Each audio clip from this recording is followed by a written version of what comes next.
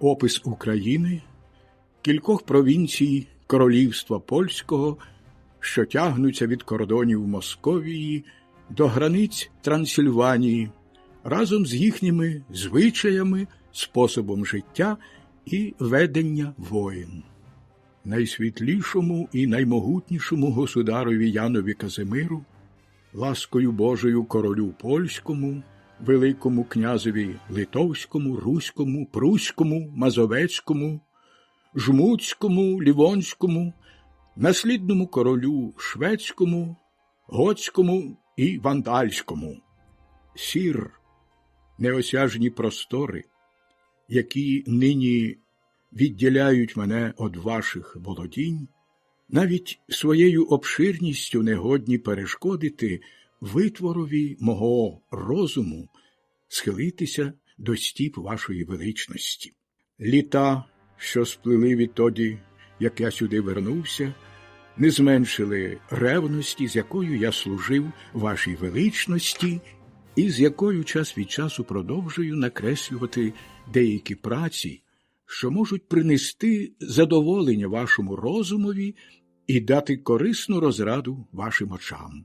Щоб запевнити вас у цьому дійовими вчинками, а не порожніми словами, беру на себе сміливість з найсмиреннішою покірністю і глибокою повагою оферувати вашій найсвітлішій величності опис великої прикордонної України. Примітка під прикордонною Україною, бо план мав на увазі території, які на початку XVII століття, після приєднання до Речі Посполитої Чернігівщини, опинилися під владою шляхетної Польщі, що лежить між Московією і Трансильванією, яку ваші попередники завоювали 50 років тому, і обширні землі якої стали настільки родючими, наскільки пустельними колись були. Це нове королівство за короткий час дуже розширилося завдяки доблесті і досвідові великого та незрівнянного Конецпольського. Примітка. Конецпольський Станіслав, роки життя 1591-1646, великий коронний гетьман з 1623 року, очолював польські шляхетські війська на Україні. Ініціатор спорудження фортеці Кодак. Каштеляна Краківського, коронного гетьмана ваших військ, мужність якого завжди поєднувалася з такою великою розсудливістю, що навіть із найбільш небезпечних сутичок він виходив переможцем. Про це можу говорити з цілковитою впевненістю, оскільки був їх очевидцем упродовж 17 років, коли мав честь перебувати на службі у двох останніх покійних королів, батька і брата вашої світлості. У ті часи я заклав понад 50 великих слобід. Примітка. Заснування слобод особливо зросло в 30-40-ві роки 17 століття, як вимушена поступка з боку панів на користь селян. В слободах селяни протягом кількох років могли вести вільне господарство, звільнялися тривалий час від оподаткування, що стали немовби колоніями, які за короткий час, завдяки збільшенню нових забудов, перетворилися на більш як 1000 селищ. Щиро вболіваючи за добробут вашої держави, населення тих слобід відсунуло далеко вперед кордони земель і так ревно взялося обробляти здобуті неродючі землі, що нині, завдяки їхній неймовірній родючості, звідти пливуть найбільші прибутки для вашого королівства. Примітка. Твердження Боплана про те, що населення тих слобод відсунуло далеко вперед кордони земель, не слід розуміти дослівно, оскільки це випливало з широко прийнятої версії в польській історіографії про те, що заселення українських земель такими магнатами, як Вишневецький, Калиновський, Потоцький, Конецпольський започаткувало колонізацію безлюдних досі просторів на Задніпров'ї та Уманщині. Ця новозавойована земля є непереборною твердинею проти військової могутності турків і підступних нападів татар, міцною перепоною, здатною зупинити їхні часті руйнівні набіги. Той ворог страшенно здивувався, зустрівши у провінції, яка була тереном для переможного походу його війська, нездоланну причину своєї ганьби, а також і свого занепаду. Саме на цій топографічній карті примітка «Опис України», бо план доповнив картографічними працями, присвяченими зображенню українських земель. Зокрема, в другому прижиттєвому виданні подавалася генеральна карта України і карта Кримського півострова. Ви зможете за якийсь мент зусібіч оглянути обширну українську землю, володіння якою для вас є і славним, і корисним, і самого розташування судити про її значимість.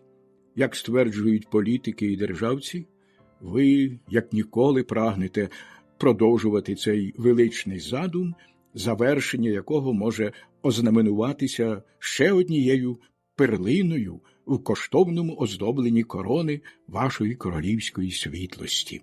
Міг би ще багато про це говорити, та бачу, що розумніше буде замовчати, бо допускаю, що корисними порадами можу настановити ворогів вашої світлості, які неодмінно цим скористаються, завдавши вам шкоди.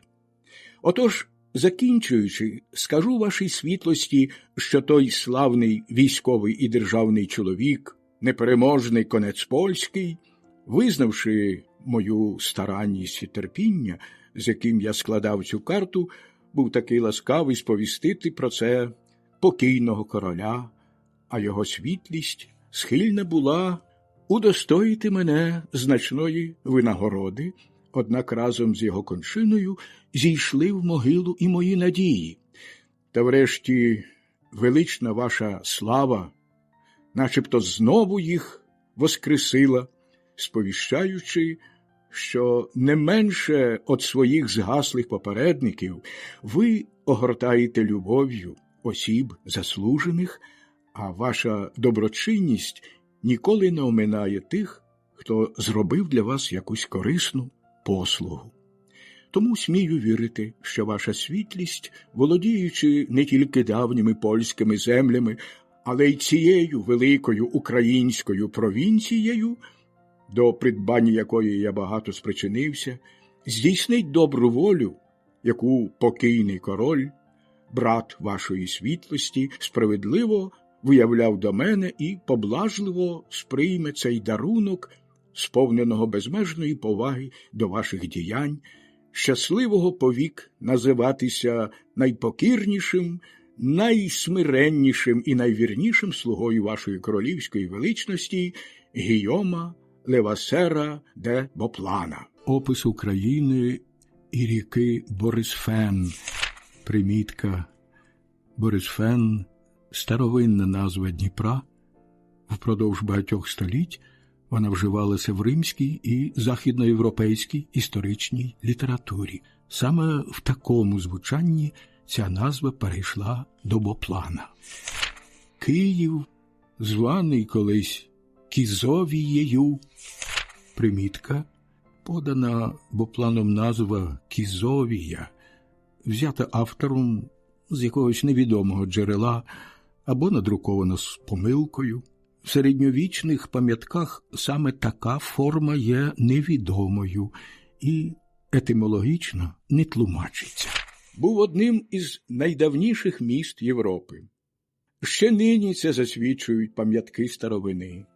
Висота й ширина міських укріплень, глибина оборонних ровів, руїни його храмів, численні старовинні гробниці колишніх князів. З цих храмів залишилося лише два на згадку про минулі часи – Софійський та Михайлівський. Решта лежить у руїнах, як от собор святого Василя, стіни якого заввишки 5 чи 6 стіп, зроблені з алебастру, зберігають грецькі написи понад 1400-літньої давності. Примітка. Дерев'яна церква Василя була споруджена Володимиром Святославовичем за переказом на тому місці, де були фігури Перуна та інших язичницьких богів. 1183 року за князя Святослава Всеволодовича на тому місці була споруджена мурована церква. Вони майже стерлися у своїй ветхості. В руїнах храмів ще донині збереглися гробниці багатьох князів. Софійський та Михайлівський храми відбудовані на давній взірець. Перший з них має гарний фасад і милує око, звідки б не розглядав собор. Стіни його оздоблені постатями та малюнками з історії, виконаними мозаїкою, тобто з дрібненьких різнобарвних камінців, які сяють, наче скло, і укладені так майстерно, що важко розрізнити, чи це витвір живопису, чи ткацтва. Скрипіння зроблене з глиняних горщиків, наповнених гіпсом і ним скріплених між собою. У храмі зберігаються гробниці кількох князів, тут є резиденція архімандрита. Це давнє місто розмістилося на плато, що займає верх гори. З одного боку вона панує над навколишньою рівниною, а з другого здіймається над Борисфеном, який омиває її підніжжя своєю течією. Між горою і Борисфеном лежить новий Київ, тепер досить слабо заселене місто, що має не більше 5 чи 6 тисяч мешканців. Уздовж за течією місто тягнеться на 4 тисячі кроків, а від Борисфена до гори сягає на 3 тисячі кроків. Місто захищене глибоким оборонним ровом, завширшки 25 стіп і має трикутну форму. Довкола нього зведена дерев'яна оборонна стіна з дерев'яними вежами. Міський замок височить на верхів'ї гори. Примітка. Замкова гора або Киселівка. Він панує над нижнім містом, Подолом, однак лежить нижче давнього Києва. Католики в цьому місті мають 4 храми – кафедральний, домініканський на Ринковій площі, Бернардинський під горою і єзуїтський, зведений недавно між Бернардинським собором і рікою. Православні мають близько 10 храмів, вони їх називають церквами. Одна з них стоїть біля магістрату. При ній є університет або академія. Примітка. Києво-Могилянський колегіум офіційно отримав права академії вищого навчального закладу щойно в 1701 році. Вони цей храм називають Братською церквою. Ще один храм побудований біля підніжжя замку. І якщо пам'ять мені не зраджує, названий цей храм церквою Святого Миколая. Інші ж церкви порозкидані по цілому місту, і тепер не пригадую точно їхніх назв. Місто має 3 гарні вулиці, а всі інші нерівні, покручені, поплутані, як у лабіринті. Воно ніби поділене на 2 міста. Перше називається Єпископським і включає кафедральний собор, друге – Міщанське. У ньому є 3 інші храми – католицькі і православні. Місто провадить широку торгівлю. Основним крамом є збіжжя, хутра, віск, мед, сало, солена риба тощо. Київ має свого єпископа, воєводу, каштеляна, старосту і городничого. Місто ділиться на частини, що підлягають 4 судам – єпископському, воєводському або старостинському, війтівському і 4-му лавників або консулів. Житла будуються на московський кшталт, усі на одному рівні, досить низькі, рідко коли перевищують 1 поверх. Використовуються тут світильники, зроблені із просмолених скалок. Ті скалки такі дешеві, що за 2 динари можна купити більше, ніж потрібно навіть на найдовшу зимову ніч. На базарах продають димарі для печей. У нас це викликало б сміх, так само, як спосіб приготування у них м'ясних страв, їхні весілля та інші церемонії, про що говоритимемо далі. Однак саме звідсіль пішов той благородний люд, який називається нині запорізькими козаками, і котрий протягом стількох уже літ заселює різні місця уздовж Дніпра і в суміжних землях. Налічуючи приблизно 120 тисяч людей, звичних до війни, вони готові за якихось 8 днів приготуватися до виконання будь-якого розпорядження, що йде від імені короля. Це люди, які часто майже щороку здійснюють наскоки на Евксінський понт. Примітка. Євксінський понт – давньогрецька назва Чорного моря. Дослівно «гостинне море», завдаючи великої шкоди туркам. Не раз вони спустошували Крим, який належить татарам, руйнували Анатолію, здобували Трапезунд і навіть доходили до гирла Чорного моря за 3 милі від Константинополя, де винищували все вогнем і мечем, а потім верталися з багатою здобиччю і полоненими, переважно дітьми. Вони тримали їх біля себе для різних послуг, або ж дарували можновладцям свого краю, бо ніколи не лишають собі літніх людей, хіба що вважають їх настільки багатими, що можуть сподіватись на якийсь викуп.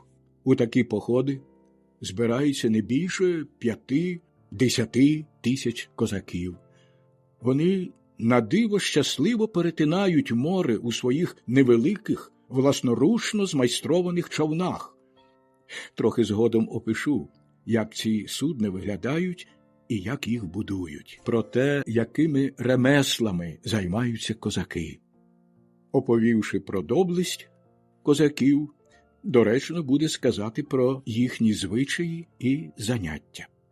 Майте на увазі, що серед цих козаків взагалі трапляються знавці усіх ремесел, необхідних людині.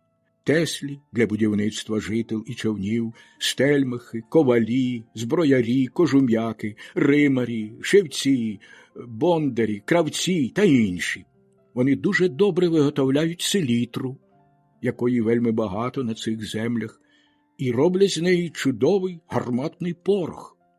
Їхні жінки прядуть льон і вовну, роблять з них полотно і тканини для щоденного вжитку. Всі вони добре вміють обробляти землю, сіяти, жати, випікати хліб, готувати всілякі м'ясні страви, варити пиво, хмільний мед, брагу, оковиту тощо. Нема серед них жодного, незалежно від віку, статі чи становища, хто б не хотів перевершити свого товариша у вмінні пити й гуляти. Нема також серед християнських народів подібного народу, який так мало дбає про завтрашній день. А взагалі слід визнати, що всі вони розуміються на багатьох ремеслах, хоча одні вправніші в якомусь фаху, ніж інші, трапляються й такі, що мають більш обширні знання, ніж загал. Одне слово, усі вони досить кмітливі, але саме в тих справах, які вважають для себе корисними і необхідними, головним чином, що пов'язане з їхнім селянським життям. Із родючих земель вони збирають стільки зерна, що часто не знають, що з ним робити. Тим паче, що не мають судноплавних рік, які впадали б у море, за винятком Борисфену. Але навігація на ньому припиняється за 50 миль нижче Києва через 13 порогів. Останній з цих порогів віддалений від першого на 7 великих миль або на 1 день дороги, як це бачимо з карти. Саме ця причина перешкоджає їм вести збіжжя до Константинополя, а звідси і їхні лінощі. Вони беруться до роботи лише тоді, коли притискає їх біда, чи не мають як купити того, чого потребують. Задля вигоди краще підуть позичити щось у своїх добрих сусідів турків, аніж завдадуть собі труду це добути. З них досить, коли мають щось з'їсти і випити. Козаки належать до грецької віри, яку називають руською, дуже шанобливо дотримуються релігійних свят і постів, на які в них припадає 8-9 місяців на рік, і під час котрих вони не вживають м'ясних страв. У цій формальності вони такі вперті, що переконують один одного, буцімто від цього залежить порятунок їхньої душі. Натомість не думаю, щоб знайшовся на землі народ, який міг би зрівнятися з ними щодо вживання напоїв. Вони ніколи не бувають настільки п'яними, щоб не могли розпочати знову пити.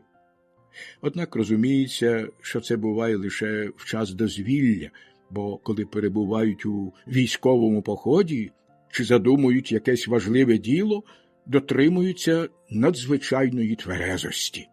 У них нема нічого простацького, крім одягу.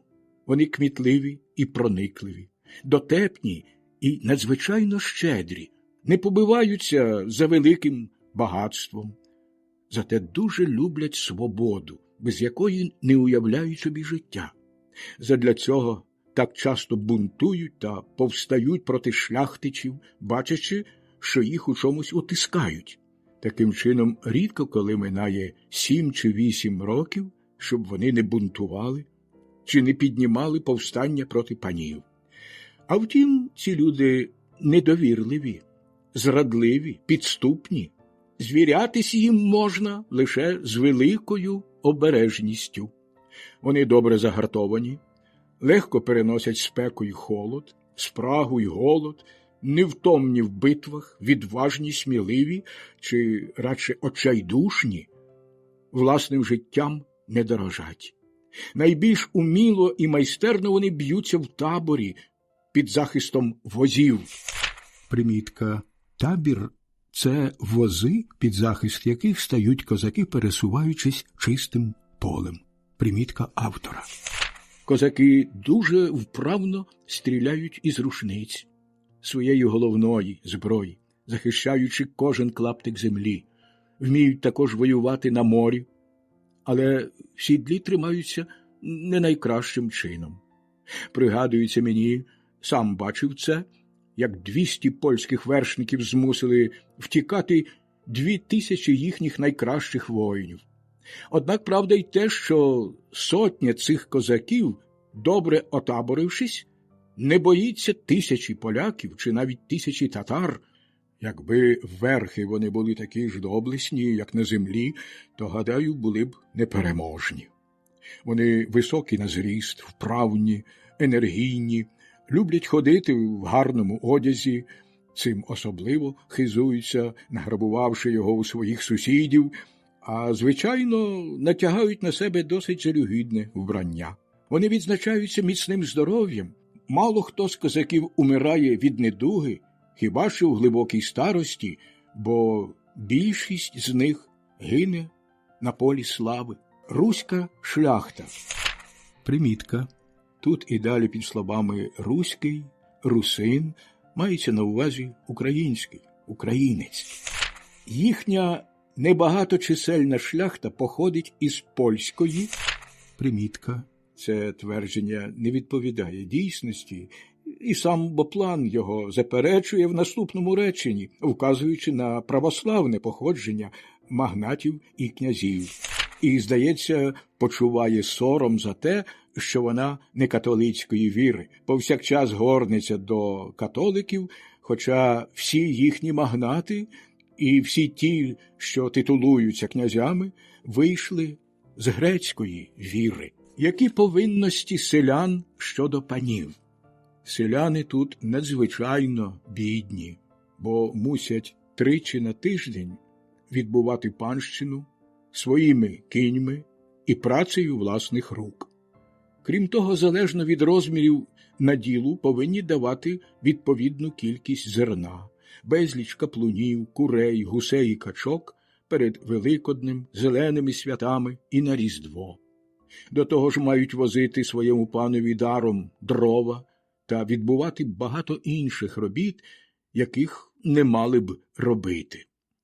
Ще вимагають від них грошових податків, крім того, десятину з баранів, поросят, меду, усіляких плодів, а що 3 роки і 3-го волика.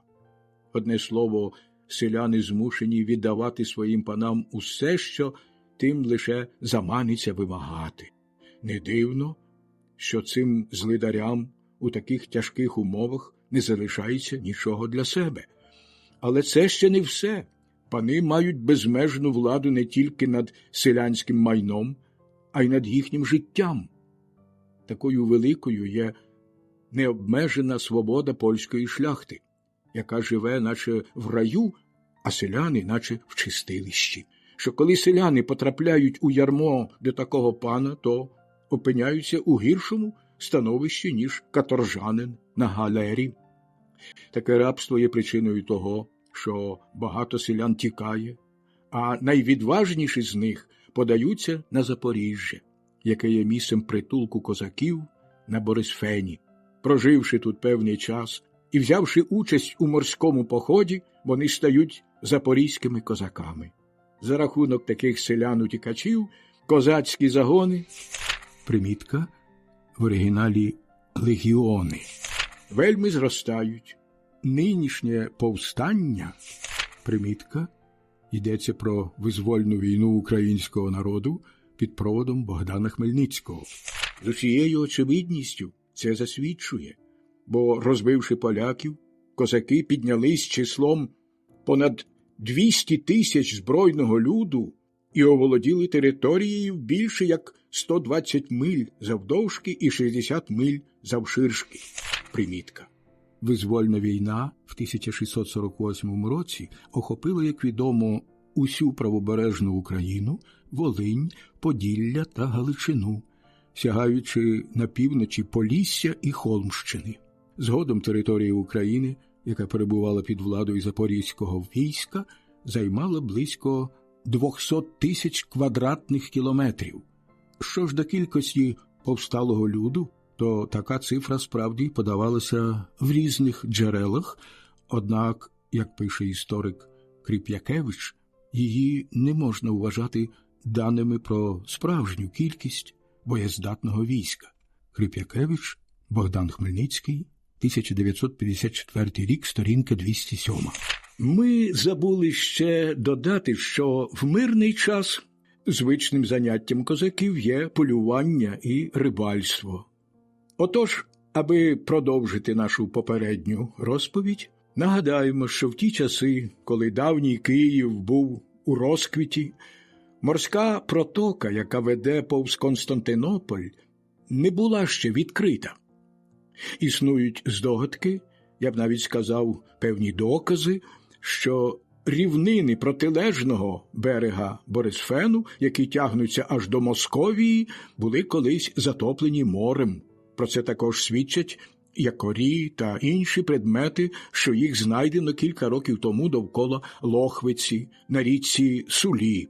Більше того, усі міста, що виросли на цих рівнинах, видаються зовсім новими будовами, зведеними тут лише кілька сот років тому. Я цікавився дослідженнями історії Русі, аби дізнатися щонебудь про давні часи цього краю, але все надаремно.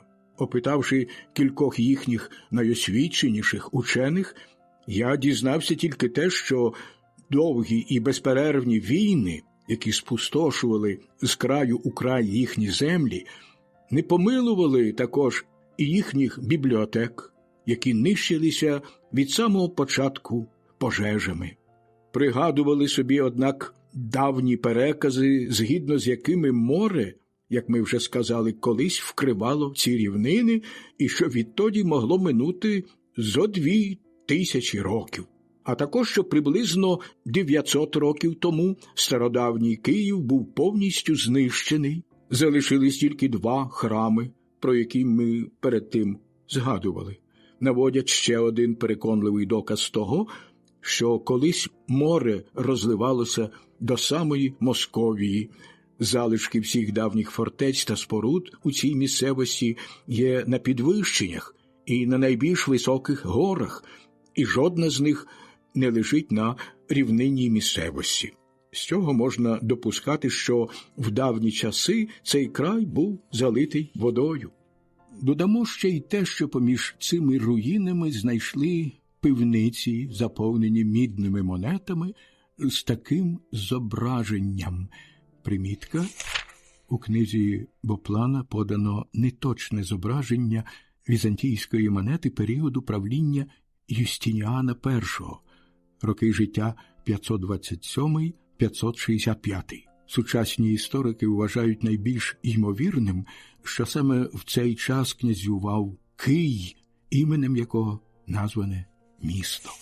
Як би там не було, скажу лише, що вся рівнина, яка простягається від Борисфену до Московії, а навіть і далі, є місцевістю низинною і піщаною, за винятком ріки Сули в північному напрямі, а також Ворскли і Псла. Та це краще можна побачити на карті. Можна також зауважити, що течія у них дуже повільна, ніби стояча. А якщо порівняти це із стрімким і швидким рухом вод морського каналу, які, омиваючи Константинополь, линуть до моря Білого, примітка Босфор і Мармурове море. Неважко уявити, що ці місцевості були колись затоплені морем. Продовжимо опис нашого Борисфену і скажемо, що за милю вище Києва, з протилежного боку, в Борисфен впадає річка Десна, яка витікає неподалік міста Москви і має завдовжки понад 100 миль. Примітка. Боплан помилився, вказуючи на те, що ріка Десна витікає неподалік міста Москви. Насправді вона бере початок на Смоленській височині поблизу міста Єльні Смоленської області. За півмилі нижче Києва видно село Печерськ. Примітка. Село Печерськ в часи Боплана належало до Київського повіту. У XVIII столітті це вже частина Києва. Тепер входить в Печерський район, на території якого знаходиться Києво-Печерська лавра, у якому є великий монастир, резиденція митрополита чи патріарха. Примітка. Ймовірно, згадка про патріарха пояснюється тим, що якраз під час перебування Боплана в Києві київський митрополит Петро Могила виношував плани перетворення Київської митрополії у патріархію. Біля підніжжя гори, неподалік від монастиря, є багато печер, схожих на шахтні, заповнених численними тілами, що зберігаються тут уже понад 1500 років на зразок єгипетських мумій. Кажуть, що перші християни-пустельники вирили ці підземні сховища, аби потайки молитися своєму Богові, і тут спокійно переховувались під час переслідувань язичників. Тут показують мощі якогось святого Іоанна, який по пояс перебуває у землі. Тутешні ченці розповідали мені, що святий Іоанн, перечуваючи наближення своєї останньої години, викопав для себе могилу, але не в довжину, як це звичайно робиться, а в глибину. А коли настав його смертний час, до якого він заздалегідь приготувався, попрощавшись із своїми братчиками-ченцями, святий Іоанн опустився в могилу. З милосердя Всевишнього він заглибився в неї не більше як по пояс, хоча яма була значно глибшою.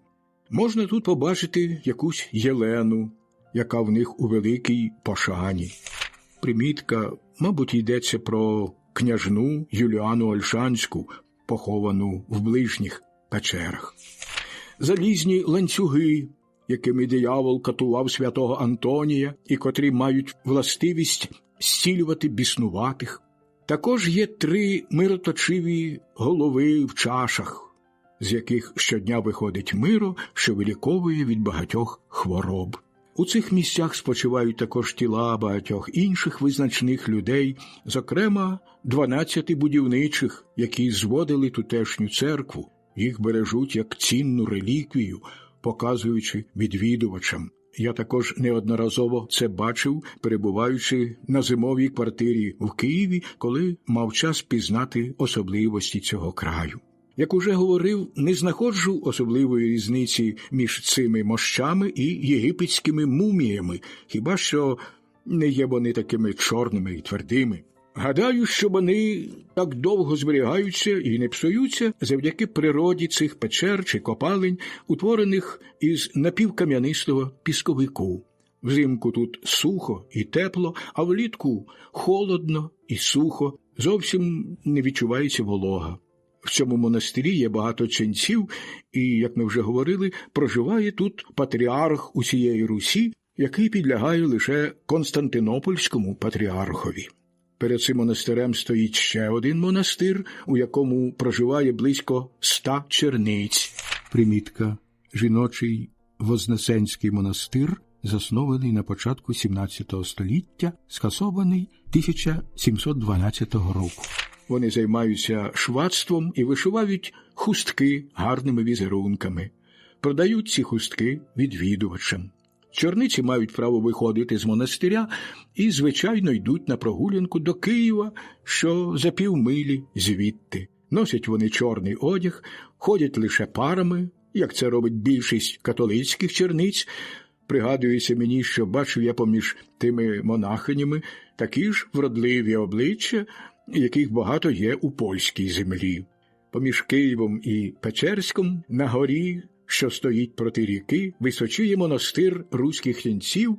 Вигляд його дуже величний і називається він монастирем святого Миколая.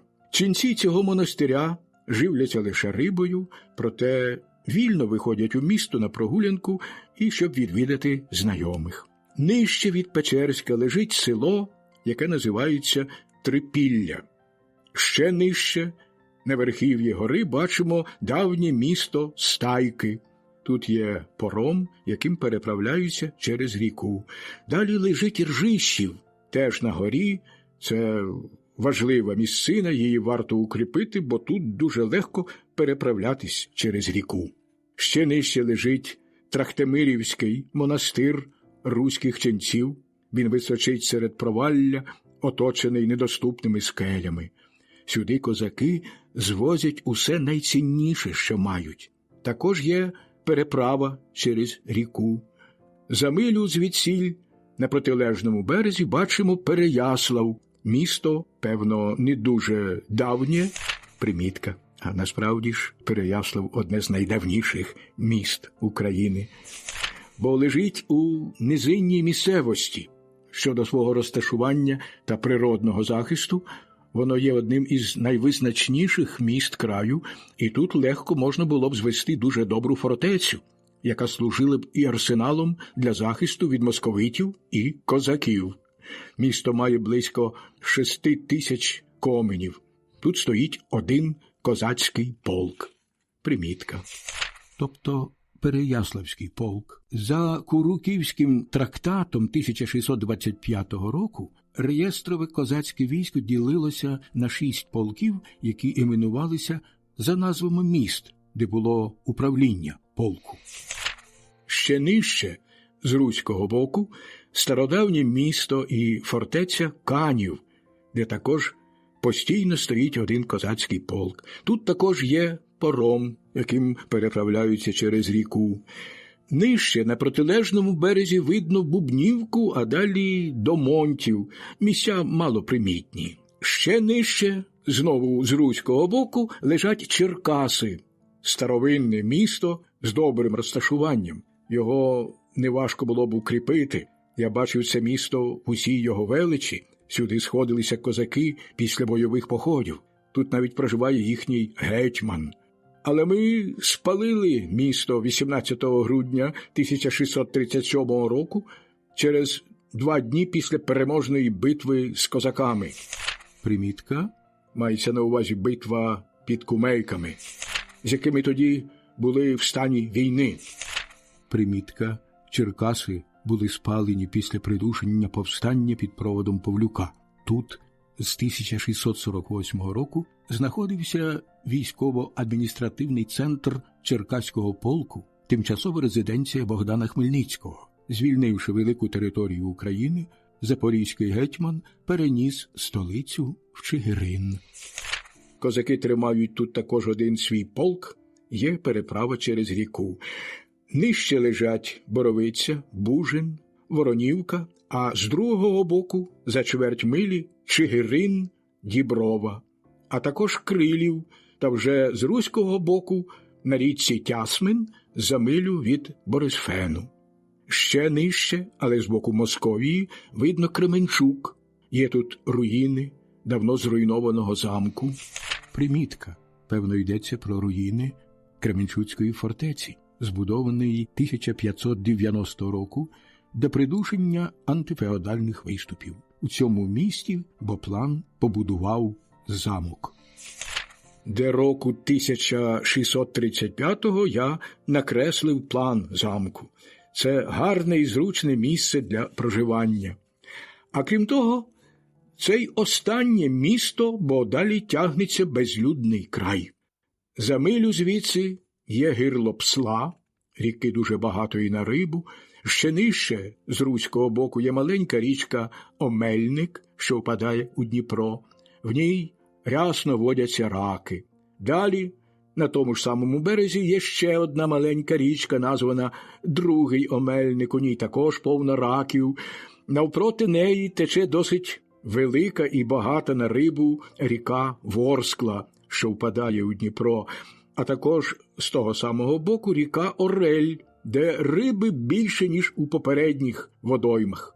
Я бачив, як у гирлі цієї ріки одним неводом витягали понад 2000 рибин, найменші з них мали 1 стопу в довжину. На протилежному березі, руському, є кілька озер, дуже багатих на рибу.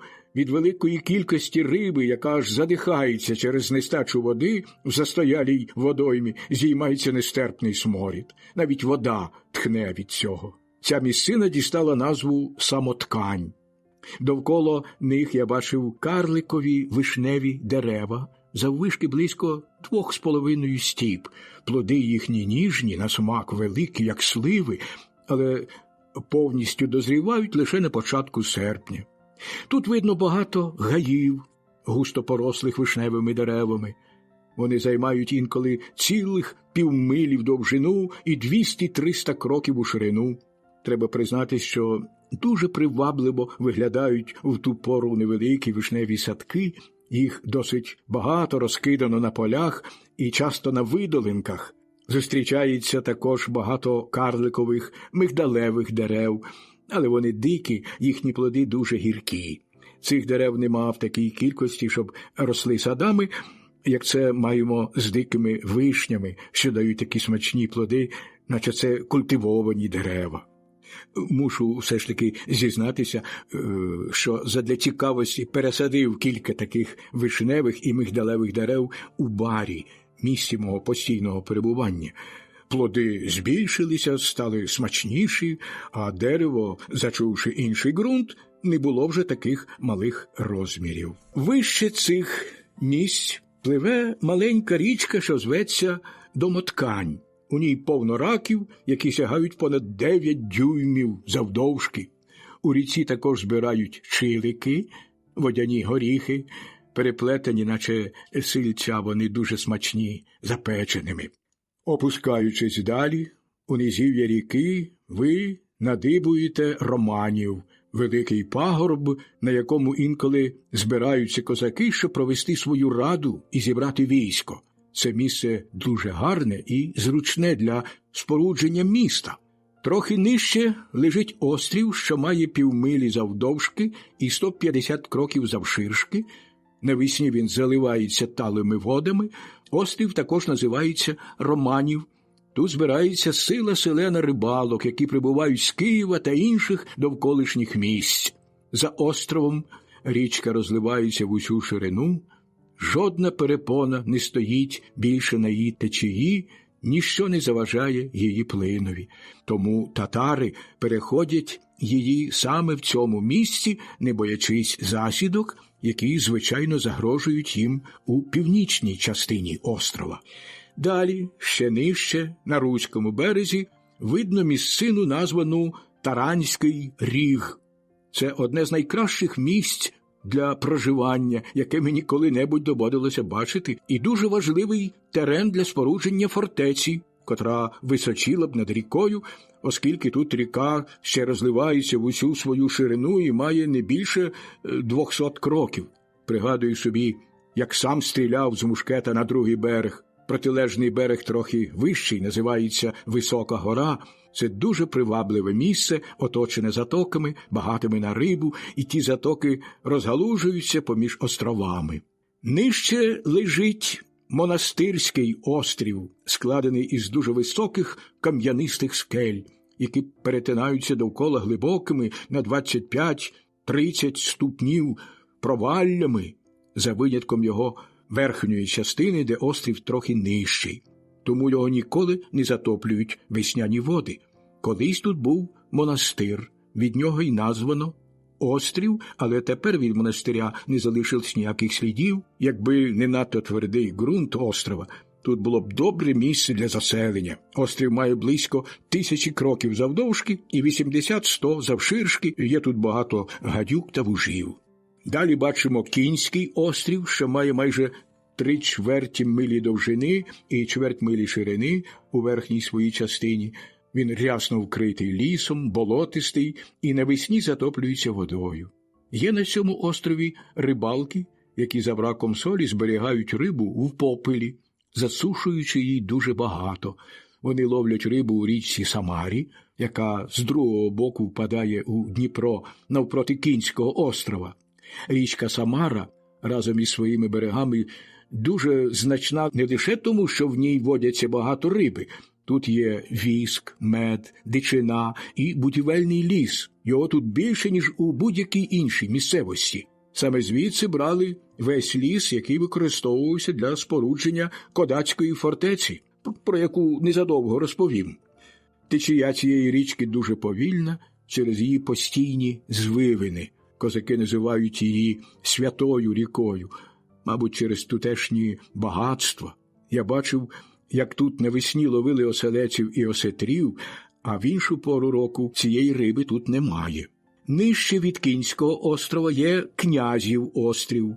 Скелястий острів, який приблизно 500-600 кроків завдовжки і 100 кроків завширшки.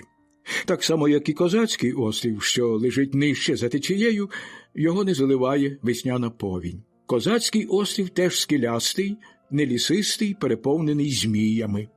На відстані гарматного пострілу лежить Кодак, перший з порогів скелястої гряди, що простягається впоперек ріки, затруднюючи плавання човнами. Є тут фортеця, примітка, фортеця на правому березі Дніпра, поблизу Кодацького порогу, була споруджена за рішенням Сейму Речі Посполитої, щоб перешкодити зв'язкам Запорізької Січі з рештою України, яку я розпочав будувати в липні 1635 року, але в серпні того ж року якийсь Сулема, Іван Сулема, гетьман запорізьких козаків, гетьман повсталих козаків, вертаючись з морського походу і побачивши, що фортеця заважає їм досягти рідного краю, зненацька захопив її і розбив гарнізон, що мав десь коло 200 воїнів під командуванням полковника Маріона.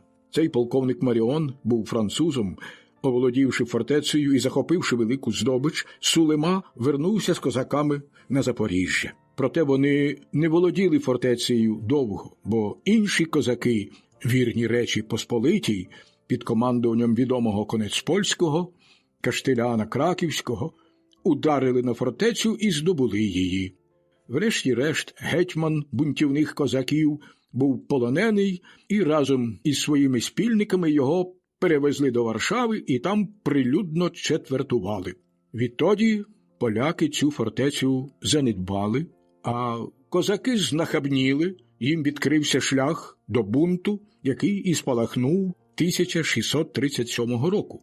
Того ж року, 16 грудня, опівдні, ми зустріли їхні війська біля 18 тисяч, отаборених у кумейках, і хоча нас було тільки 4 тисячі воїнів, ми не переставали їх атакувати і завдавати їм ніщівних ударів. Битва тривала до півночі, і з їхнього боку лишилось близько 6 тисяч вбитих і 5 гармат. Інші ж втекли з поля битви під захистом ночі, яка була тоді дуже темною. Ми втратили 100 наших воїнів, а 1000 мали поранених. Загинуло багато наших командирів, зокрема, славний пан де Морей, французький шляхтич, підполковник, який втратив тут корогву і поклав свою голову. Також були вбиті капітан Жулкевський, а також поручик Ла Кротат і багато інших чужинців. Після тієї поразки козацька війна тривала ще до жовтня наступного року, а потім запанував спокій. Примітка. Цифрові дані, бо плани вимагають уточнення. Насправді, сили повстанців складали близько 10 тисяч, а польсько-шляхетське військо становило близько 15 тисяч воїнів. Ясновельможний конець польський особисто приїхав до Кодака із залогою в 4 тисячі воїнів і перебував там, поки ця фортеця відбудовувалась. Це тривало приблизно місяць, а потім гетьман від'їхав, узявши з собою 2000 воїнів. Мені він наказав узяти з собою невелику залогу та гармати і оглянути місцевість до останнього порога. Також сказав на зворотній дорозі плисти в човнах з Остророгом, Підчашим, Коронним. Примітка. Микола Остророг помер 1651-го, Коронний Підчаший – один з регіментарів польсько-шляхетської армії, яка 23 вересня 1648 року була розгромлена українським селянсько-козацьким військом під Пилявцями. Я мав нагоду оглянути водоспади 13 порогів і покласти їх на карту, як ви це можете побачити. В цих краях 100 чи навіть 1000 воїнів в походах не може почуватися спокійно. Навіть ціле військо мусить іти в строгому шикуванні, бо тут завсігди никають татари. Вони не мають постійного місця, нишпорять то тут, то там, по цих великих неозорих степах, їздять купно, не менше 5-6 тисяч, а часом навіть 10. Ми ще повернемося до опису їхніх звичаїв і того, як вони воюють. А поки що скажу лише, що я бачив і оглянув усі 13 порогів і переплив усі ті водоспади в єдиному човні вгору за течією. Це видається неймовірним, бо серед цих порогів трапляються такі, що мають висоту 7 чи 8 стіп. Стопа – старовинна міра довжини, яка дорівнює 28,8 сантиметра. Вирішуйте самі, чи легко тут було користуватися веслами. Серед козаків жоден не вважатиметься справжнім козаком, поки не перейде всіх тих порогів. Отож, за їхнім звичаєм, я й себе можу вважати козаком, і саме в цьому моя слава, яку я здобув тією мандрівкою. Аби ви краще зрозуміли, що таке пороги, скажу вам, що це руське слово, воно означає скеля. Пороги тягнуться кам'яною грядою впоперек ріки, деякі з них під водою, інші на рівні води, є й такі, що виступають на 9 чи 10 стіп над водою і виглядають, наче якісь будинки. Пороги лежать неподалік один від одного. Це виглядає так, ніби гребля чи загата, що перетинає течію ріки. В одних місцях вода падає з висоти 5-6 стіп, в інших 6-7 стіп, у залежності від того, яким є рівень води в Борисфені. Навесні, коли тануть сніги, усі пороги вкриваються водою, окрім 7-го, названого Ненаситцем. Лише він один у таку пору заважає плаванню човнів. Влітку і восени, коли рівень води спадає, пороги піднімаються інколи на 10-15 стіп над водою. З тих 13 порогів тільки між 10-м Будилівським і 11-м та Волжанським татари можуть уплав перетнути ріку, бо якраз тут береги легко доступні. Від першого і до останнього порога я бачив лише 2 острови, які не затоплювалися водою. Перший острів лежить насупроти 4-го порога і називається Стрільчий. Це висока, на 30 стіп скеляста місцина, покраєна ущелинами. Острів має 500 кроків завдовжки і 70-80 кроків завширшки. Не знаю, чи є там якесь водоймище, бо туди не сягає людська нога, лише птахи гніздяться. Однак довкола острова є густі зарості дикого винограду. Другий острів набагато більший, має близько 2000 кроків завдовжки і 150 кроків завширшки. Він так само скелястий, проте на ньому нема таких урвищ, як на попередньому. Острів має гарну природу і надається для проживання. На острові рясно росте тавола.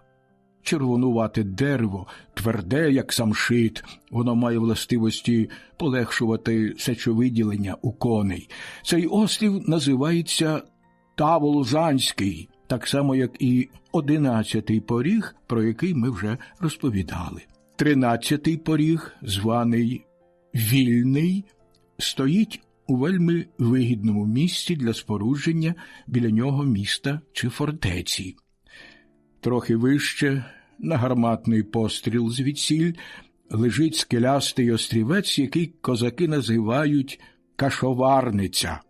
Це означає приблизно те саме, що варити куліш. Козаки немовби висловлюють радість, що щасливо минули всі пороги. З цієї нагоди справляють тут учту. А треба нагадати, що в своїх походах вони споживають саме просо. Нижче від Кашоварниці і до Кічкасова простягаються гарні землі, придатні для проживання. Кічкас – невелика річка, що з боку Татарії впадає у Дніпро чи Борисфен. Від неї бере назву Коса, що лежить між Борисфеном і 2 недосяжними улоговинами, як це бачимо з карти.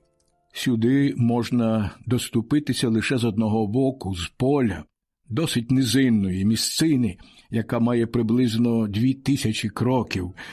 Досить лише закрити прохід з цього боку і матимемо гарне укріплене місто. Правда, земля тут нерівна, трапляються вершини і низини, а тому в одному місці татарський берег панує над місцевістю, а в іншому вищим є інший берег. Місцевість тут гориста, ріка повноводна, ніщо не заважає її течії, особливо вузька вона на півдні, що на карті позначено цяточками. Це, на мій погляд, найвужчі місця.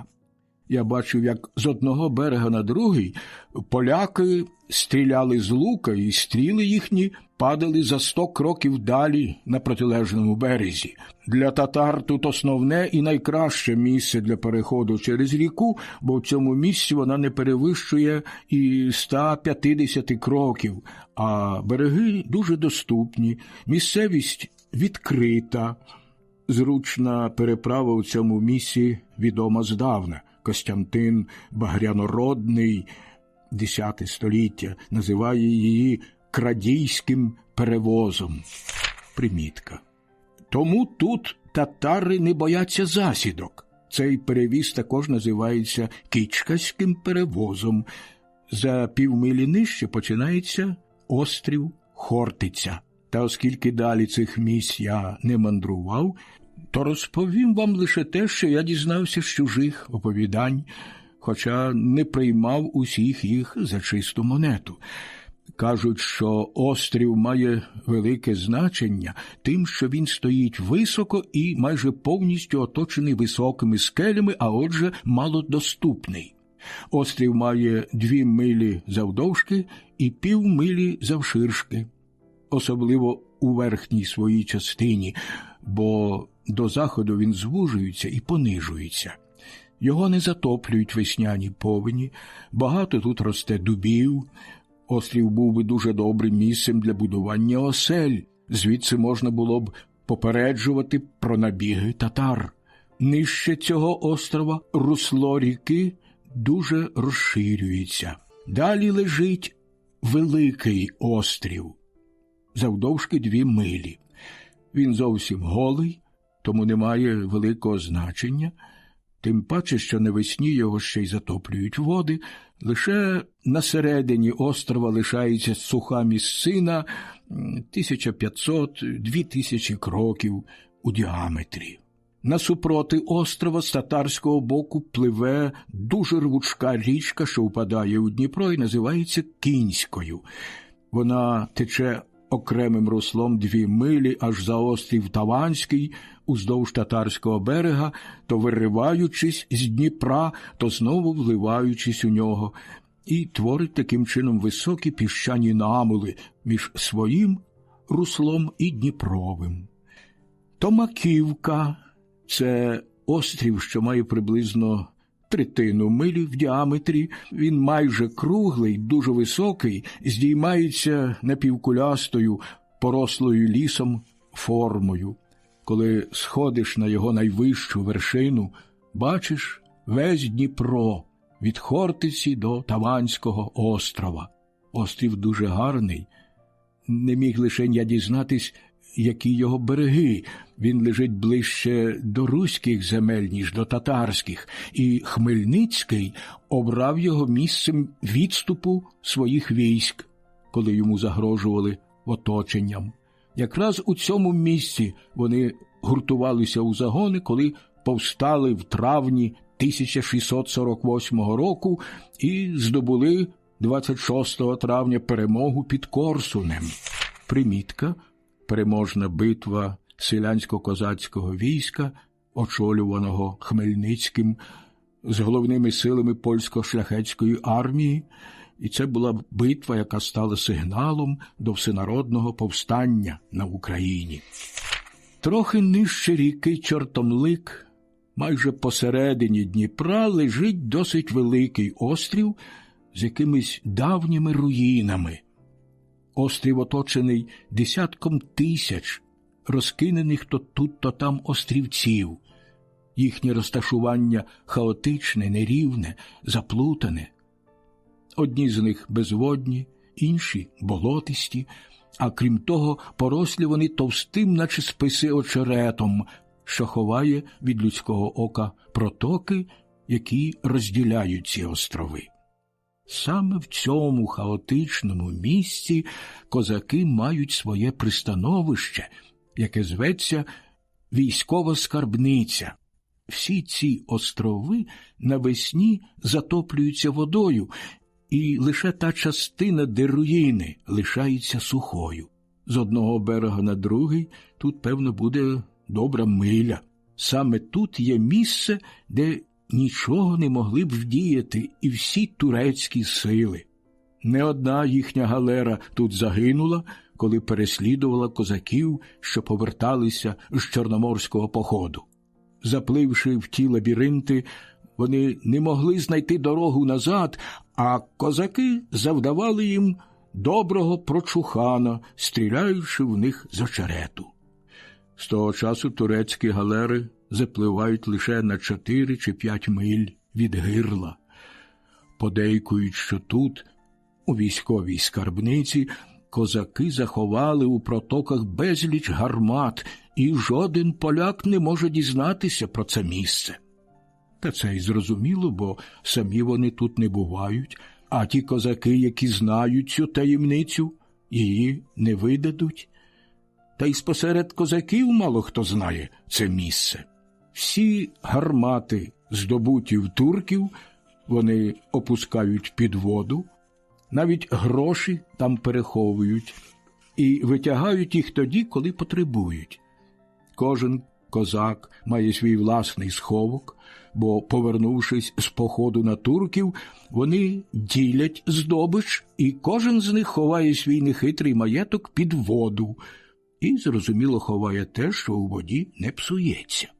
У військовій скарбниці примітка лабіринт важкодоступних островів, що послуговував козакам сховищем для їхньої зброї та скарбів, а також збірним пунктом перед походами.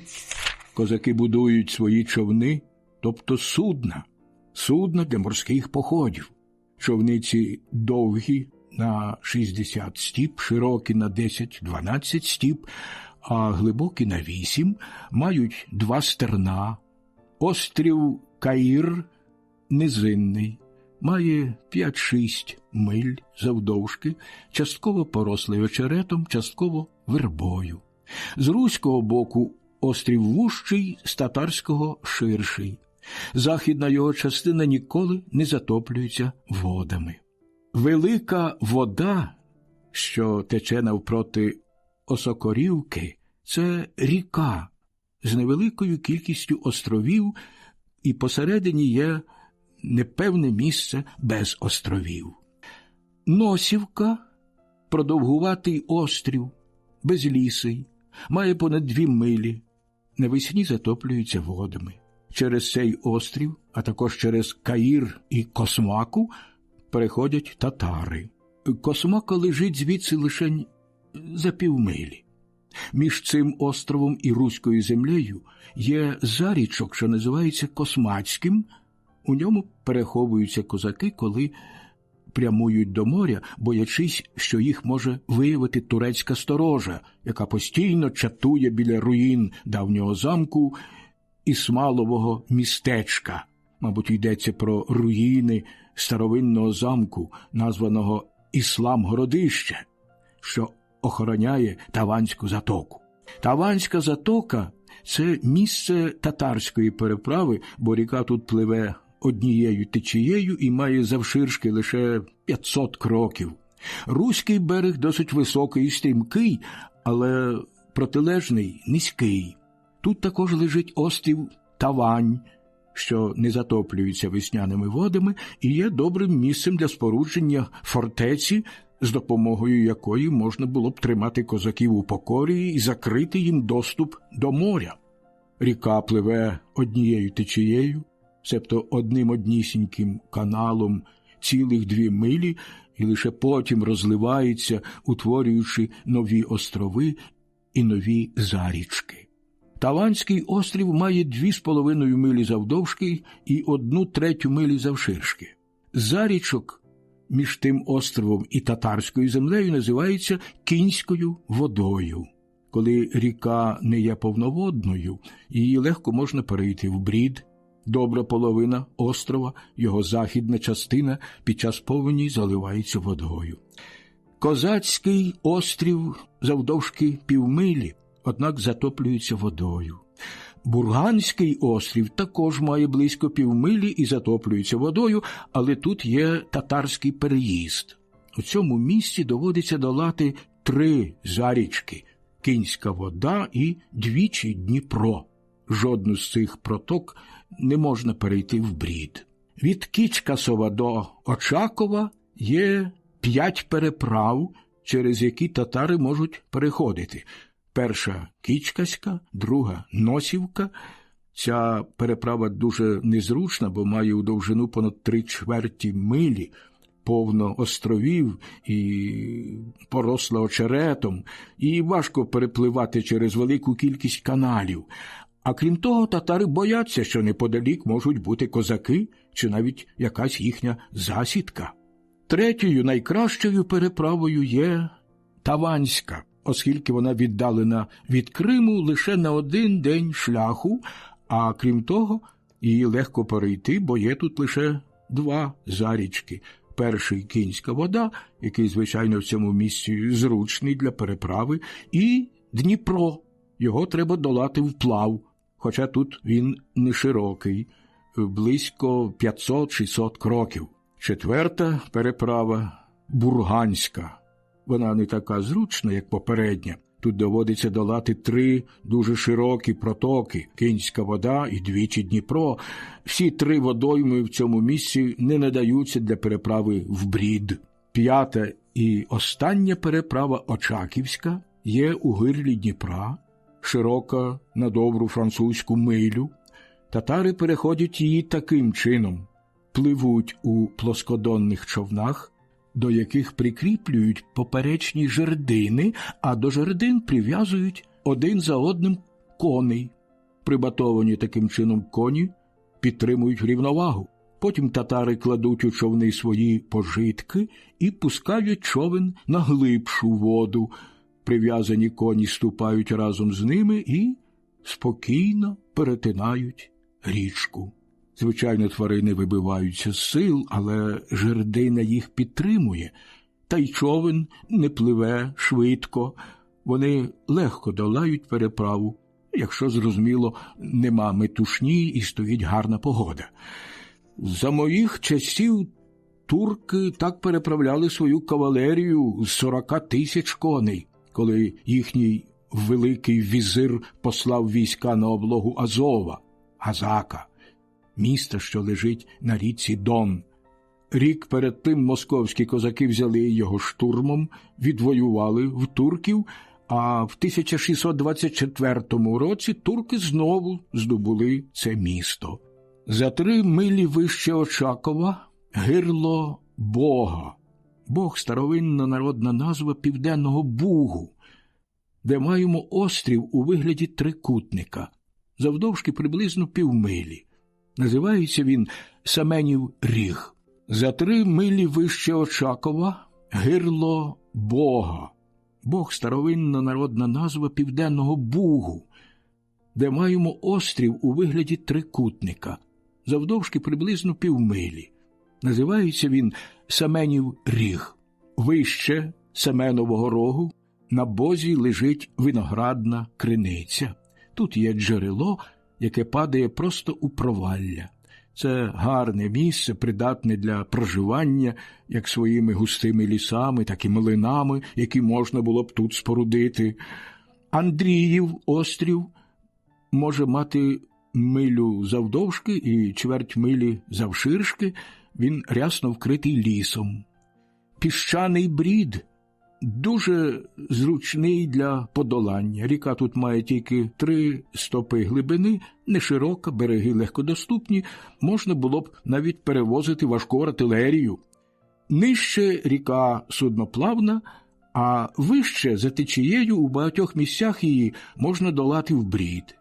Кременчів острів, довгий на 1500 кроків, з північного боку він здіймається стрімким берегом 20-25 стіп висоти, а з південного боку низький. Будівельний ліс росте за якихось півмилі далі, з боку Очакова. На північ від острова є досить гарне місце з твердим ґрунтом, де можна спорудити фортецю або замок, оточена глибокими видолинками Усть-Савронь або Новий Конецполь, є останнім польським населеним пунктом з боку Очакова, який я заклав 1634 року і 1635 року побудував тут королівську фортецю. Вважаю, що тут можна звести добрий арсенал проти турків. Та повернемось до Очакова. Це місто належить туркам, лежить воно в гирлі Дніпра і по-турецьки називається Джанкріменда. Відомо, що Очаків був побудований кримським ханом Менглі-Гіреєм і називався Каракармен. Примітка. Дзяркріменда – турецька провінція, що включала південноукраїнські землі між гирлом Дніпра, Південним Бугом і нижньою течією Дністра, якими кочувала Очаківська орда. Тут збираються галери, що чатують у гирлі Дніпра, аби не давати козакам можливості випливати в Чорне море. Порту тут нема, але добра якірна стоянка. Нижче від фортеці лежать 2 міста. Перше на одному схилі, а друге на протилежному. Вони добре захищені з південного на північний захід. Фортечний вал має певну висоту близько 25 стіп. зате міський набагато нижчий. У місті може бути близько 2000 мешканців. На південь від нього є ще одна невелика фортеця, що нагадує собою рівнинну місцину, на якій поставлено кілька гармат, аби з них стріляти через ріку на другий берег Борисфену. Той берег лежить за добру милю, де стоїть турецька сторожова вежа. Там турки тримають варту, аби здалеку виявляти, чи не пливуть, бува, морем козаки. Звідти вони можуть подавати сигнал своїм галерам. Однак козаки цим нехтують, бо вміють виходити в море і вертатися з нього так, що ніхто цього не помічає. Як вони це роблять, опишу пізніше. Приблизно за милю від Очакова на південний схід є затишний порт Березань. Має він у гирлі добрих 2000 кроків завширшки. В нього можна запливати лише човнами, але й для галер він доволі глибокий. Галери можуть підніматися на 2 милі вгору за течією ріки, яка утворює цей порт. Ріка називається Анчакрак.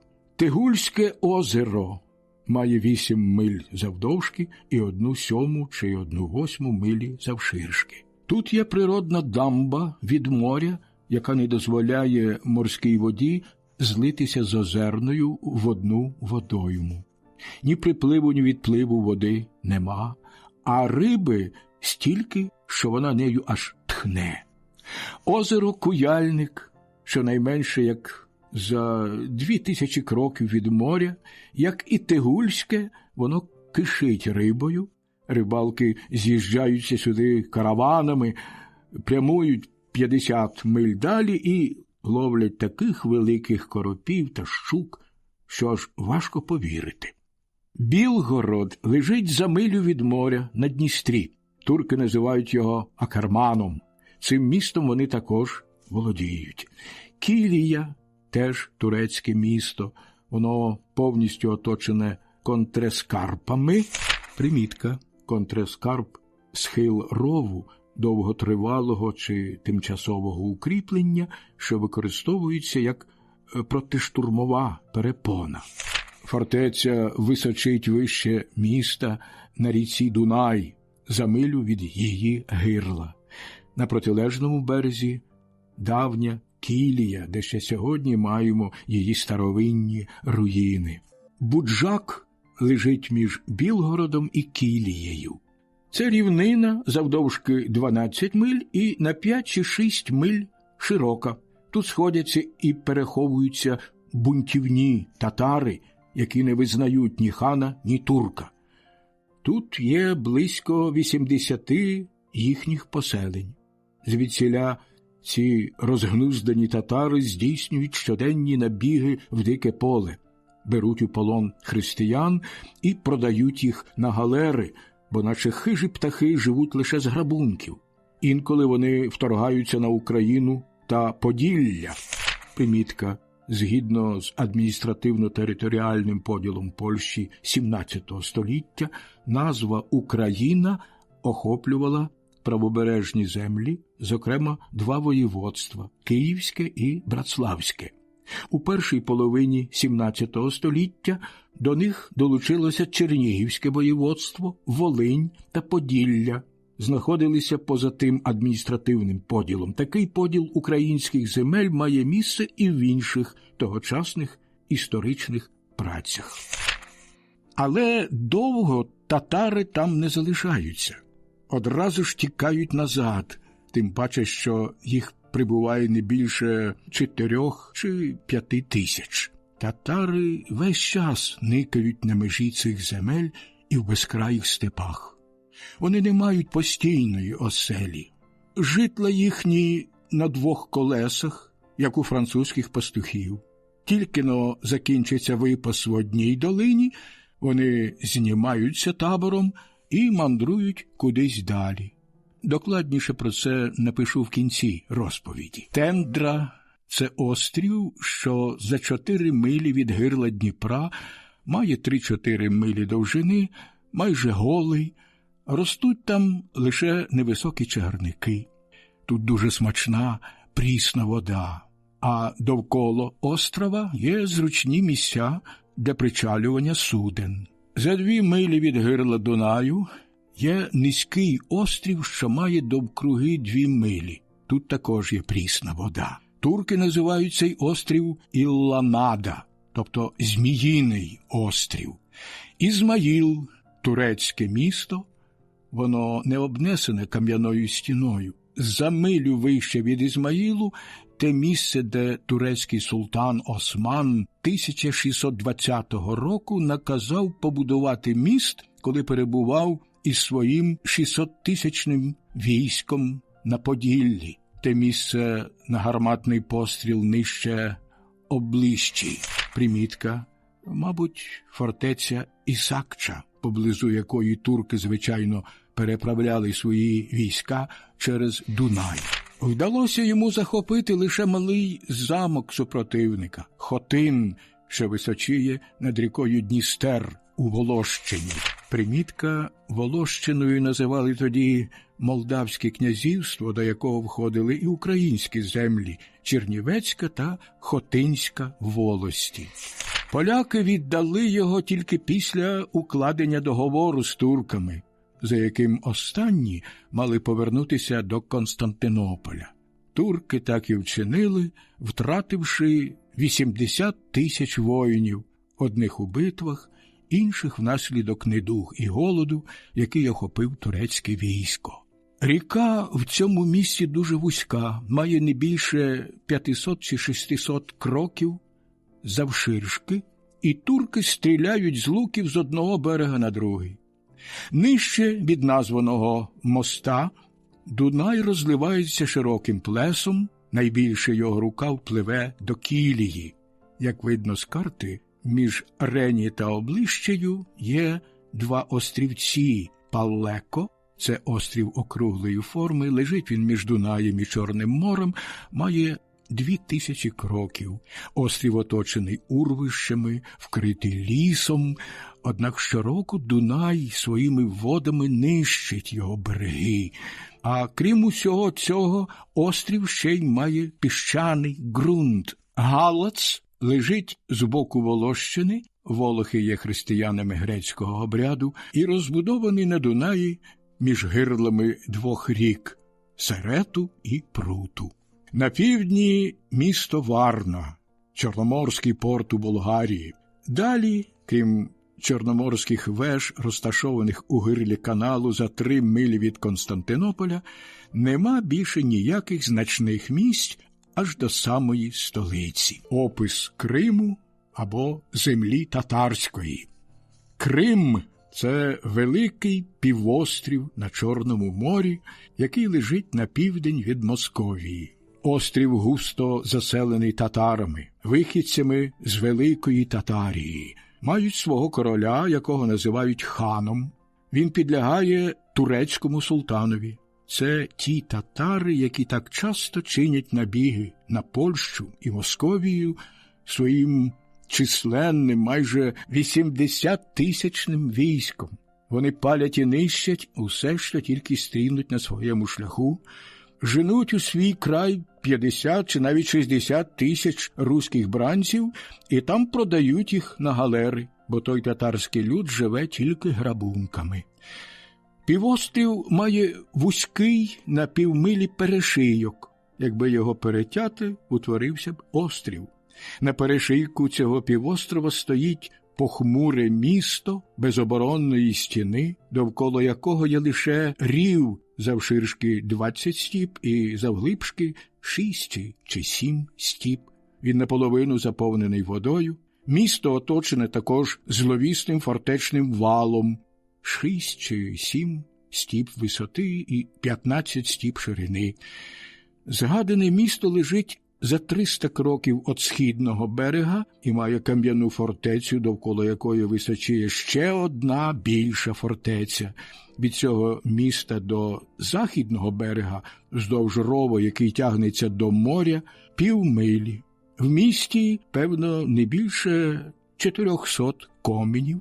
Татари називають його Ор, а поляки – Перекопом, тобто перекопаною землею.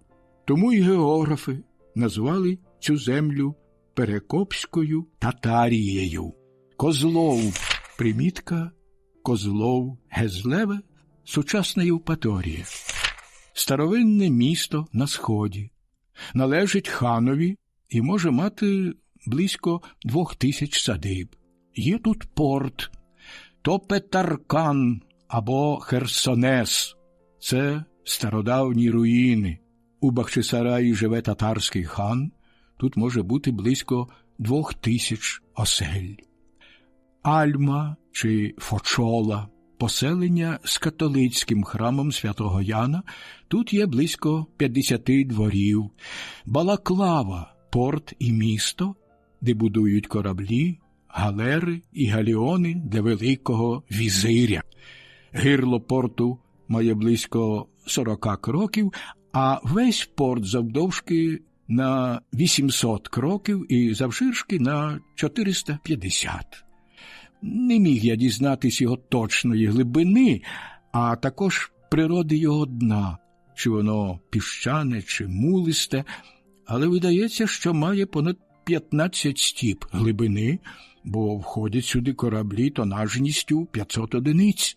У місті не більше 120 садиб. Це один із найкращих і найзручніших портів у світі, бо судно в ньому завжди готове до плавання.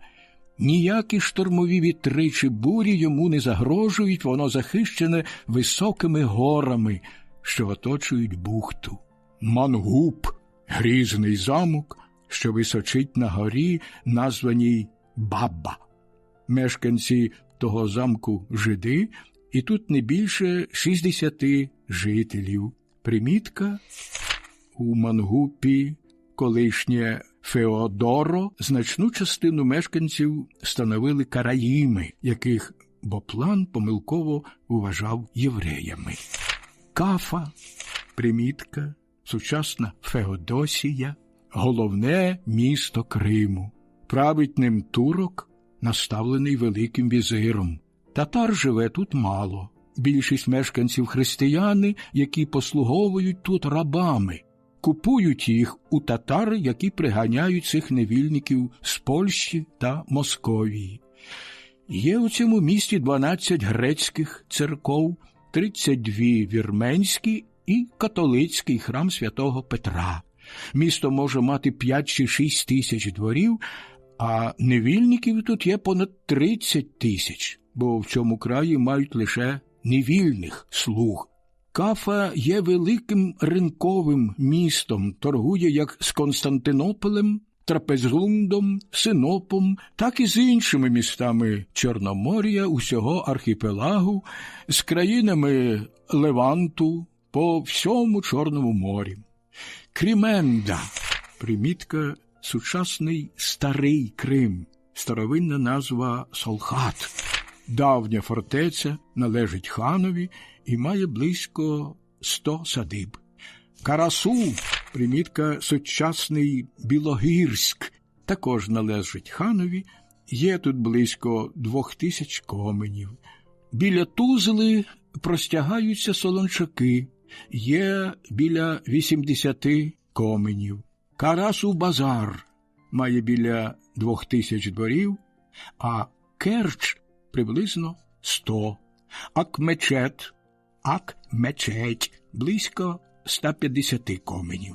Арабат або Орботек – це кам'яна твердиня-замок з вежею, розташований на перешийку півострова, що з одного боку омивається морським лиманом, а з другого – тонкою водою. Примітка – сучасна назва Генічеська протока. Цей вузький перешийок має не більше 1/8 милі, і від одного берега до другого тут тягнеться частокіл. Наші козаки називають цей півострів Коса, бо він має форму селянської коси. У цих місцях хан тримає свій табун, який, кажуть, сягає понад 70 тисяч голів. Тонка вода – це протока між Суходолом і Косою. Вона має лише 200 кроків у ширину, і при тихій погоді її можна переходити у брід. Козаки перетинають її цілим табором, коли йдуть красти коней з ханського табуна, про що далі напишемо. Від Балаклави до Кафи морський берег дуже високий і стрімкий. Усі інші береги півострова низькі, рівнинні.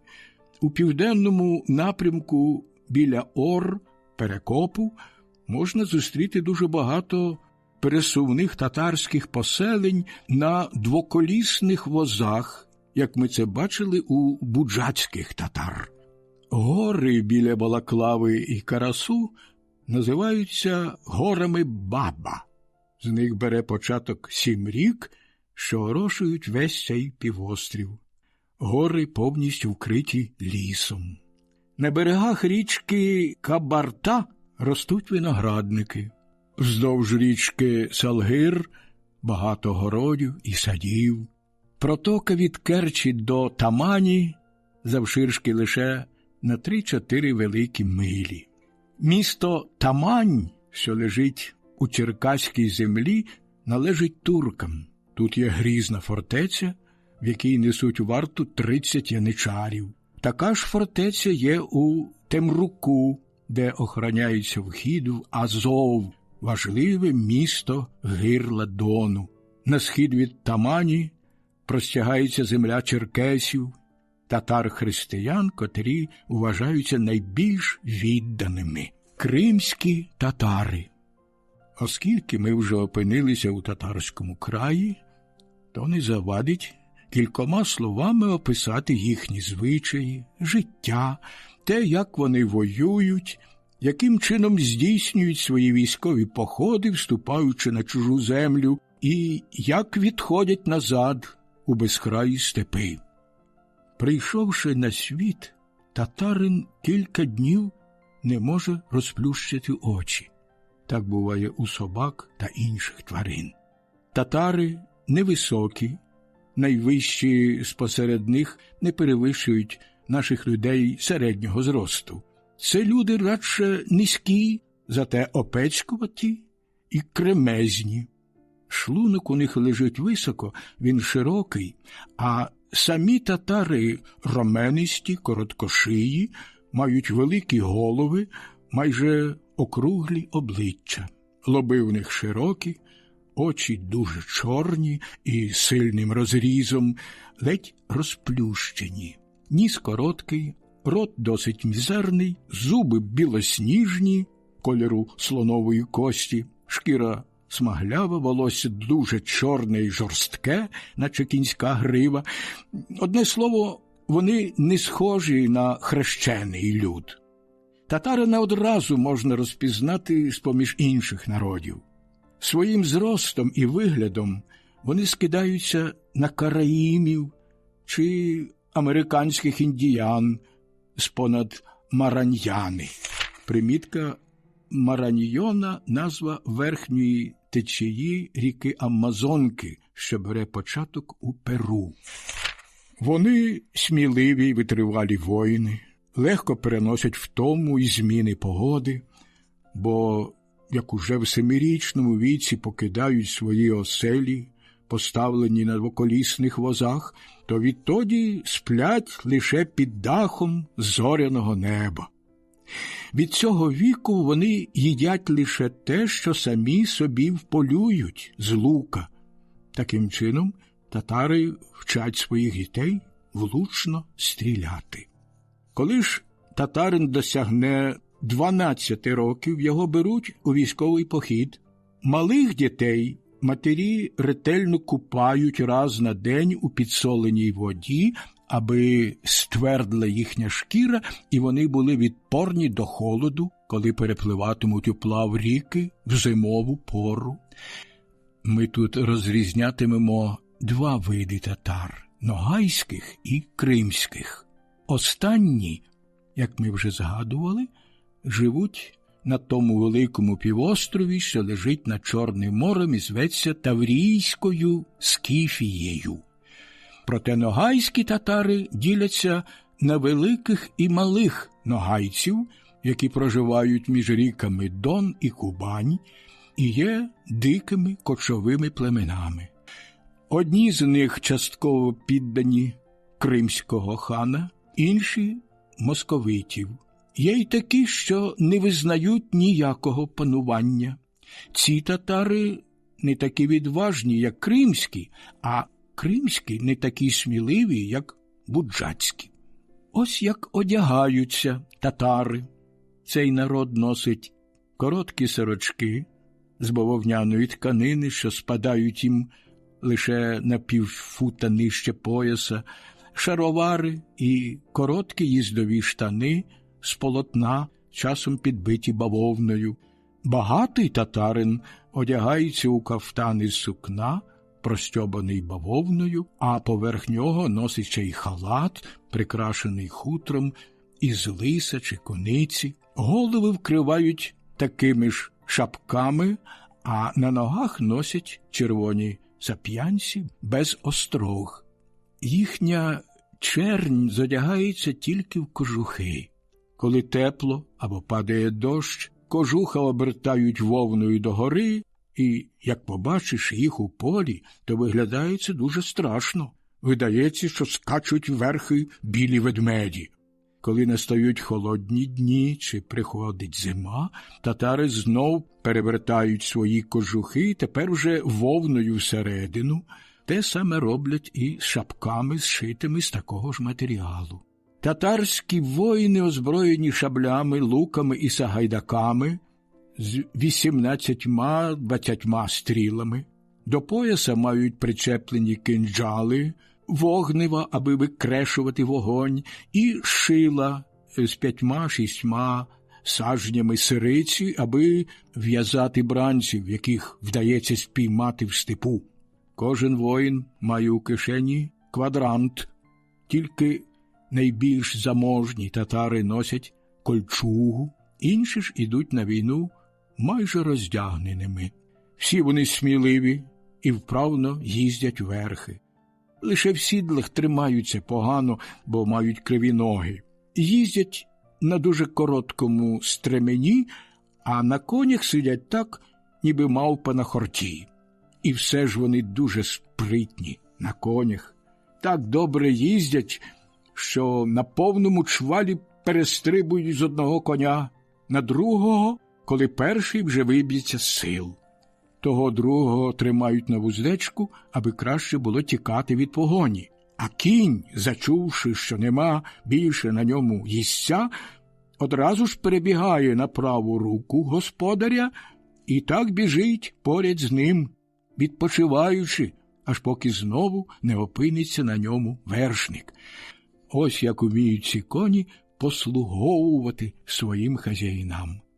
Взагалі, татарські коні не гарні, не поставні, але добре переносять втому, тому для таких 20-30 мильних одночасних походів використовують саме бахматів, так називаються ці коні. Татарські коні мають дуже густі гриви, що звисають аж до землі, а ззаду волочиться густо вкритий шерстю хвіст.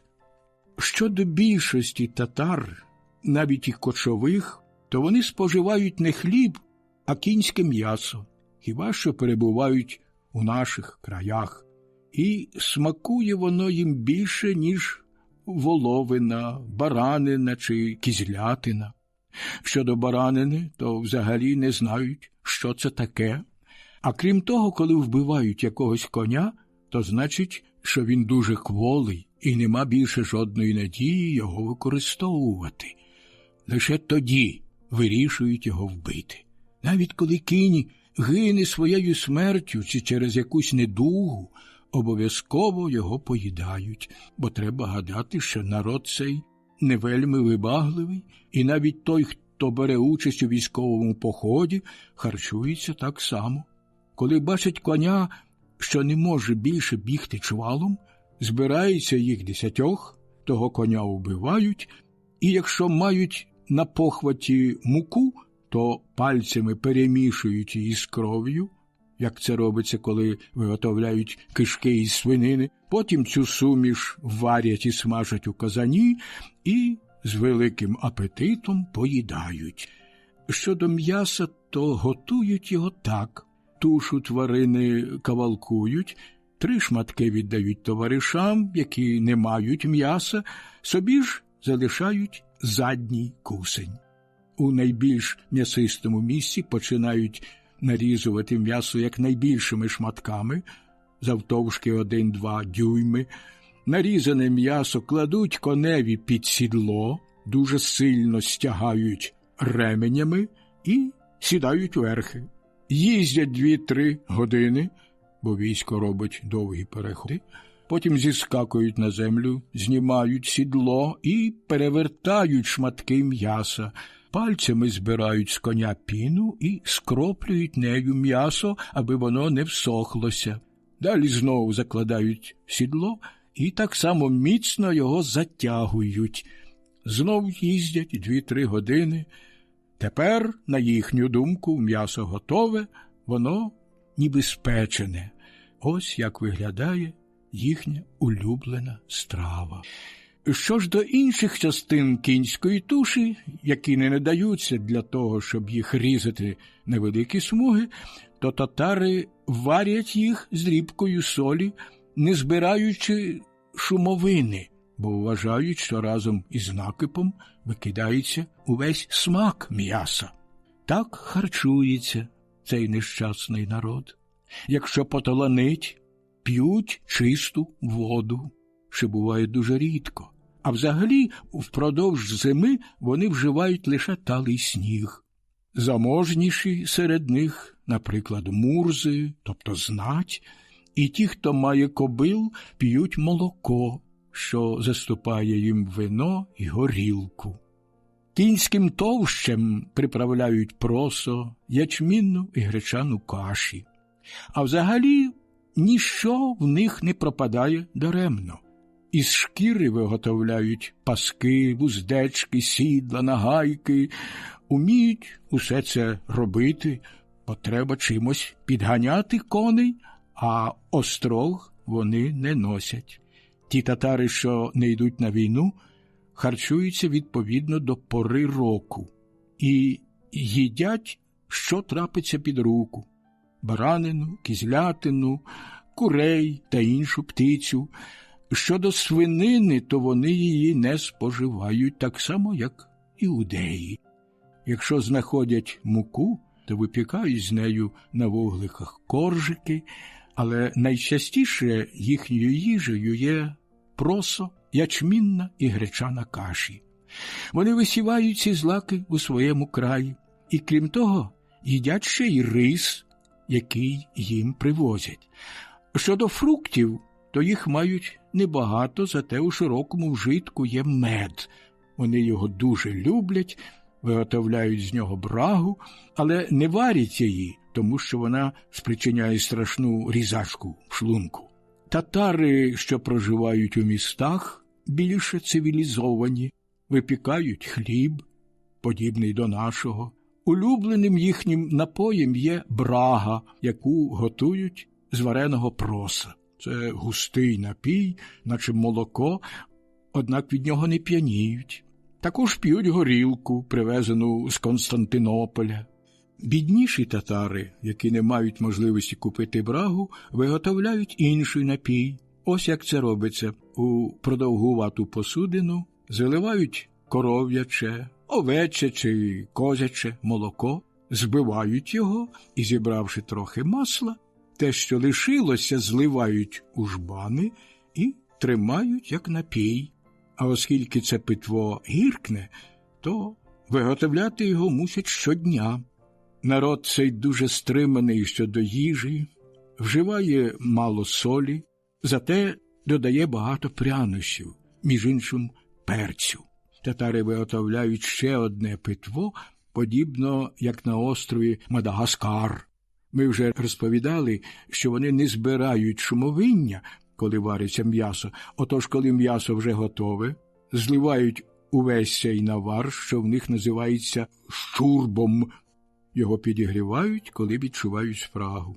А як смажать м'ясо, то насаджують на рожен цілу вівцю чи барана, а потім, коли м'ясо вже зісмажене, ріжуть його на кавалки, завдовжки на 1 стопу і завширшки на 4 пальці. Ось як харчуються ці люди. Оскільки ми вже сказали, як татари живуть у своєму таборі, то розповімо тепер, як вони потрапляють у чужі краї, плюндрують їх, спалюють оселі, забирають у неволю людей.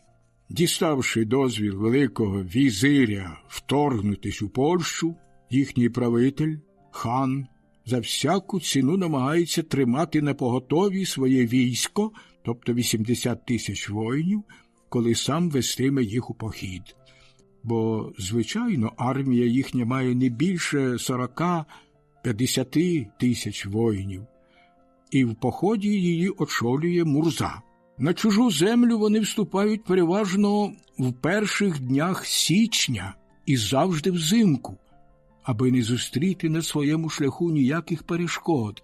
Ні болота, ні ріки не заважають їм просуватися тим шляхом, який собі вибрали.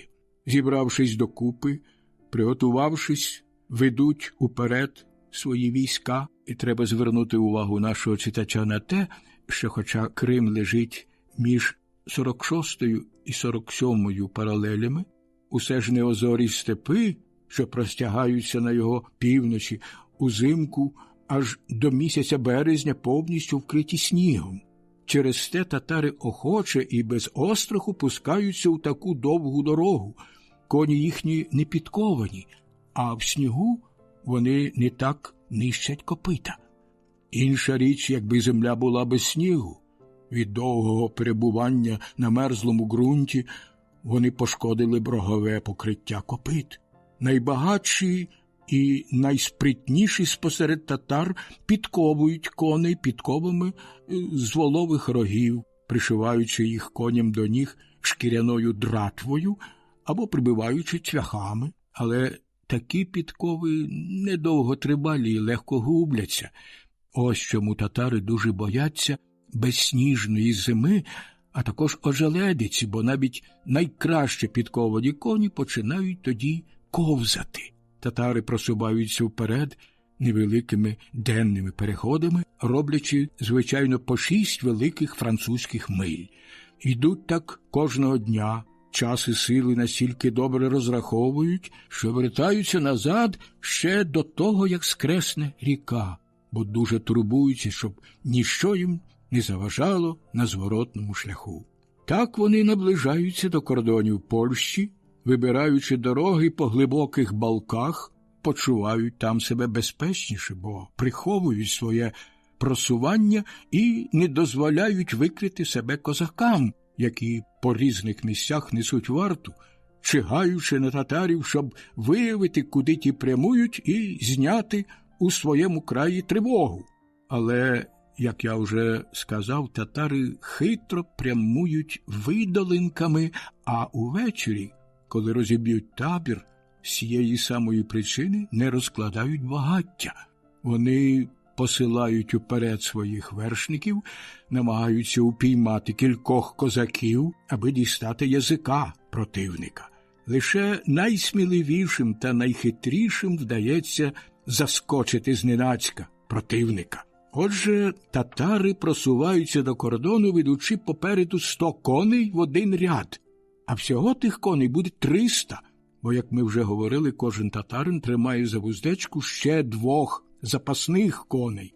Татари просуваються вперед невеликими денними переходами, роблячи, звичайно, по 6 великих французьких миль. Йдуть так кожного дня, час і сили настільки добре розраховують, що вертаються назад ще до того, як скресне ріка, бо дуже турбуються, щоб ніщо їм не заважало на зворотному шляху.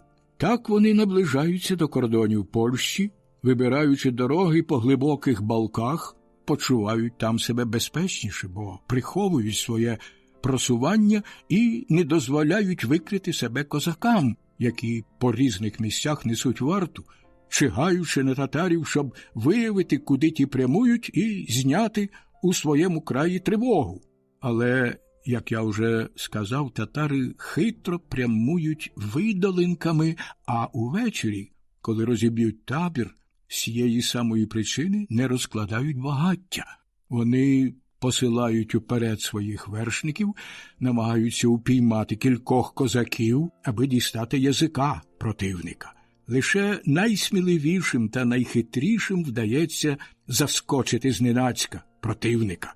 Отже, татари просуваються до кордону, ведучи попереду 100 коней в один ряд. А всього тих коней буде 300, бо, як ми вже говорили, кожен татарин тримає за вуздечку ще 2 запасних коней. Татари розтягаються фронтом на 800 000 стіп, а в глибину на 800 000 коней, що займає понад 3 великі милі, і все це стиснене в 4 шеренги. Звичайно, ті шеренги розтягаються на 10 миль. Для того, хто не бачив цього на власні очі, це буде дивне видовище. З 80 000 татар скаче 200 000 коней. Менше дерев у лісі, ніж їхніх коней у степу. Коли бачиш їх здалека, то видається, ніби суне з видноколу якась хмара, вона клубочиться, збільшується, і жахом сповнюються серця найсміливіших людей. Маю на увазі тих, хто не бачив їхніх великих орд. Ті орди просуваються так, що години стають на 15-хвилинний перепочинок, щоб коні випорожнились, а коні так навчені, що як тільки їх зупинити, одразу ж це роблять. Татари також злазять з коней і облегшуються, а далі знову сідлають коней, продовжуючи свій шлях. Все це робиться за коротким посвистом. Наблизившись до кордону, татари стають на 2- чи 3-денний перепочинок за 3-4 милі поодаль, вибирають таке місце, де заховані від стороннього ока, і там віддають різні розпорядження, лагодять свій військовий рештунок, дають перепочинок людям. Потім ділять своє військо на 3 частини. 2 частини складають основну силу, а 3, у свою чергу, знову поділяється навпіл. Кожна з тих половин творить правий і лівий фланги. У такому порядку татари вторгаються у чужий край. Корпус, який вони своєю мовою називають кошем, вільно просувається разом з тими флангами, не перепочиваючи ні вдень, ні вночі, дається йому лише 1-годинний відпочинок, поки не заглибляться на 60-80 миль у чужі землі. При цьому вони не заподіють жодної шкоди. Однак, як тільки починають вертатись назад, основні сили йдуть таким самим маршем, а флангові загони хан відсилає на 8-12 миль від війська, половина вперед, половина вбік. Кожне крило може мати 8-10 тисяч вершників і ділитись на 10-12 загонів з 500-600 татарськими воїнами, які то тут, то там вдаряють на села, оточують їх, виставляючи довкола 4 сторожові загони.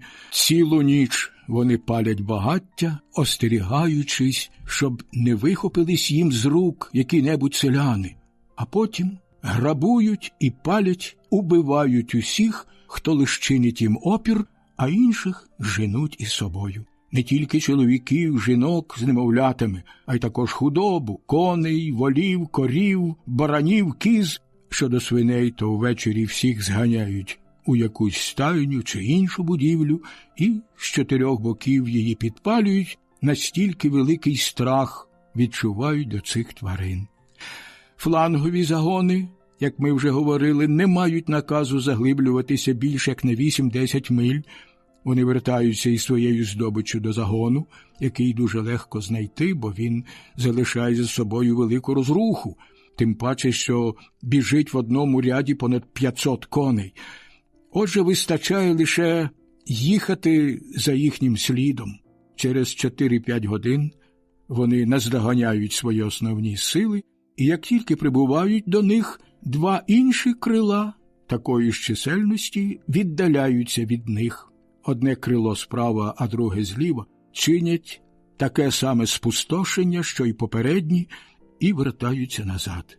Од війська відходять 2 свіжі загони і роблять те саме. Ось так вони плюндрують села, а військо їхнє ніколи не зменшується, бо завжди лишаються 2/3 війська, що йде, так би мовити, кроком і завжди напоготові дати відсіч польському війську, яке може зустріти на своєму шляху. Хоча намір їхній полягає не в тому, аби зустрітись з цим військом, а навпаки, його уникнути. Татари ніколи не вертаються тією самою дорогою, а кружляють довкола, щоб якнайдалі відірватись від польського війська, бо ведуть лише оборонні бої. А крім того, вони дуже поспішають. Коли ж 10 їх припаде на одного польського воїна, тоді оточують його першими, бо ці розбійники, а лише так можна назвати цих татар, не для війни відправляються у польські володіння, а для того, щоб пограбувати зненацька і так само зникнути. А коли зустрічається їм польське військо, то завдає їм доброго прочухана і змушує до втечі. Зрештою, усе награбувавши, захопивши, вони повертаються у дике поле, що тягнеться на 30-40 миль від кордону, почуваючи себе у безпечному місці, зупиняються на тривалий відпочинок, отямлюються, знову шикують своє військо, якщо при зустрічі з поляками дійшли в ньому до безладу. Протягом цього перепочинку, який триває тиждень, вони складають докупи всю свою здобич, бранців і худобу, і все це ділять між собою. Це видовище зворушує найбільш зачерствілі серця.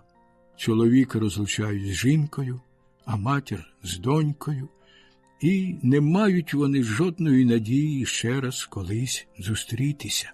Ті люди стають нещасними невільниками, поган мусульманів, серед яких зазнають наруги і принижень. У брутальності своїй татари здійснюють наймерзенніші вчинки, знеславлюючи дівчат, гвалтуючи жінок на очах їхніх батьків і чоловіків, обрізуючи хлопчаків у присутності батьків, аби дістались у лоно Магометове. Найбільш тверде серце зворушилося б при зойках і співах, сльозах і стогонах цих нещасних русинів. Бо той народ зі сльозами співає і в сльозах оплакує своє горе. Отож цих бідолах ділять, одних сюди, других туди, в Константинополю, Крим, в Анатолію. Ось кілька слів про те, як татари полонять і женуть із собою людність в кількості 50 тисяч душ за якихось 2 тижні. Як обходяться вони з невільниками, поділивши їх між собою, а потім продаючи на власний розсуд, коли повернуться на свої землі. Розповімо тепер про те, як татари вступають у Польщу влітку. Їх, звичайно, не більше 10-12 тисяч, бо при більшій кількості їх дуже скоро можна було б виявити. Ось як вони вторгаються, опинившись за 20 чи 30 миль від кордону, ділять своє військо на 10 чи 12 загонів. Кожен з тих загонів може мати близько 1000 коней. Половина війська, 5 чи 6 загонів, рушає направо, на віддаль 1 чи 1,5 милі один від одного. Друга половина загонів тримається зліва, на такій самій віддалі, розтягуючи передню лінію на 10-12 миль. Уперед, на цілу милю від себе, вони посилають розвідників, щоб захопити язика і краще зорієнтуватися на місцевості.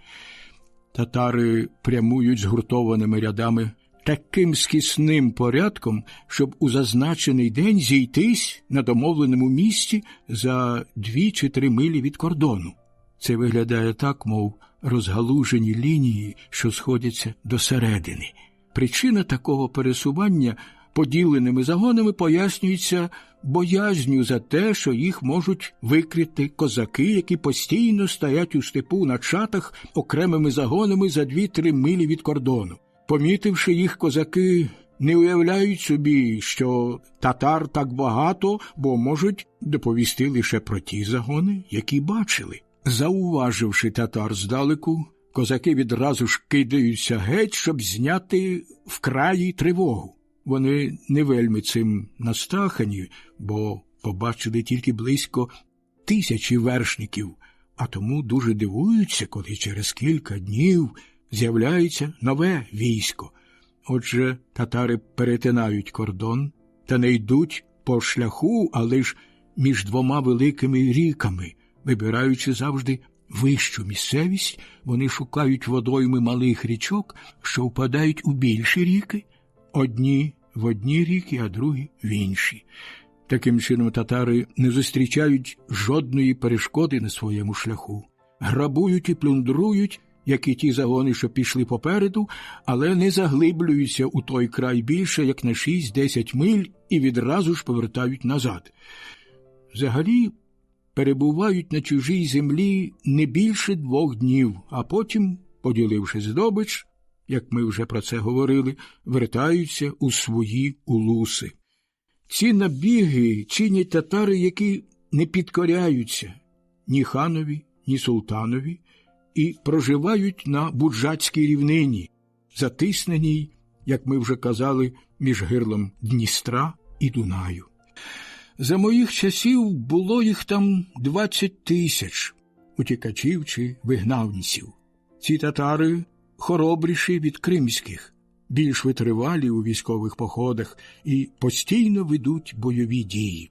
Їздять краще на конях, на рівнинах між Буджаком та Україною перебуває, звичайно, 8-10 тисяч татар, поділених на загони по 1000 воїнів у кожному і розташованих на віддалі 10 або 12 миль одні від одних.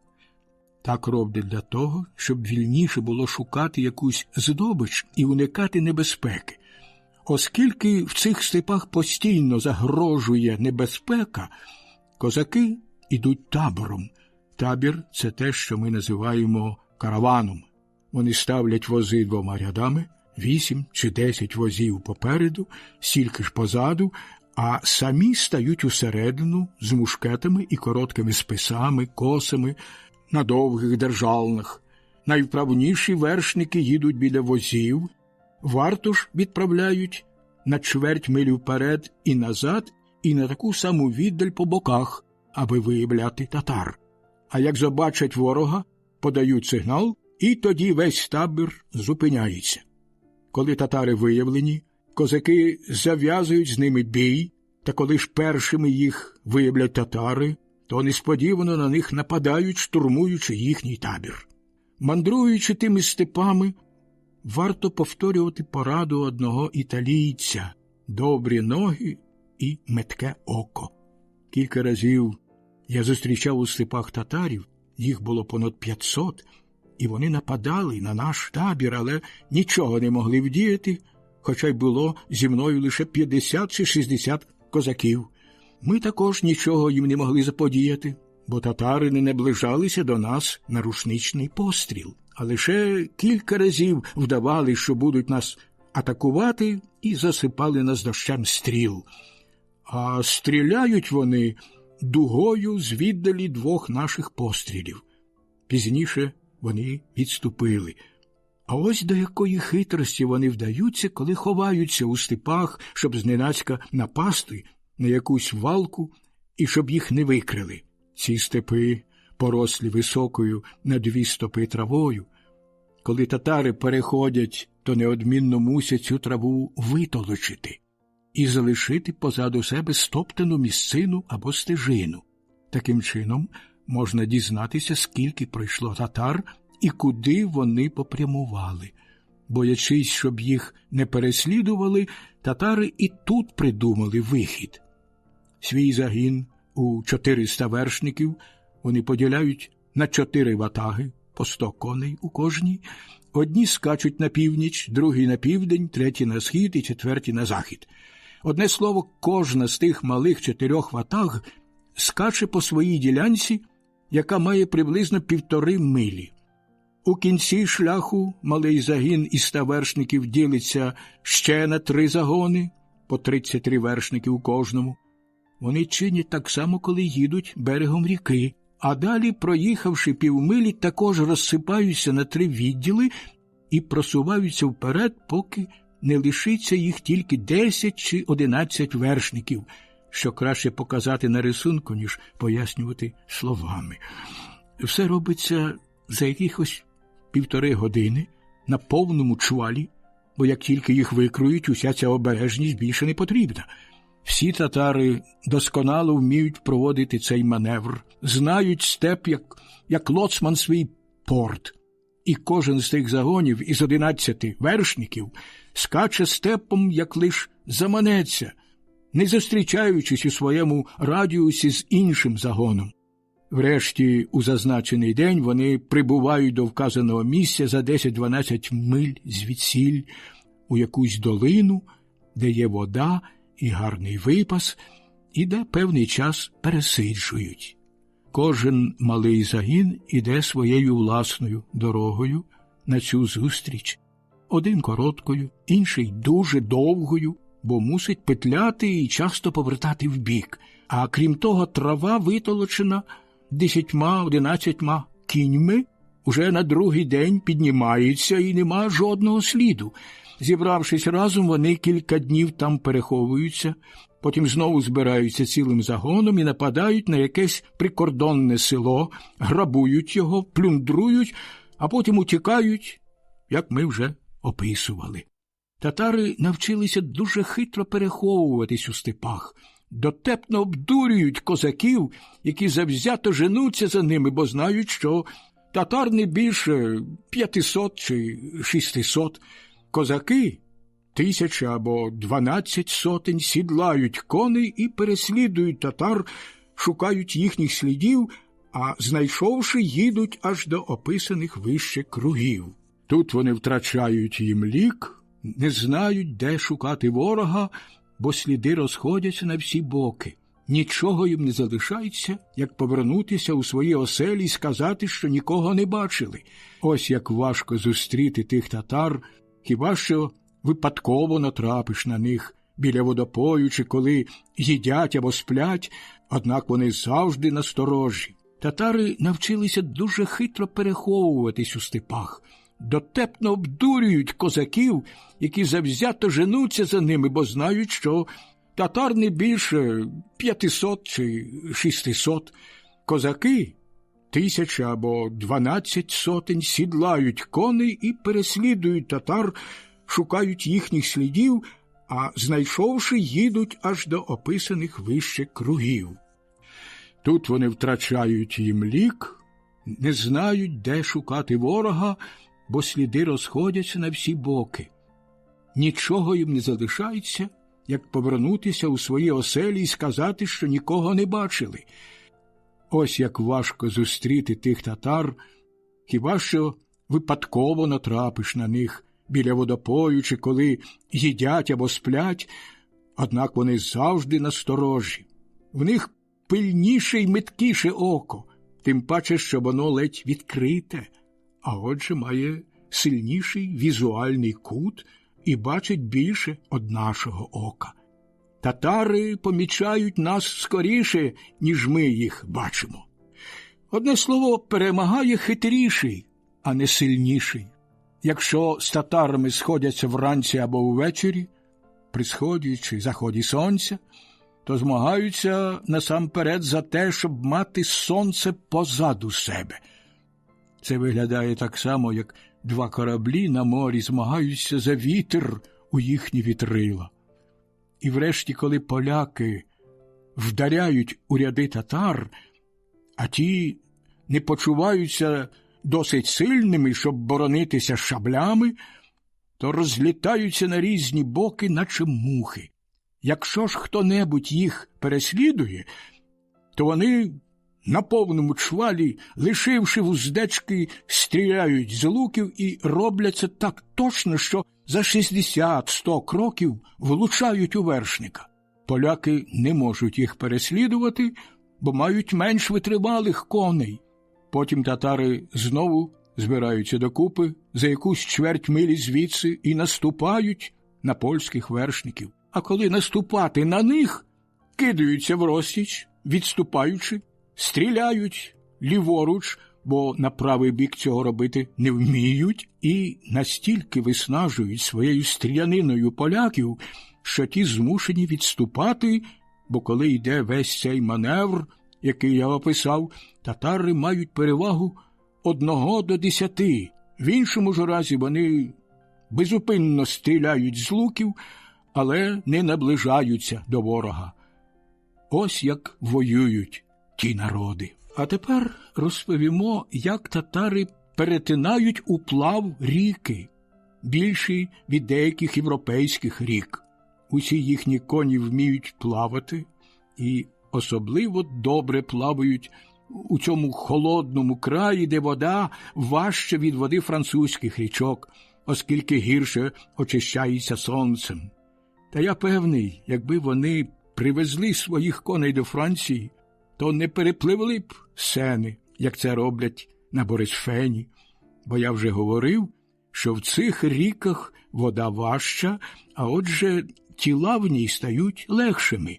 Я сам мав нагоду переконатися в цьому. Ось як вони все роблять. Коли їхнє військо хоче перетнути Борисфен, найбільшу ріку цього краю, вони вибирають таке місце, де обидва береги легко доступні. А за той час кожен з них заготовляє очерет і робить з нього 2 невеликі в'язки, 3 стопи завдовжки, а завширшки 10-12 дюймів. Одна в'язка від другої віддалена на 1 стопу і має 3 поперечні палиці, тісно зв'язані вгорі. А знизу один з тих зроблених кінців прив'язується коневі до хвоста. Потім татарин ставить на воду сідло, свої пожитки, згори лук, стріли, шаблю, усе це разом зв'язує і голий з нагайкою у руці входить у воду. Вуздечкою, яка лишається у коня на шиї, підганяє тварину вперед, а другою притримується за гриву. Отже, кінь змушений плисти, а вершник гребе лише однією рукою, а другою тримається за гриву і вуздечку, не відпускаючи їх. Таким чином він веде свого коня і підганяє вперед нагайкою, поки не подолають ріку. А коли вже кінь торкнеться копитами суші протилежного берега, вода йому сягає до черева. Татарин притримує коня, речі відв'язує від хвоста і кладе їх на землю. Так само переправляються через ріку всі тварини, бо пливуть у ряд, розтягнувшись на півмилі вздовж ріки.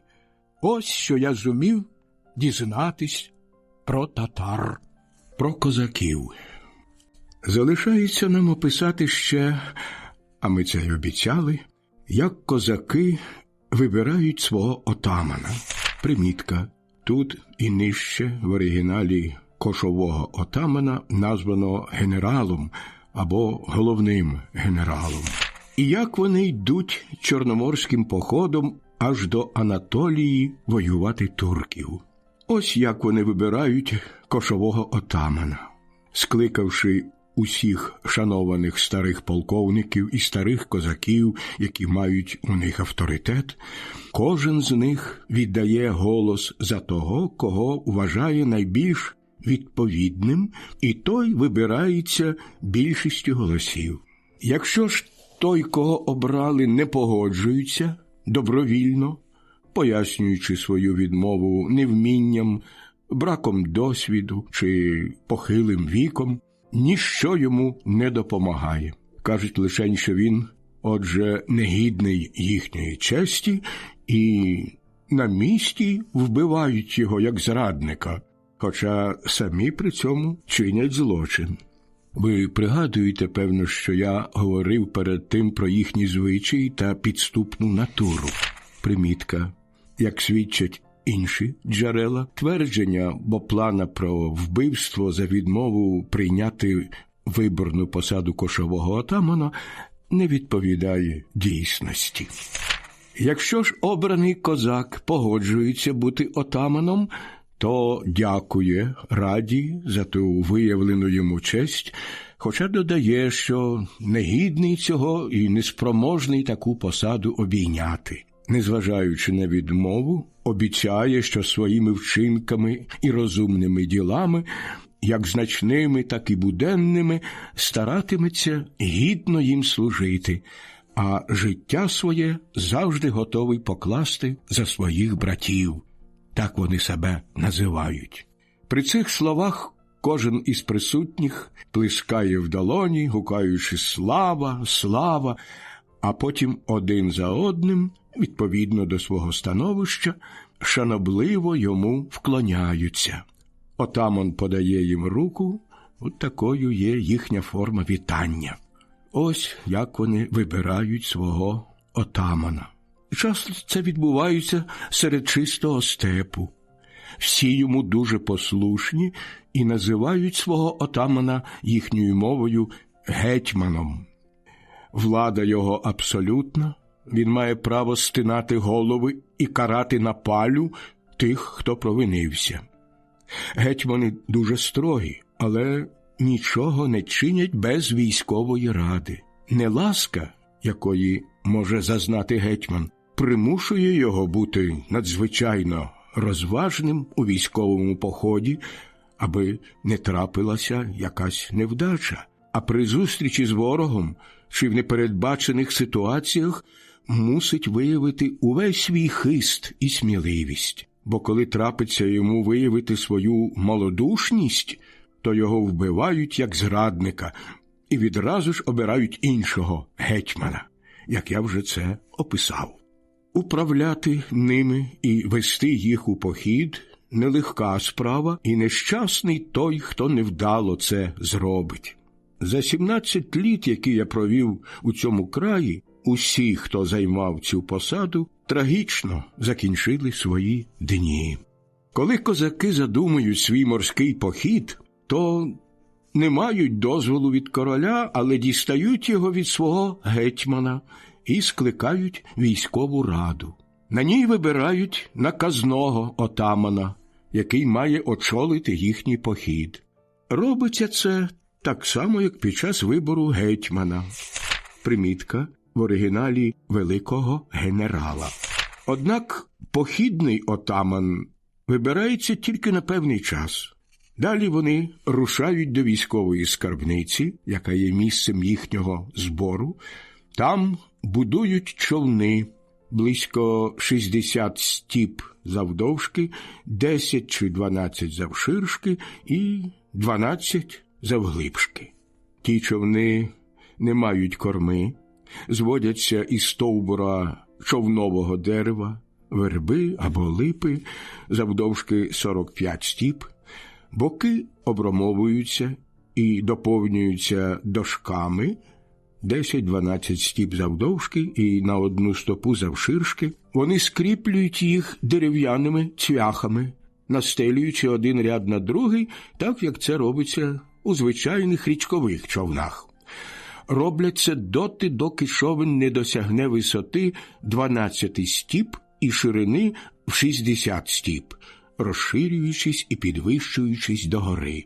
Та ця праця більш зрозуміла з рисунка, який я згрубша накидав. Можна на ньому побачити товсті в'язки очерету, що, наче бочівки, прив'язуються один до одного вздовж бортів. Вони кріпляться ликом з липи або дикої вишні. Козаки будують човни так само, як наші теслі, з перегородками і лавками, а потім просмолюють. Ставлять 2 стерна, по одному з кожного кінця, як це можна бачити на рисунку. Човни їхні дуже довгі, і якби треба було швидко пливти назад, то човен мусив би витратити багато часу на розвертання. Звичайно, на їхньому човні є 10-15 пар весел з кожного боку, і пливуть ті човни швидше, ніж турецькі веслові галери. На човнах також ставлять щоглу, на яку напинають доволі незграбне вітрило, котре розпускають лише в гарну погоду, а при сильному вітрі воліють веслувати. Човни їхні не мають верхньої палуби, і коли наповнюються водою, в'язки очерету, почеплені по обидвох боках бортів, не дають човнові потонути. Сухарі вони зберігають у великій бочці, 10 стіп завдовжки і 4 стопи завширшки, яку добре прив'язують до човна. Сухарі витягають через втулку. Також беруть із собою пшоняну кашу і борошно, розмішане на воді, яке вони їдять, змішавши з пшоном. Це для них і наїдок, і напиток. Він має гіркуватий смак і називається саламаха, тобто смачна страва. Як на мене, то не знайшов у цьому особливого смаку, а коли користав з цього в моїх мандрах, то лишень тому, що нічого кращого знайти не міг. Під час цих походів цей люд дуже стриманий, а коли знайдеться між ними в поході якийсь пияк, отаман одразу ж наказує викинути його в море. Їм забороняється брати в морський похід чи на бойові операції горілку. Вони дотримуються цього дуже строго. Коли вони вирішують іти війною на татар, аби помститися їм за грабежі і наскоки, то вибирають осінню пору. Для цього відправляють на Запоріжжя усе необхідне для бойових дій і походу, для спорудження човнів і взагалі все, що, на їхню думку, може в поході знадобитись. А потім збирається 5 чи 6 тисяч міцних, добре озброєних козаків і прямує на Запоріжжя будувати човни. За півмісяця 60 з них зведе один човен, бо я вже казав, що вони майстри на всі руки. Отак за 2-3 тижні мають 80 чи 100 готових човнів такої форми, як я описав. В один човен сідає від 50 до 70 козаків. Кожен козак озброєний 2 рушницями, шаблею. А на кожному човні є також 4-6 фальконетів, необхідна для походу живність. Одягнені козаки в сорочки й шаровари, ще мають змінний одяг із благенькою свитою та шапкою. Беруть 6 фунтів пороху, достатню кількість свинцю, ядра для своїх гармат. У кожного є компас. Так виглядає плавучий козацький табір на Чорному морі, який не боїться штурмувати найбільш укріплені міста Анатолійського берега. Спорядившись отак, вони пливуть в діл Борисфеном. Похідний гетьман має на своєму човні відзнаку, яка розвіюється на 1/3 висоти. Судна їхні так близько пливуть один біля одного, що майже веслами черкаються. Турки, звичайно, попереджені про похід і тримають у гирлі Дніпра напоготові кілька галер, щоб не дати козакам вийти з лиману. Але хитріші козаки виходять темної ночі, коли має з'явитися на небі місяць-молодик, і переховуються в очереті за 3-4 милі від гирла Дніпра, куди не заходять турецькі галери. Турки ще чекають їх біля гирла, але завжди залишаються обдуреними. Хоча зрозуміло, що козаки не можуть проплисти так швидко, щоб їх не запримітили. Тоді по всій країні здіймається тривога, сягає вона самого Константинополя. Султан відсилає гінців до Анатолії, Болгарії, Румелії. Примітка в оригіналі у Боплана «Романія». Йдеться про Румелію від турецької назви Візантії, Рум, провінції, що входила до володінь Османської імперії на Балканському півострові. Султан відсилає гінців до Анатолії, Болгарії, Румелії, аби добре там пильнували, і попереджує, що козаки вийшли в море.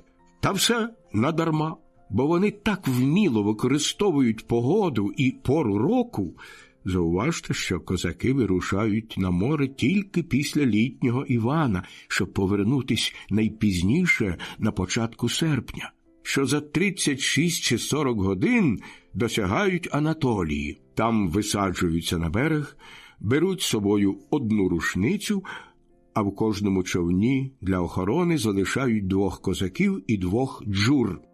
Нападають на міста, захоплюють їх, грабують та підпалюють. Інколи заглиблюються на цілу милю в той край, але відразу ж вертаються назад. Свою здобич ладують на човни і пливуть спробувати щастя ще в якомусь іншому місці. Якщо випадково трапиться їм ворог, то зав'язують з ним бій, в іншому випадку повертаються із здобиччю додому. А коли надибають якусь турецьку галеру чи інші кораблі, то переслідують їх, нападають і беруть штурмом.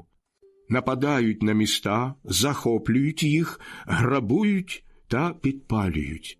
Інколи заглиблюються на цілу милю в той край, але відразу ж вертаються назад. Свою здобич ладують на човни і пливуть спробувати щастя ще в якомусь іншому місці. Якщо випадково трапиться їм ворог, то зав'язують з ним бій, в іншому випадку повертаються із здобиччю додому. А коли надибають якусь турецьку галеру чи інші кораблі, то переслідують їх, нападають і беруть штурмом. Ось як це відбувається. Човни їхні виступають з води не більше, як на 2,5 стопи, тому козаки бачать ворожий корабель чи турецьку галеру скоріше, ніж їх самих запримітять. Далі вони спускають вітрила і дивляться, куди дме вітер, намагаються плисти так, щоб сонце було в них за плечима. За годину перед заходом сонця чимдуж веслують до галери чи корабля і зупиняються за милю поодаль, щоб не втратити його з поля зору. Таким чином тримають їх на оці, а опівночі за сигналом підпливають до кораблів. Половина козаків готова до бою, чекає лише відповідної хвилини, коли візьмуть галеру на абордаж, а тоді проникає всередину. На кораблях дуже здивовані, що на них напало 80 чи 100 човнів, з яких лізуть козаки, захоплюють корабель, беруть цінності і невеликий крам, забирають чавунні гармати. Усе те, що, на їхню думку, може їм знадобитись, що не псуватиметься у воді, а потім галеру разом із залогою пускають на дно. Ось як чинять козаки. Якби вони вміли провадити судно чи галеру, взяли б її із собою, та цього робити не годні. Тепер час повернутися у свій край. При гирлі Борисфену вдвічі зміцнена турецька сторожа хоче добре покарати козаків, але козаки нічого собі з цього не роблять. Хоча й втомились від походу, бо рідко коли трапляються, щоб не втратили багатьох своїх товаришів, чи щоб море не поглинуло кількох їхніх чайок. Не всі вони такі міцні, щоб вистояти в битві.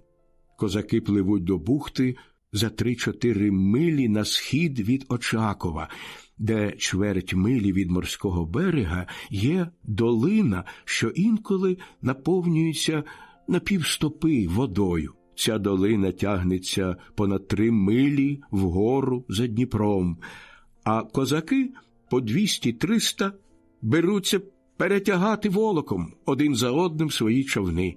Через 2-3 дні вони вже пливуть Борисфеном із своєю здобиччю. Ось як вони уникають битви з галерами, які стережуть гирло ріки біля Очакова. Потім повертаються на військову скарбницю, де ділять військову здобич, так як я про це раніше говорив. Мають козаки ще один зворотній шлях, вертаються через Донський лиман. Вони переходять протоку між півостровом Тамань і Керччю. Цим лиманом пливуть угору, пересуваються до річки Міуси, до того місця, де вже можуть плисти човнами. Звідсіль до Тача води лише 1 миля, а теча вода впадає у Самару, яка у свою чергу тече в Дніпро за милю вище Кодака, як це бачимо на карті. Козаки рідко вертаються цим шляхом, бо звідси далі до Запоріжжя. Інколи користуються ним, коли йдуть у морський похід і мають лише 20 або 25 човнів, а в гирді Борисфену чатують їх великі турецькі сили. А якщо турецькі галери зустрічають їх вдень у відкритому морі, серед білого дня, то своїми гарматами завдають козакам великої шкоди, розбивають човни на тріски, пускають на дно і так приголомшують козаків, що той, хто врятувався з стрімголов, пливе геть звідси. Та коли вони самі ведуть бій з галерами, то не покидають своїх місць і міцно прив'язують весла до кочетів. Стріливши раз, беруть від товаришів іншу, вже набиту рушницю, знову стріляють. Так, без перерви ведуть вогонь і дуже влучно потрапляють у ціль. При цьому галери можуть вести бій лише з одним човном, однак їхні гармати завдають козакам великої шкоди. У таких сутичках гине переважно 2/3 команди, і рідко коли трапляється так, що половина козаків вернулася додому, зате привозять з собою багату здобич. Іспанські реали, арабські цехини, килими й тканини, шиті золотою ниткою, бавовняні і шовкові матерії та інший цінний крам. Ось з чого живуть козаки та які в них прибутки, бо жодних інших ремесел вони не знають. Примітка. Тут автор вступає у суперечність із поданим ним же раніше описом ремесел і промислів, якими займалися козаки. Повернувшись з походу, лише п'ють та гуляють зі своїми товаришами. Виконуючи свою обіцянку, повім ще кілька слів про їхні звичаї, зокрема весільні, та про те, як вони сватаються.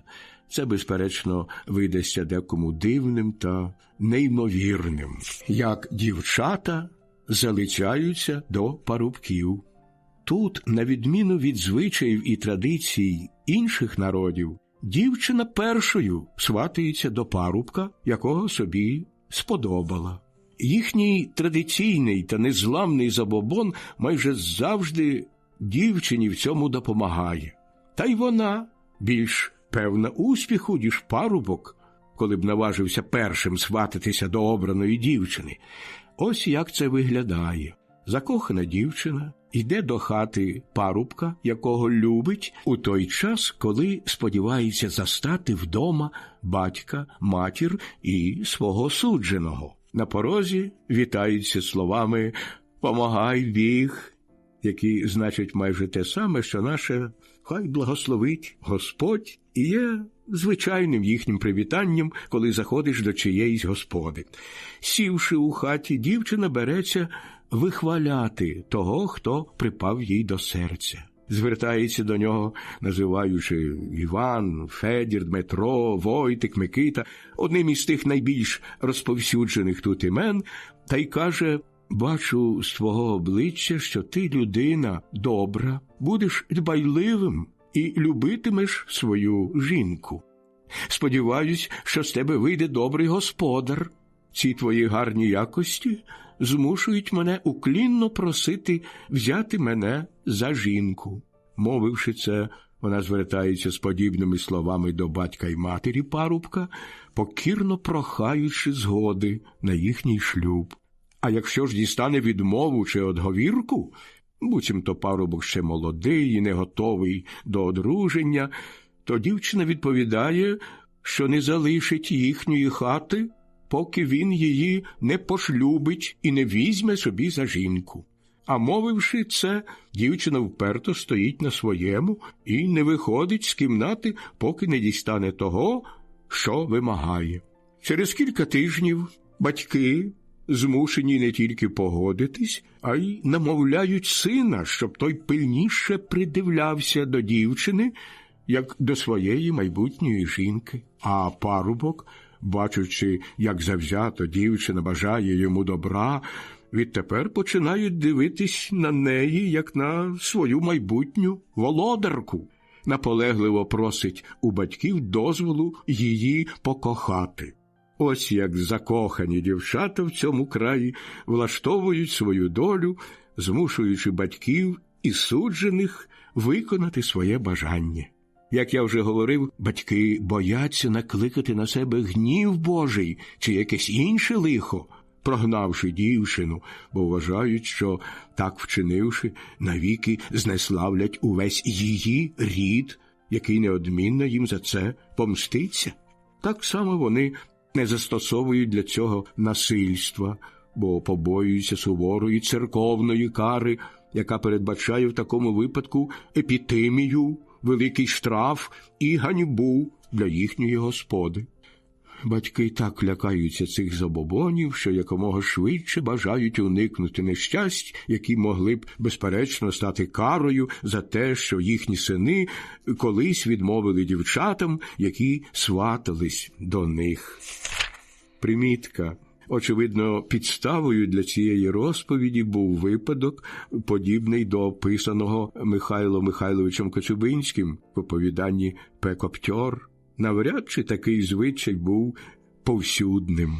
Звичай, який я описав, водиться тільки між людьми рівного стану, бо в цьому краї усі селяни однаково заможні і нема великої різниці в їхніх статках. Та коли кохається простий селянин із шляхтянкою, у цьому їм допомагає інший звичай, як селянин може одружитися із шляхетною панною. Існує звичай у селах цього краю, що в неділю та на свята селяни разом із жінками та дітьми збираються по обіді до корчми. Там вони проводять решту дня за частуванням. Однак випивають лише чоловіки та жінки, а парубки і дівчата весело танцюють.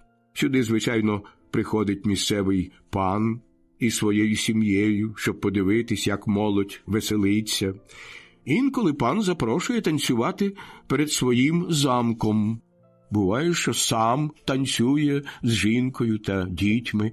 Під час цих танців шляхетніші пани змішуються з простим людом. А треба додати, що всі села на Поділлі та Україні оточені гайками зі сховками, де влітку селяни переховуються від набігів татар. Ці лісочки простягаються на добрих півмилі в ширину, і хоча селяни тут є майже кріпаками, однак вони здавна користуються правом і привілеєм викрадати під час загального танцю шляхетних дівчат, навіть дочок свого пана.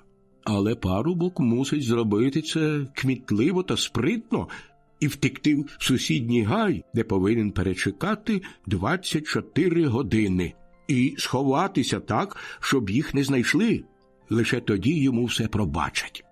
Якщо викрадена дівчина бажає вийти за нього заміж, під страхом смертної кари він змушений погодитись на це. Якщо ж дівчина цього не бажає, йому дарують його злочин, і ніхто не має права переслідувати його за це чи карати.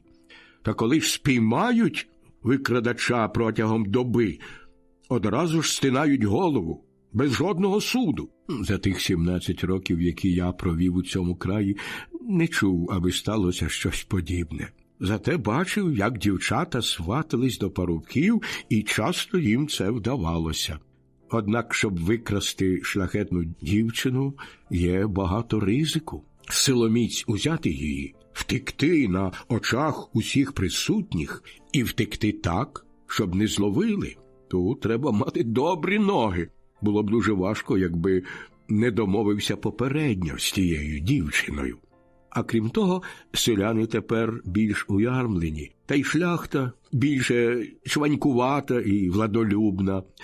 Очевидно, селяни мали право викрадати шляхетних дівчат у ті часи, коли поляки ще обирали королем того, хто найпруткіше бігав босоніж, вважаючи такого чоловіка найсміливішим і найкмітливішим, начебто сміливість чи кмітливість залежать від спритності й міцності в ногах. З тих самих часів, на мою думку, йде ще один звичай. На другий день після елекції зобов'язувати короля дати присягу перед вівтарем про те, що жоден шляхтич не буде арештований за свій злочин після 24 годин. Хіба що йшлося про злочин проти короля чи державну зраду. Цим вони хотіли, напевно, засвідчити свою повагу до людей, які вміють добре і швидко бігати.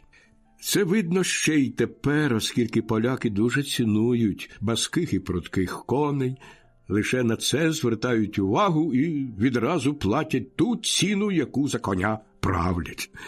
Гадаю, що вони це роблять для того, аби легко наздоганяти ворога, коли той втікає, та й самим швидко втікати, якщо колись доведеться це робити. Як відбуваються весілля? Оскільки ми вже розповіли про сватання на Русі, скажемо ще кілька слів про тутешні весільні врочистості та їх особливості. Весільні обряди такі. Запрошені парубки і дівчата від імені молодого і молодої просять усіх своїх родичів прийти до них на весілля.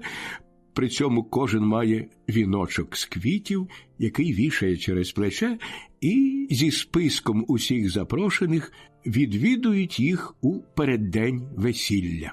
Молодь іде парами, а один парубок з патерицею у руках виголошує запрошення.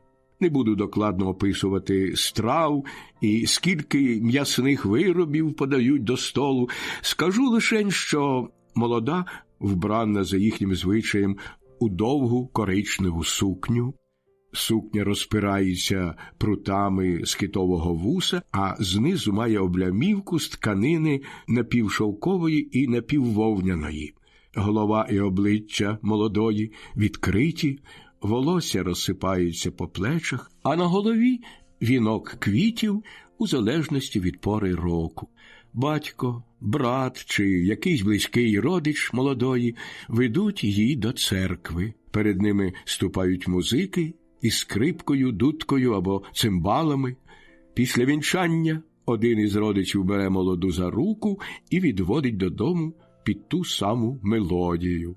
Обійду мовчанкою весільні розваги під час весільного обіду. Вони дуже дивні, нічим не поступаються своєю дивиною звичаєм інших народів.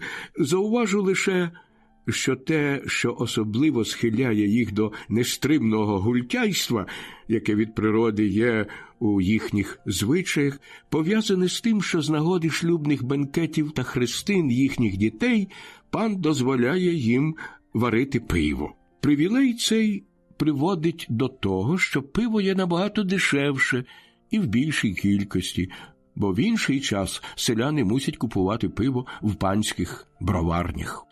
Коли настає час укладати молоду на шлюбне ложе, родички молодого відводять її до спальні і там роздягають догола. Докладно розглядають її з усіх боків, навіть заглядають у вуха, волосся, на пальці ніг та в інші частини тіла, аби пересвідчитись, чи ніде нема крові, голки або захованого клаптика бавовни, насиченого червоним сиропом. Якби знайшлося щось подібне, щиниться на весіллі сумяття і метушня. А коли нічого не знаходять, надягають на молоду біленьку й новеньку бавовняну сорочку, а потім, завівши її у постіль, потайки вводять молодого. Коли молоді опиняються разом, жінки затягають заслону біля постелі, більшість гостей приходить у кімнату, чоловіки танцюють з келихами в руках під звуки дудки, а жінки підскакують, плескаючи в долоні, аж поки не звершиться шлюбний союз. А коли серед цього радісного танку молода якимсь чином висловить задоволення, усі присутні враз стрибають з радощів, плещуть у долоні, щиняють веселий галас. Увесь цей час родичі молодого не відходять від ліжка, прислухаються, що там відбувається, чекають, коли можна буде відслонити запону. Одягають на молоду чисту сорочку, а коли на попередній знаходять докази її цнотливості, радісними вигуками сповнюють цілу домівку, і вся родина радіє разом з ними. Примітка. Аналогічний звичай був поширений і у багатьох інших народів, зокрема у Східній Європі. Тепер молоду одягають і зачісують як молодицю, тобто покривають її голову, бо це дозволяється робити лише заміжнім, а дівчата ходять із власним заплетеним волоссям і вважали б для себе ганьбою покрити голову. Наступного дня відбувається ще кумедніша забава, яка може видатись невірогідною для того, хто подібного ніколи не бачив. Крізь два рукави сорочки, вивернутої на виворіт, пропихають палицю і носять її, наче знамено, вулицями міста, вельми урочисто, як стяг, що підтверджує почесне завершення битви, аби кожен переконався у цнотливості молодої і в мужській силі молодого. А за ними ступає цілий натовп гостей з музикою, вони танцюють і співають ще завзятіше, ніж перед тим. Процесія іде через ціле місто, дружби ведуть попід руки дружок, збігаються люди і проводжають їх, поки молодята не дійдуть до хати молодого. Якщо ж навпаки ознак дівоцтва не виявлять, весілля обривається, чоловіки кидають об землю келихами, жінки перестають співати, а родичі молодої збентежені та осоромлені. Одне слово, щиняється справжній гармидер. Гості б'ють горщики, в яких варилися різні наїдки, відбивають вушка в келихах, з яких випивали напої. Матері молодої натягають на шию кінський хомут, садять її у кутку перед поглядами усіх присутніх, а самі співають їй без перестанку грубих і сороміцьких пісень. Частують її з надбитого келиха, дорікаючи за те, що не вміла берегти доньку. Висловивши все, що лиш може прийти в голову, гості розходяться до своїх домівок, ображені такою неприємною подією. А родичі молодої, заховавшись від людей, деякий час сидять вдома, присоромлені тим, що трапилось. Що ж до молодого, то це вже на його розсуд. Жити з дружиною чи прогнати її, але коли відважиться на спільне життя, мусить бути готовий на всі ті образи, якими його будуть осипати. При цій нагоді додам кілька слів про звичаї жінок. Добрим словом згадую те, що, хоча вільне вживання горілки та меду робить дівчат дуже доступними, однак загальне висміювання та сором, які випадають на долю дівчини, що, втративши свою дівочість, хоче віддатись за парубка, утримують їх від подібних вчинків. Перш ніж завершити цю розповідь, скажу ще кілька слів про великодні обряди. У Страсну суботу вони йдуть у храм, який називають церквою, аби взяти участь у релігійних торжествах, які полягають у тому, що фігурку Господа нашого Христа кладуть у гріб, а потім з великими урочистостями звідти виймають. Після цього обряду всі вони, чоловіки, жінки, парубки і дівчата, стають навколішки перед єпископом, якого називають владикою, і подають йому яйце, зафарбоване у червоний або жовтий колір, і словами «Христос воскрес». А єпископ бере яйце, відповідає «Воістинно воскрес» і христосується з жінками та дівчатами. Таким чином, протягом якихось 2 годин він збирає понад 5-6 тисяч яєць, а крім того, має ще й приємність цілувати найвродливіших молодиць і дівчат, які є у церкві. Звісно, йому було б не з руки та неприємно цілувати старих жінок, але він спритно і швидко дає собі раду. Коли якесь обличчя йому не подобається, він простягає для цілування руку.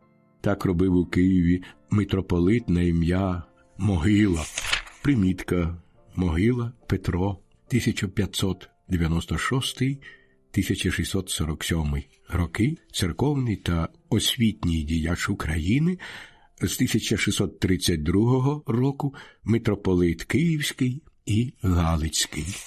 Митрополит Петро Могила, який є верховним над усіма єпископами. Так само роблять і найнижчі священники, яких називають господинами. Протягом наступного тижня на вулицю треба неодмінно виходити з певною кількістю крашанок, щоб частувати ними всіх зустрічних знайомих і промовляти до них ті самі слова, які говорили владиці чи своєму господинові.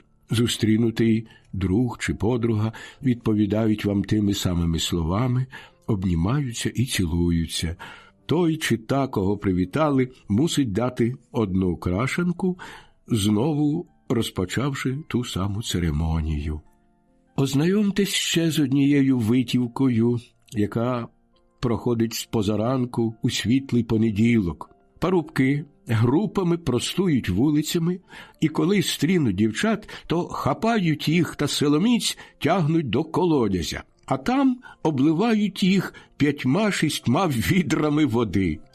Дівчата ніби скупані, мокрі з голови до п'ят, проте ця забава дозволена лише до полудня. На другий день, у вівторок, черга за дівчатами, але хлопцям вони відплачують більш лукаво. Кілька дівчат ховаються у якійсь хаті з глеками повними води. На вулиці залишають малу дівчинку, яка умовним вигуком повідомляє їх, що бачить парубка. В ту саму хвилину всі дівчата вибігають на вулицю і з криком та вереском ловлять парубка. На допомогу їм біжать інші дівчата, поки 2-3 найкремезніші тримають хлопця за руки, інші виливають йому за шию усі глеки води і відпускають його лише тоді, коли він мокрий, як хлющ. Ось так пустують парубки і дівчата у великодні дні. Та дорослі чоловіки мають іншу забаву у світлий понеділок. З самого ранку вони сунуть натовпом до замку, щоб побачитися зі своїм паном. Той терпеливо їх дожидає. Низько вклонившись йому, кожен селянин підходить і дарує чи курку, чи якусь іншу птицю. З вдячності за таке обдаровування пан частує своїх селян горілкою. Задля цього наказує викотити барило горілки і поставити посеред майдану. Всі селяни підходять і стають довкола тієї бочки. Тоді пан підступає з великим ополоником і, зачерпнувши ним горілку, п'є. Потім передає ополоник тому, до кого пив. Так усі вони п'ють по черзі, а далі знову розпочинають те саме, аж поки бочка зовсім не спорожніє. А коли бочка порожніє, ще до сутінків, таке трапляється найчастіше, пан неодмінно розпоряджається викотити ще одну. Зобов'язаний їх частувати, аж поки не зайде сонце, якщо, звичайно, селяни годні триматися на ногах. Коли ж заходить сонце, звучить сигнал розходитися. Той, хто добре себе почуває, вертається додому. Якщо ж не годен іти, кладеться просто серед вулиці і засинає, аж поки не очуняє. Хіба що жінка чи діти змилосердяться, покладуть на ноші і занесуть додому. Але хто надто залив себе горілкою, лишається на замковому подвір'ї, засинаючи п'яним сном. Гидко дивитися на тих п'яниць, які не з'їли ні шматка хліба, а безперервно пили і лежать тепер у нечистотах, як ті свині. Бачив одного п'яницю, якого везли вже мертвого на возі, хоча була тільки 2 година пополудні. Ото дивні звичаї, що марно гублять людей. Справедливим є прислів'я, яке вони залюбки повторюють: не вмієш пити горілку, пий воду. Після своїх щоденних обідів той люд дуже важко засинає, та якщо п'яний, то спить так міцно, що вранці не пам'ятає, що було з ним увечері. Від сп'яніння настільки втрачають здоровий глузд, що лишається з них тільки людська подоба. В таких випадках той, хто бажає щонебудь від них дістати задарма, вдає, ніби з ними завзято напивається, а коли бачить, що вони розвеселилися від випитого, а в такому стані вони поступливі, просить те, що собі сподобав, і відразу ж це дістає. Одержані речі швидко виносить з хати п'яного, а вранці той дуже здивований, бо нічого не пам'ятає і не знаходить того, що вчора віддав.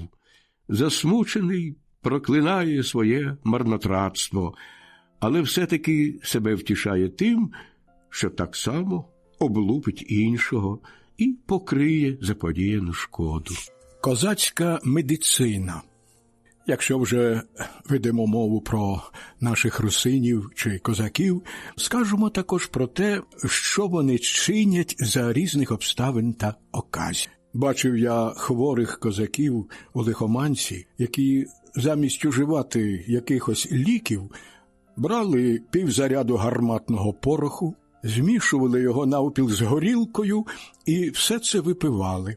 А далі клалися спати, щоб вранці прокинутися зовсім здоровими. Мав я машталіра, тобто візника, який неодноразово видужував, уживаючи ліків, яких не визнають ні лікарі, ні аптекарі. Інші ж козаки брали попіл і так само змішували його з горілкою, усе це випивали і також видужували.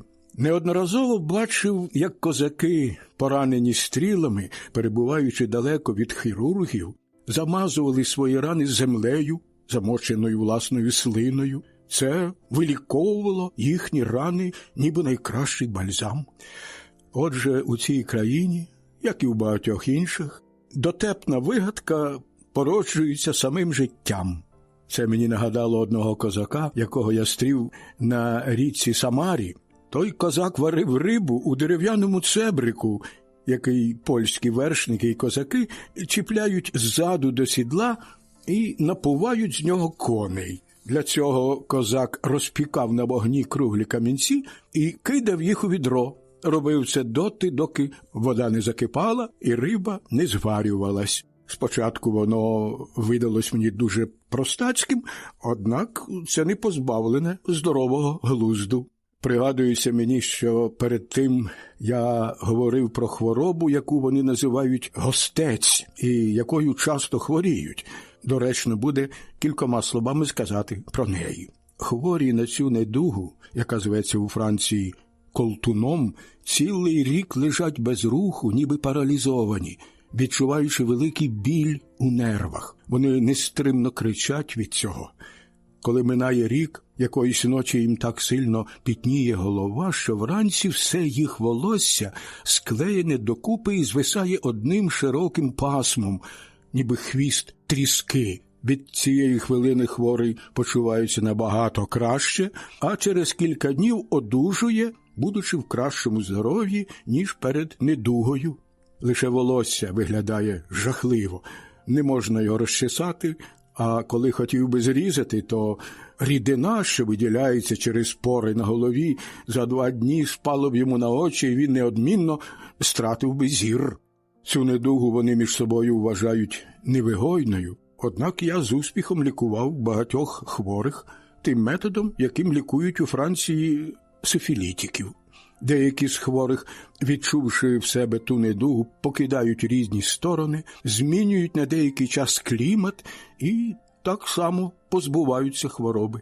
А взагалі ця хвороба не передається іншому, якщо пити з одного кухля, хіба лише через злягання. Чоловік заражує нею жінку, а жінка – чоловіка. Лікарі розрізняють у цій хворобі чоловічу недугу і жіночу, і кажуть, що старі баби заражують людей різними короваями або ж парою гарячої води. Той, кого окутала така пара, вражений недугою і незадовго падає з ніг. Трапляється, що й діти приходять на світ, уражені нею, з таким самим злиплим волоссям, але це добрий знак, бо згодом волосся розклеюється, і діти ніколи більше хворобою тією не хворіють. Про фауну України. Ще розповім вам дуже примітну річ у цьому краї. Вздовж берегів Борисфену літає незліченна кількість комах. Вранці видно цілі міріади ледь помітних мушок, але вони не надокучають. Опівдні літають комахи завбільшки на дюйм. Вони обсідають коней, так впиваючись їм у шкіру, що аж кров виступає. Та найгірше ввечері над рікою, коли з'являються комарі і мухи. Не годен тоді заснути без пологу, як то кажуть козаки. Це невеликий намет, під яким сплять, щоб захиститись від комарів. Якби не це, то вранці прокидаєшся з опухлим обличчям. Якось таке зі мною сталося, тому можу про це говорити. 3 дні минуло, перш ніж обличчя моє набрало нормального вигляду. Я нічого не бачив на очі, не годен був їх розплющити, бо повіки зовсім порозпухалися, і мав я жалюгідний вигляд. Однак, як уже говорив, козаки розкладають полог, зроблений таким чином. Вони вирубують 15 невеликих ліщинових вилок, завдовжки на палець і завдовжки приблизно на 2,5 ступні, вбивають ці вилки у землю на віддалі 2 стіп одна від одної і на цілу стопу в ширину, а зверху кладуть 5 поперечок, опираючи їх на вилочки. Далі кладуть ще 5 кілків, покладених упоперек, і все це зв'язують мотузкою.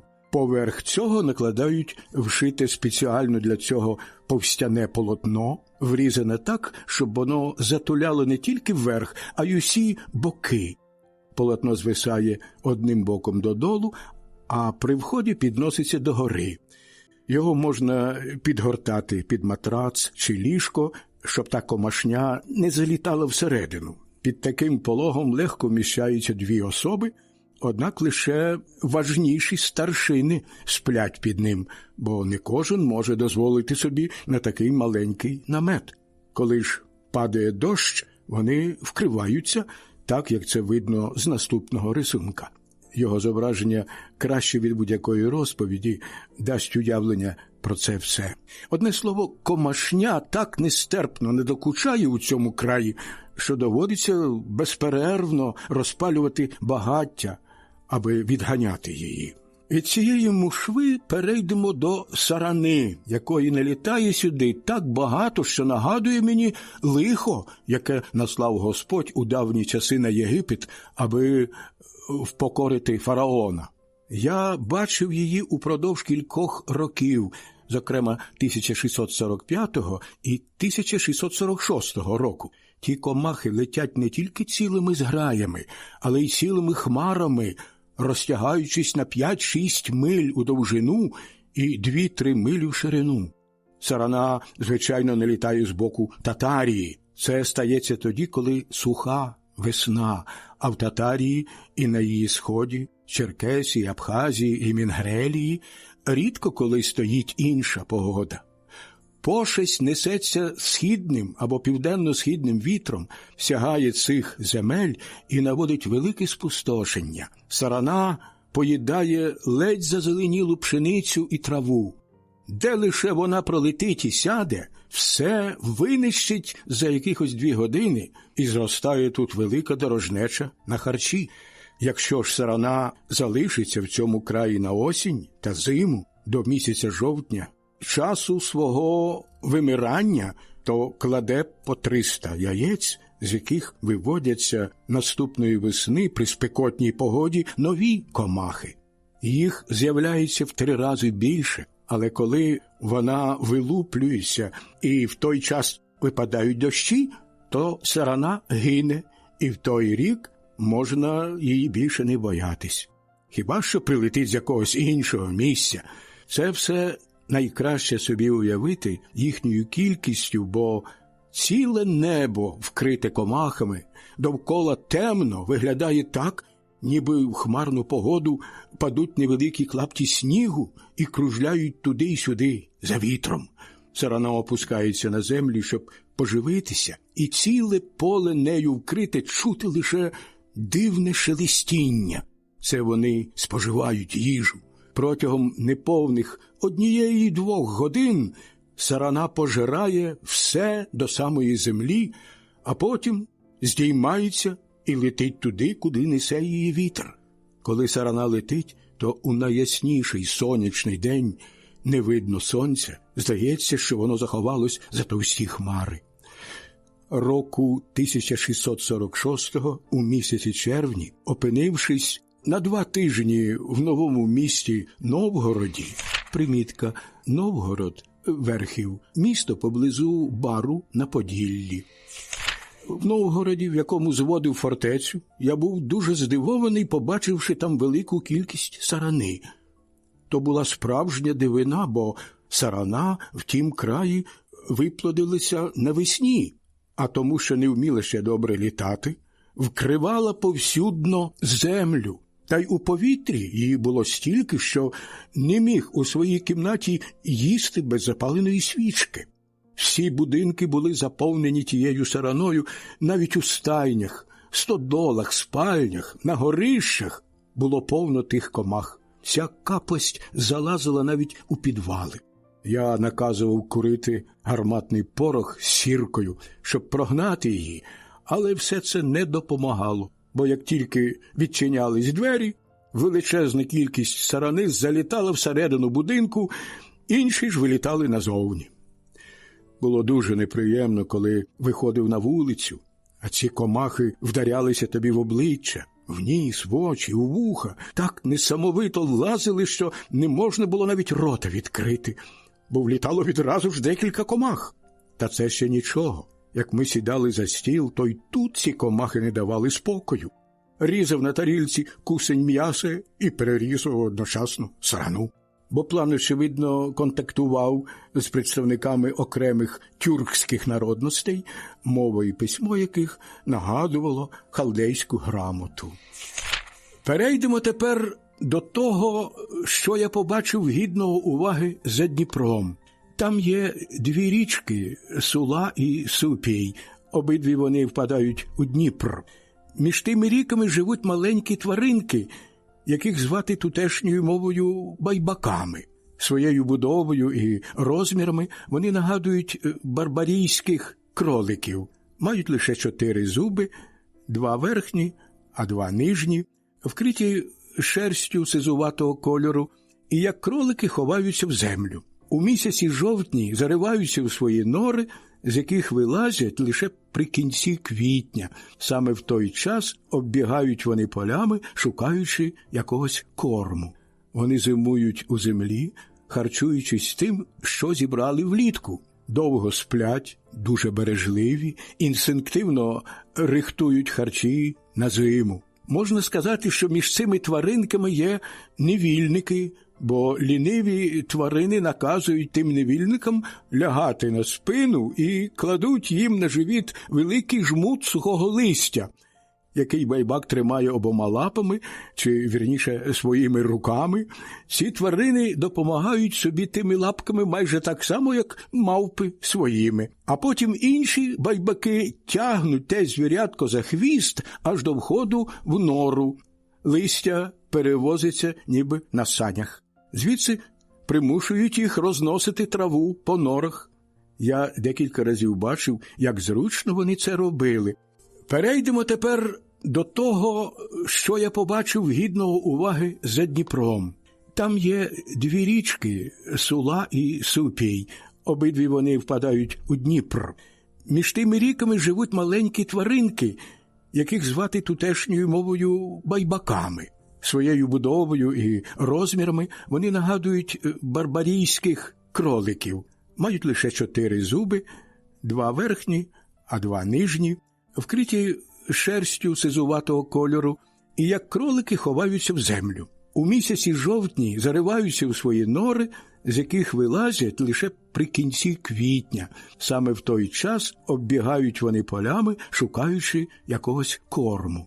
Вони зимують у землі, харчуючись тим, що зібрали влітку. Довго сплять, дуже бережливі, інстинктивно рихтують харчі на зиму. Можна сказати, що між цими тваринками є невільники, бо ліниві тварини наказують тим невільникам лягати на спину і кладуть їм на живіт великий жмут сухого листя, який байбак тримає обома лапами, чи, вірніше, своїми руками.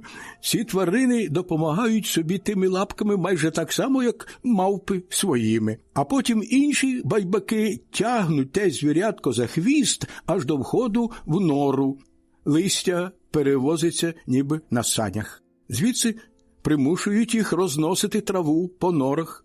Я декілька разів бачив, як зручно вони це робили, і з цікавістю впродовж кількох днів спостерігав за ними, і навіть якось пішов до самих їхніх лігвищ, розгріб їх, щоб оглянути житла.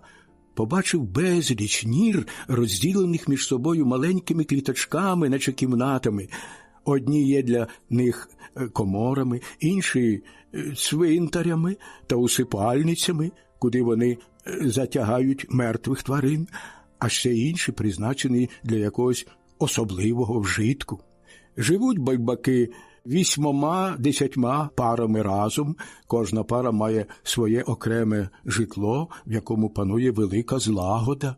Їхня, так би мовити, республіка нічим не поступається ладовій колонії бджіл чи мурашок, про які стільки вже писалося.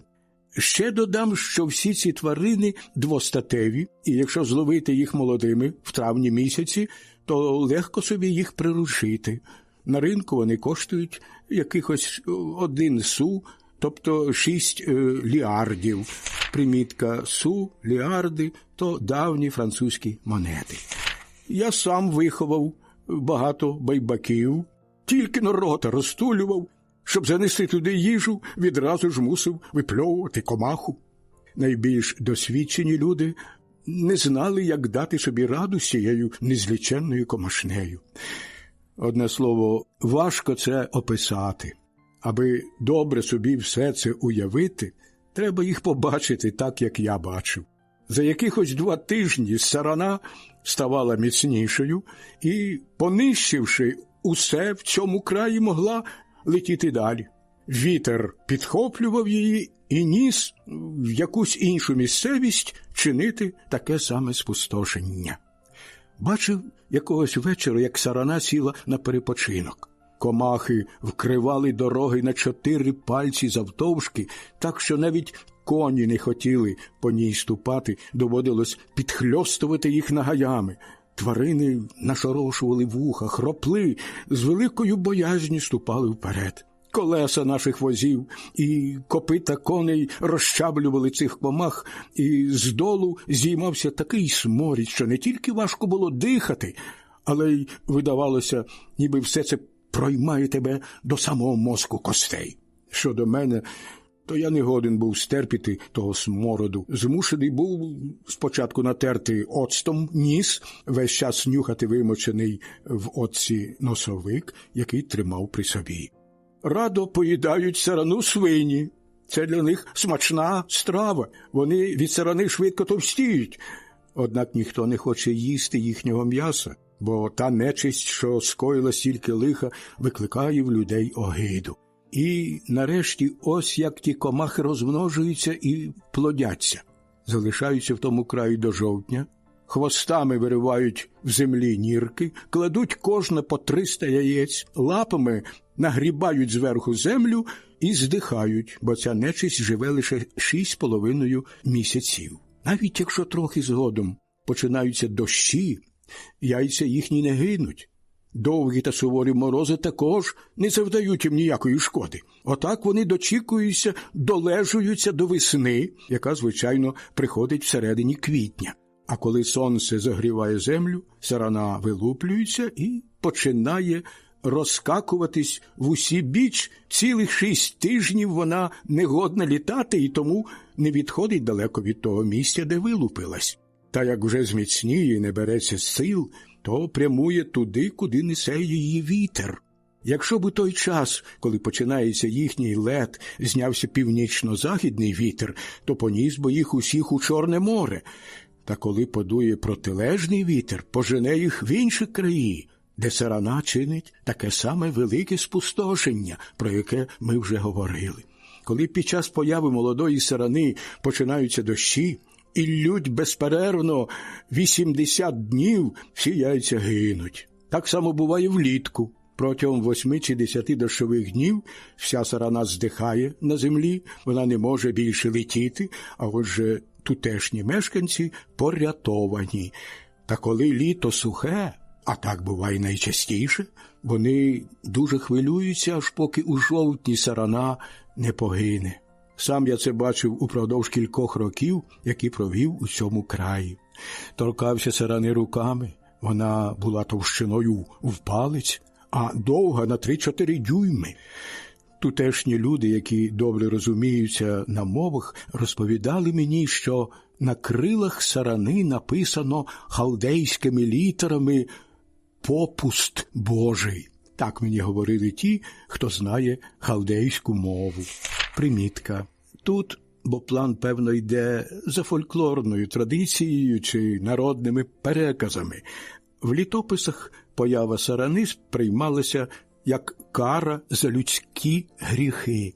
Таке свідчення знаходимо, зокрема, в літописі Величка. Всі старі люди розуміли це як гнів Божий до себе і відчували, що надходить неуникненна Божа на них кара. Літопис Самійла Величка. Київ, 1986 рік. Про це також дивіться Іван Крип'якевич «Саранча на Україні», вісник природознавства. Що ж до згадки про халдейську мову, яка мала б жити у 17 столітті, то вона помилкова. Її носії жили в державі Урарту. Вони дуже гарно виглядають вдома і стільки ж радості приносять, ніби якесь мавпеня чи білка. Годуються тими самими харчами і тією самою травою. Забув ще сказати, що це дуже меткі звірятка, бо ніколи не виходять з нірок, не виславши наперед свого дозорця.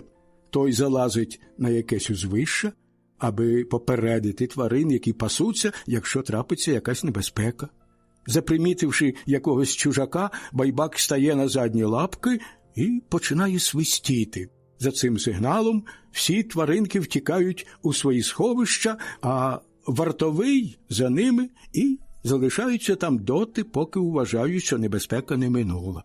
Відстань між ріками Сулою і Супоєм не перевищує 6 миль, а від Дніпра до кордонів Московії буде не більше 15-20 миль. Там і знаходяться ці тваринки, які живуть так, як я описав. В інших місцях вони не водяться. В цих краях не можна нестися на коні у чвал, бо всюди є безліч маленьких шпарок, наче кролячі нори. Потрапляючи в них, коні падають і можуть переламати собі ноги. Зі мною кілька разів траплялася подібна історія. У травні та червні селяни полюють на байбаків. Роблять це таким чином. Виливають 5 чи 6 відер води в нору, тварини мусять звідти втікати, а при виході в нори селяни прилаштовують мішок або сітку. Спіймані маленькі тваринки не забувають своїх звичок, і якщо їх не прив'язати добре, то в жовтні місяці вони зариваються десь удома для зимової сплячки. Якщо б їх не турбувати, то спали б 6 повних місяців, як це роблять вовки і сурки. Мої байбаки спали навіть 2 тижні, довелося довго їх шукати, а як знаходили, то бачили нори, звідкіля мусив їх виганяти. Вони виглядали зовсім здичавілими. У цих краях також водяться перепілки з блакитними лапками, їхнє м'ясо отруйне. Також надибував у дикому полі, біля порогів, вздовж Дніпра, тварину, схожу на нашу козу, але з тонкою і гладкою шерстю. Після линяння ця шерсть м'яка, наче шовк. Пізніше стає твердою, жорсткою, набираючи бурого кольору, але не такого, як у кози. Ця тварина має 2 лискучо-білі роги і руською мовою називається сугак. Передні і задні кінцівки в неї добре розвинені, а в носі нема кістки. Коли пасеться, то ступає назад, інакше пастися не вміє. Я смакував м'ясо цієї тварини, воно таке ж смачне, як м'ясо косулі, а роги білі, блискучі і гладенькі. Я зберігаю їх задля їхньої дивовижності.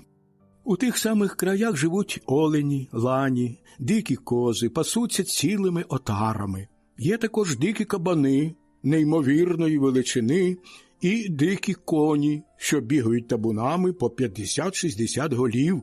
Ці легкі коні дуже часто лякали нас, бо здалеку ми приймали їх за татарів.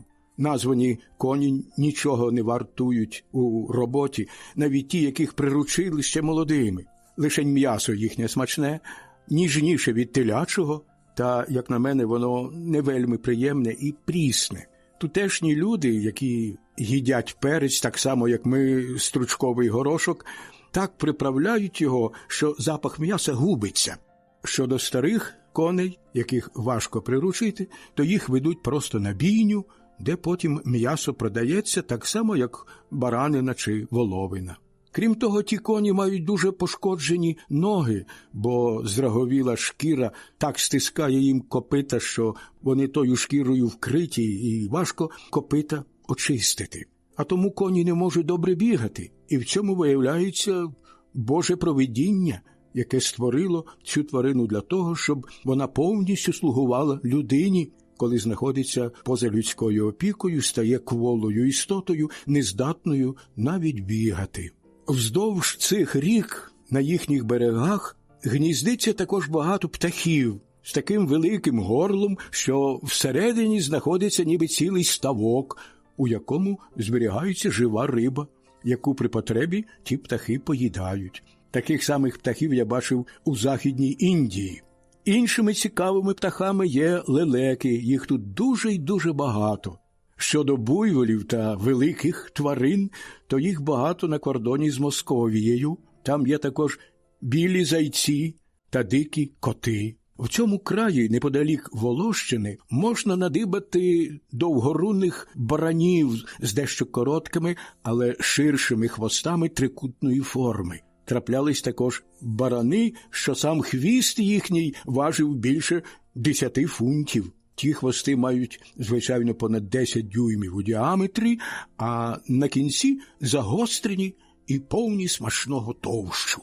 У знатних людей цього краю можна також побачити псів і таранських коней, тобто посмугованих, наче леопарди. Вони дуже гарні та привабливі на вигляд. Їх, звичайно, впрягають у карету, коли пани їдуть до королівського двору. Великим недоліком цих українських земель є брак солі. Аби цьому зарадити, її привозять з Покуття, області, що лежить на кордоні з Трансильванією і належить полякам. Ця земля розташована за 80 чи 100 миль звідсіль. Як це бачимо з карти, у криницях тут солона вода, з неї добувають сіль, так само, як ми це робимо, і виготовляють з неї ніби маленькі хлібини товщиною на 1 дюйм і довгі на 2. 300 таких маленьких хлібин продають за 1 шелях. Тутешня сіль дуже смачна, хоча не така солона, як наша. Добувають ще і іншу сіль з попелу вільхи та дуба. Вона дуже смачна з хлібом. Примітка. Тут, очевидно, йдеться про якусь текстуальну помилку. Таку сіль швидше можна вважати золою, яку виробляли на Прикарпатті і в інших районах України, а не присмаком до хліба. Ця сіль називається Коломийською. Біля Кракова також є соляні копальні. Там сіль вельми гарна, наче кришталь, а місцевість там називається Величка. В тому краї також не вистачає смачної води, і гадаю, що через те, певне, з'являється в них та хвороба гостець, про яку я вже розповідав. Про клімат. Хоча ці землі знаходяться на тій самій широті, що й Нормандія, тут суворіші та холодніші зими. Та ми про це ще скажемо. З-поміж того, що слід взяти до уваги в цьому краї, є морози, що останніми роками були такими тривалими, суворими і сильними, що неможливо було їх витримати не тільки людям, надто тим, хто йшов з військом чи знаходився у війську, але й худобі, наприклад, коням або іншим свійським тваринам. Той, хто несподівано опиняється серед такого морозу і не розплачується за це власним життям, вважає для себе щастям, коли виплутався з цього, врятувавши пальці рук чи ніг, занапастивши ніс, щоки, вуха і навіть ту частину тіла, яку з почуття сорому не смію називати. За якусь мить гасне їхнє природне тепло, і вони відмирають з гангрени. Бувають організми сильніші, в яких частини тіла не охолоджуються так раптово, але все одно на них з'являються рани, такі ж болючі, як від опіків чи від лихоманки. Перебуваючи в тому краї, я переконався, що мороз може бути таким пекучим і сильним, наче пожежа, і що він може все винищувати. Спочатку рани такі мізерні, що болячки схожі на горошини, та вже через кілька днів, а навіть годин, вони збільшуються і так швидко розростаються, що вражають якусь певну частину тіла. Саме так мої знайомі ні за що, ні про що занапастили свою найбільш делікатну частину тіла. Інколи і найчастіше відмороження звалюються несподівано. Неможливо нічим зарадити, тим паче, коли не вжити заходів перестороги, внутрішніх чи зовнішніх. Смерть від морозу може бути двоякою. Перша – дуже швидка, бо різка. Проте можна сказати, що це спокійна смерть, бо довго не мучишся і помираєш у вісні. Коли знаходишся в полі, чи то верхи на коні, чи в кареті, або на возі, і не вжив потрібних заходів перестороги, добре не одягнувся і не закутався, коли не чуєшся в силі, щоб змагатися з таким сильним морозом, холод проникає в кінцівки ніг та рук, а потім і всі інші частини тіла. Поволі перестаєш їх відчувати, тебе охоплює сонна втома, забуття, ніби летаргійний сон. І дуже хочеться спати, а якщо ви так зробите, то неодмінно заснете вічним сном і більше ніколи од нього не прокинетесь. Та якщо ви і ті, що вас оточують, зробите все необхідне, аби прокинутися зі сну, ви уникнете смерті. Саме так було зі мною. Я декілька разів уникав смерті, бо слуги мої, люди міцніші і більш пристосовані до таких витівок тутешнього клімату, будили мене, тільки я починав дрімати. Друга смерть не така раптова, але настільки жахлива і страшна, і так важко її перенести, що її жертви навіть люди найміцнішої будови перебувають за 2 волоски від божевілля. Холод проймає аж до крижів, перехоплює поперек, проникає вершникам крізь лати і так сильно стискає, що холодить їм усі нутрощі, насамперед шлунок і кишки. Ті люди ніяк не можуть насититися їжею, навіть якщо споживатимуть найбільш стравне м'ясо чи бульйон, відразу ж вертатиме назад з жахливими болями і відчуватимуть при цьому страшну різанину в шлунку. Важко навіть усе це висловити словами. Хворі весь час страшенно стогнали, голосно зойкали, немовби їм витягали чи виривали нутрощі та інші частини живота. Залишаю найбільш вченим лікарям висловити свою думку про причини цього страшного, жахливого болю, бо сам я не годен судити про це. А додам лише те, що сам бачив завдяки цікавості кількох місцевих мешканців, котрі хотіли уздріти, що скоїла та немилосердна недуга. Вони провели розтин кількох померлих і виявили, що більшість кишок почорніла, згоріла, ніби склеїлась докупи. Вони переконались, що така недуга взагалі невиліковна, і в той же час, як починали псуватися і відмирати нутрощі, хворий безперервно кричав та стогнав і вдень, і вночі, і смерть його була жахливою. Здавалося, що ніколи не настане його остання година.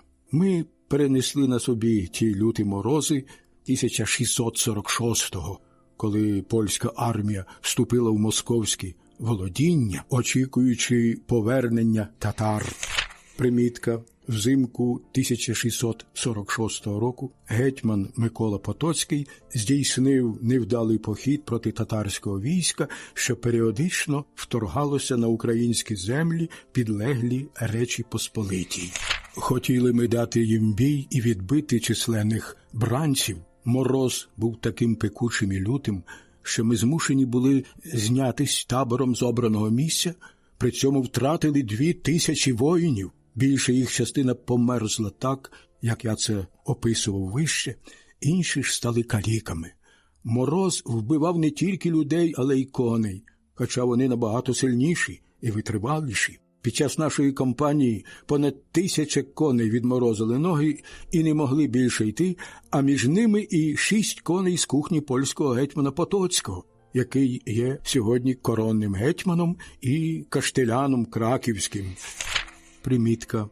Микола Потоцький, 1595-1657, командував польським військом в битвах під Кумейками у 1637 і під Корсунем 26 травня 1648. Зазнавши поразки під Корсунем, попав у полон, з якого повернувся 1651 року. Мороз розгулявся в той час, коли ми зупинилися біля річки Мерла. Примітка. Мерл – ліва притока Ворскли, що впадає в Борисфен. Єдина рада при таких морозах, звичайно, не ліки, а тепло вдягнутись, закутатись у все, що гріє і може оберегти тіло від такого лютого холоду. Щодо мене, то у возі чи в кареті завжди тримав на колінах пса, який розігрівав мені ноги. Часто вкривав ноги товстим бавовняним коцом або вовчою шкурою. Обличчя, руки і стопи стирав спиртом, а потім закутував їх тканинами чи якимись іншими речами, змочуючи їх у спирті, щоб вони на мені висихали. Завдяки такому способу та при Божій ласті зумів я уникнути всіх тих бід, які щойно описав. Мороз ще страшніший, коли нічого теплого не з'їсти і не випити, бо тутешні люди звикли 3 на день пити тепле пиво з додатком масла, перцю, хліба, що заступає їм суп і оберігає їхнє нутро від такого холоду. Про те, як обирають короля. Коли помер Сигізмунд III, примітка Сигізмунд III Ваза, роки 1566-1632, польський король з 1587 року, архієпископ Гнєзни зайняв місце короля, аби очолити і правувати конвокаційним сеймом. Примітка. Цей конвокаційний сейм відбувся у Варшаві з 22 червня по 17 липня 1632 року. Його завданням було, між іншим, визначити час проведення сеймиків, процедуру обрання короля. У Варшаві 2 чи 3 тижні по смерті суверена. Сенатори неодмінно туди з'являються, щоб обміркувати та погодити час і місце, де відбуватиметься елекція нового короля. Домовившись про це, кожен сенатор вертається в маєток, щоб там скликати свій сеймик, який збирається на його землях, тобто він гуртує всю шляхту, підлеглу його владі, в зазначеному місці і в зазначений час. З'їжджаються одночасно всі магнати, а зібравшись разом, спільно обговорюють номінацію нового короля, причому кожен силкується подати свої міркування, керуючись особистими симпатіями. Після словесних змагань та суперечок погоджуються на кілька князів, спосеред яких депутати, призначені на елекцію, вибирають лише того, а не іншого кандидата. А далі кожен з них обґрунтовує право, одержане від своїх магнатів, бути присутнім на елекції і віддати голос за одного з 5 чи 6 запропонованих кандидатів. За той час кожен сенатор, як про це вже говорилося, так само робить у своєму воєводстві. Отже, депутати воєводств є першими наймогутнішими чи найвпливовішими голосами на сеймах. Як і воєводи, вони промовляють від усього загалу, бо перш ніж поїхати на сейм, зіставляють свої погляди та доходять єдиної думки про те, що мають прийняти, а що відкинути. Одне слово, вони цупко тримають усе в своїх руках, бо не можна прийняти чи відкинути якийсь пункт ухвали без їхньої згоди. І як знайдеться хоч один, хто заперечить проти цього і голосно вигукне «не вольно», що нашою мовою значить «не маєте права», все пропало, бо такий привілей в них існує не лише під час елекції короля, але й на кожному новому сеймі, де можна розірвати або перекреслити все, що ухвалили сенатори. У своїй Речі Посполитій вони користуються такими основними правилами. Перше, жоден шляхтич не має права претендувати на корону, також не має права віддавати своє ім'я чи голос, щоб стати королем. Друге, вибраний для номінації мусить бути католицької, апостольської чи римської віри. Третє, той, хто буде обраний, мусить бути чужоземним князем, щоб не мав земельних угідь у їхньому краї. І хоча сини його будуть князенками, народженими у цьому краї, тим не менше вважатимуться тут чужоземцями, не мають права на спадок чи родинні землі, як ведеться в тутешньої шляхти. Примітка. Такі та інші вимоги й умови при обранні короля шляхта ставила неодноразово, про що свідчать Конституції та інші правово-установчі документи Речі Посполитої. Ось чому вони можуть обиратися королями, як, скажімо, король Владислав IV. Примітка. Владислав IV, роки 1595-1648, обраний королем 3 листопада 1632 року. За його царювання на Україні було придушено селянсько-козацьке повстання. Наприкінці правління Владислава IV почалася визвольна війна українського народу під проводом Богдана Хмельницького. Владислав IV, який на час смерті свого батька-короля Сигизмунда III був старшим князенком. Потім трон успадкував його брат Ян Казимир. Примітка. Ян Казимир, роки 1609-1672, польський король, роки 1648-1668. За його правління сили Речі Посполитої було спрямовано на придушення визвольної війни українського народу 1648-1654 років. Ян Казимир – теперішній король. Це не завдало жодної шкоди основам спадкування королівства. Ось порядок, якого вони дотримуються під час елекції, що, звичайно, відбувається у відкритому полі. Примітка. Йдеться, певно, про Вольську рівнину, де Сейм обрав королем Яна Казимира.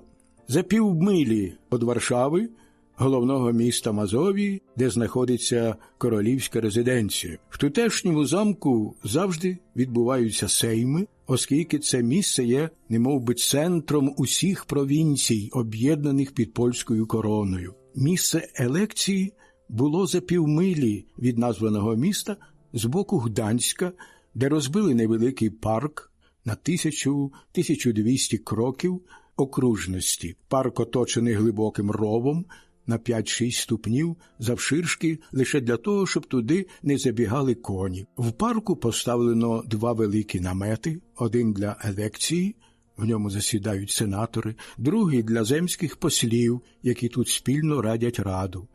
Перш ніж з'явитися перед великим зібранням сенату, кожен знайомить присутніх із своїми інструкціями, з тим, на що він може погодитися, і разом вирішують, що прийняти, а що відкинути. Щодня збираються вони на такі наради, які тривають до 6-7 годин. Під час тих розмов висуваються всі можливі аргументи, аби й надалі захистити свої привілеї. Під час елекції покійного короля Владислава дискусії точилися понад 2 тижні, а за той час довкола невеликого парку скупчилося понад 80 тисяч кінних вершників, сенаторських жовнірів. Кожен сенатор мав невелике військо, один менше, другий більше, як, скажімо, краківський воєвода, в якого на той час було близько 7 тисяч жовнірів. Інші ж тримали військо відповідно до своїх можливостей.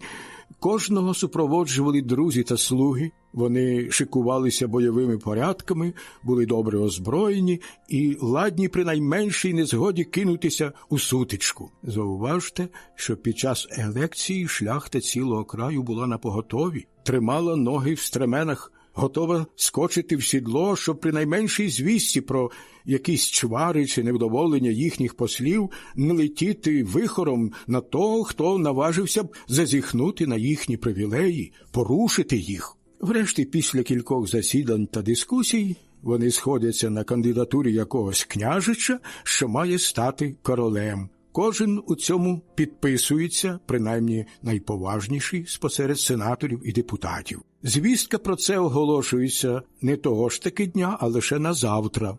Вернувшись на місце постою свого війська, сенатори наказують жовнірам шикуватися бойовими лаштунками відповідно до вказівок гетьмана, бо всі тепер стають під великий штандар корони. Далі лунко гукають «Віват король», називаючи його по імені, тричі прокричавши це привітання, палять у повітря з гармат та мушкетів, чути радісні вигуки, які свідчать про задоволення усіх присутніх. Так повторювалося тричі, а далі присутні на сеймі повставали зі своїх місць. Найповажніші пішли за старшим князенком, якого обрали своїм королем. Він ще знаходився на селі за півмилі від місця елекції. Привітавши його від імені всіх воєводств, віддали йому шану, повідомляючи, що він обраний королем. Вони прохали його погодитися на це, взяти їх під свою опіку, розумно і розважно ними правити, запевняли, що матиме в їхній особі вірних та слухняних підданих. І тоді король погоджувався. Сенатори показували йому свої шляхетські статути і привілеї, хоч він добре їх знав, а він обіцяв незламно їх оберігати. Назавтра провадили короля до Варшавського собору святого Яна. Там, перед святим вівтарем, король складав присягу. Ось ті умови, які зачитувалися королю в присутності цілого зібрання. Перше, він ніколи не матиме зиску з майна корони, а лише з того, що йому визначається. Короною вони називають свою державу. Друге, він не матиме права купувати чи придбати жодного шматка землі з тих володінь. Третє, він не видаватиме грамот чи розпоряджень про посполите рушення, якщо цього не схвалить Сейм. Четверте, він не матиме права після 24 годин, як скоєно злочин, видавати наказ про арешт польського шляхтича, хіба що злочин спрямований проти короля або означає державну зраду. П'яте, він не оголошуватиме війну чужоземній країні і навіть не відправлятиме туди послів у державних справах без згоди на те згаданої Речі Посполитої. Шосте, він постійно дозволятиме на присутність при своїй королівській особі 3 сенаторів, які складатимуть сенаторську раду. Не боронитиме їм стежити за його вчинками, аби нічого не замислив чи не скоїв їм на шкоду. Усі 3 сенатори почергово очолюватимуть раду, так що король нічого не зробить такого, чого б вони одразу ж не знали. 7.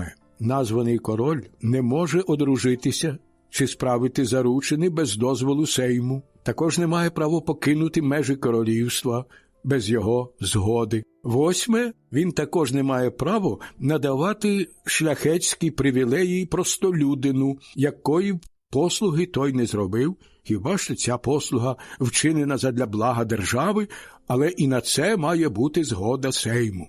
Обмежений такими умовами, король має все-таки право і найвищу владу не тільки роздавати на свій розсуд церковні бенефіції, але також розподіляти незайняті державні посади. Однак мусить це робити лише серед коронної шляхти, а надто для тих, хто цього заслужив своєю військовою чи дипломатичною службою, якимсь громадським вчинком. Це має бути для одних нагородою, а для інших заохоченням, щоб чинили шляхетно, були корисними та доброзичливими. Він також має незалежне право дозволяти, щоб на виділених йому землях спалювали дерево для видобування поташу та інших відходів, що дає великі прибутки, не заперечуючи, щоб на це витрачалося багато лісу. Він має навіть найвищу владу роздавати різні посади, від найменшої до найзначнішої,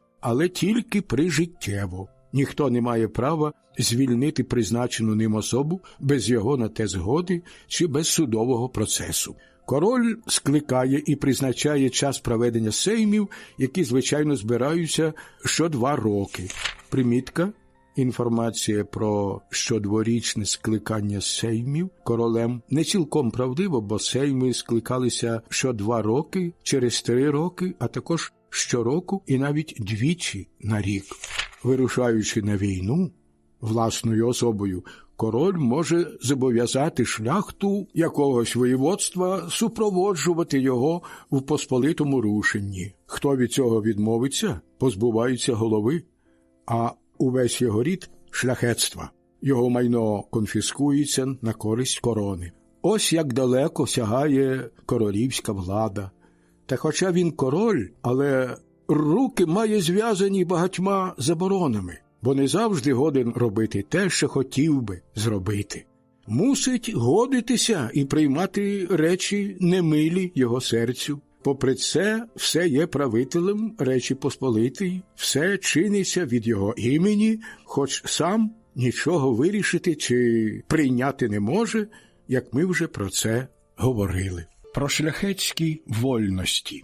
Польська шляхта рівна між собою. Між нею нема такої вищості, як це надибуємо у Франції, Німеччині, Італії, Іспанії та в інших країнах, де існують герцоги, маркізи, барони. Єдиною титулованою особою тут є староста, що управляє маєтностями корони, які шляхта одержує від короля. Усіма своїми землями шляхта володіє без оплати податків, отже, бідний шляхтич поважаний не менше від багатого. Та найбільше поважані ті, що перебувають на службі корони.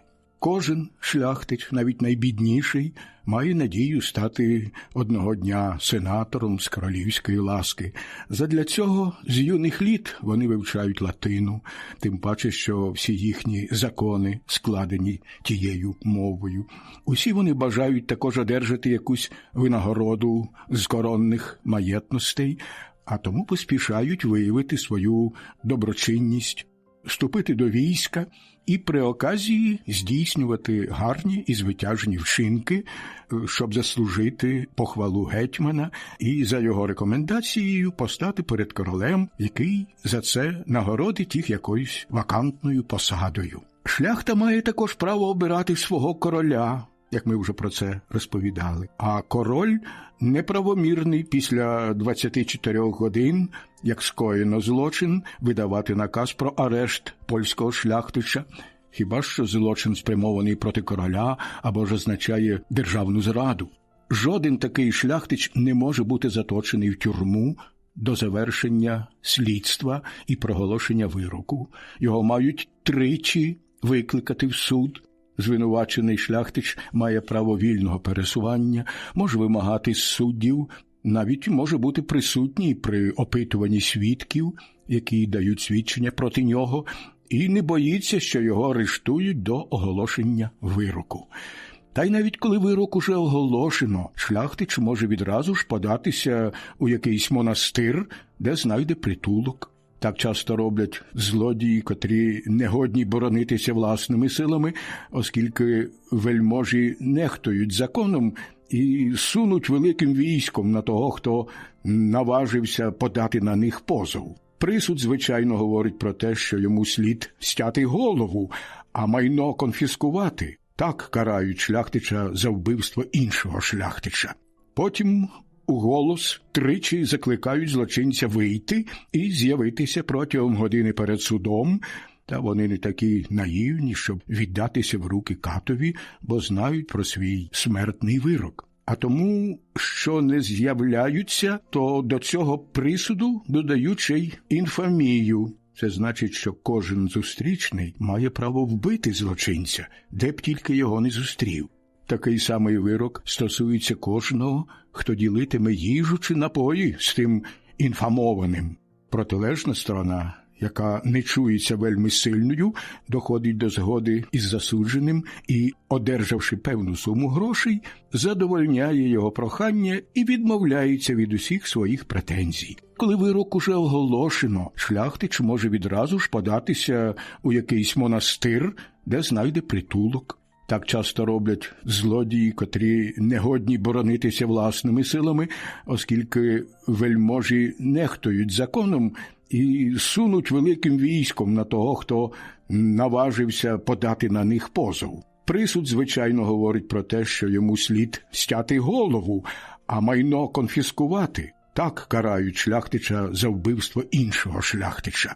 Потім уголос тричі закликають злочинця вийти і з'явитися протягом години перед судом, та вони не такі наївні, щоб віддатися в руки катові, бо знають про свій смертний вирок. А тому, що не з'являються, то до цього присуду додають ще й інфамію. Це значить, що кожен зустрічний має право вбити злочинця, де б тільки його не зустрів.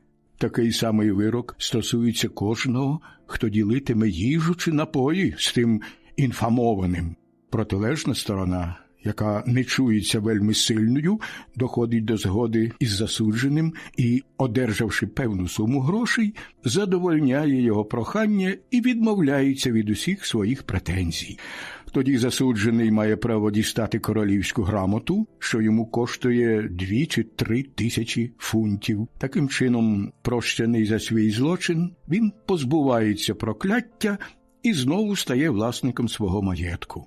Але якщо злочинець не такий багатий, як його супротивник, то мусить покинути край і рятувати власне життя. Усе його майно конфіскується в інтересах корони. Це саме ті землі, якими король не може володіти, а лише віддає шляхті у прижиттєве користування. Та, як говориться, з часом і злочин виглядає не таким страшним. Протягом кількох років друзі залагоджують його справу, бува, супротивник помирає або ж зм'якне його серце, він пробачає злочинцеві.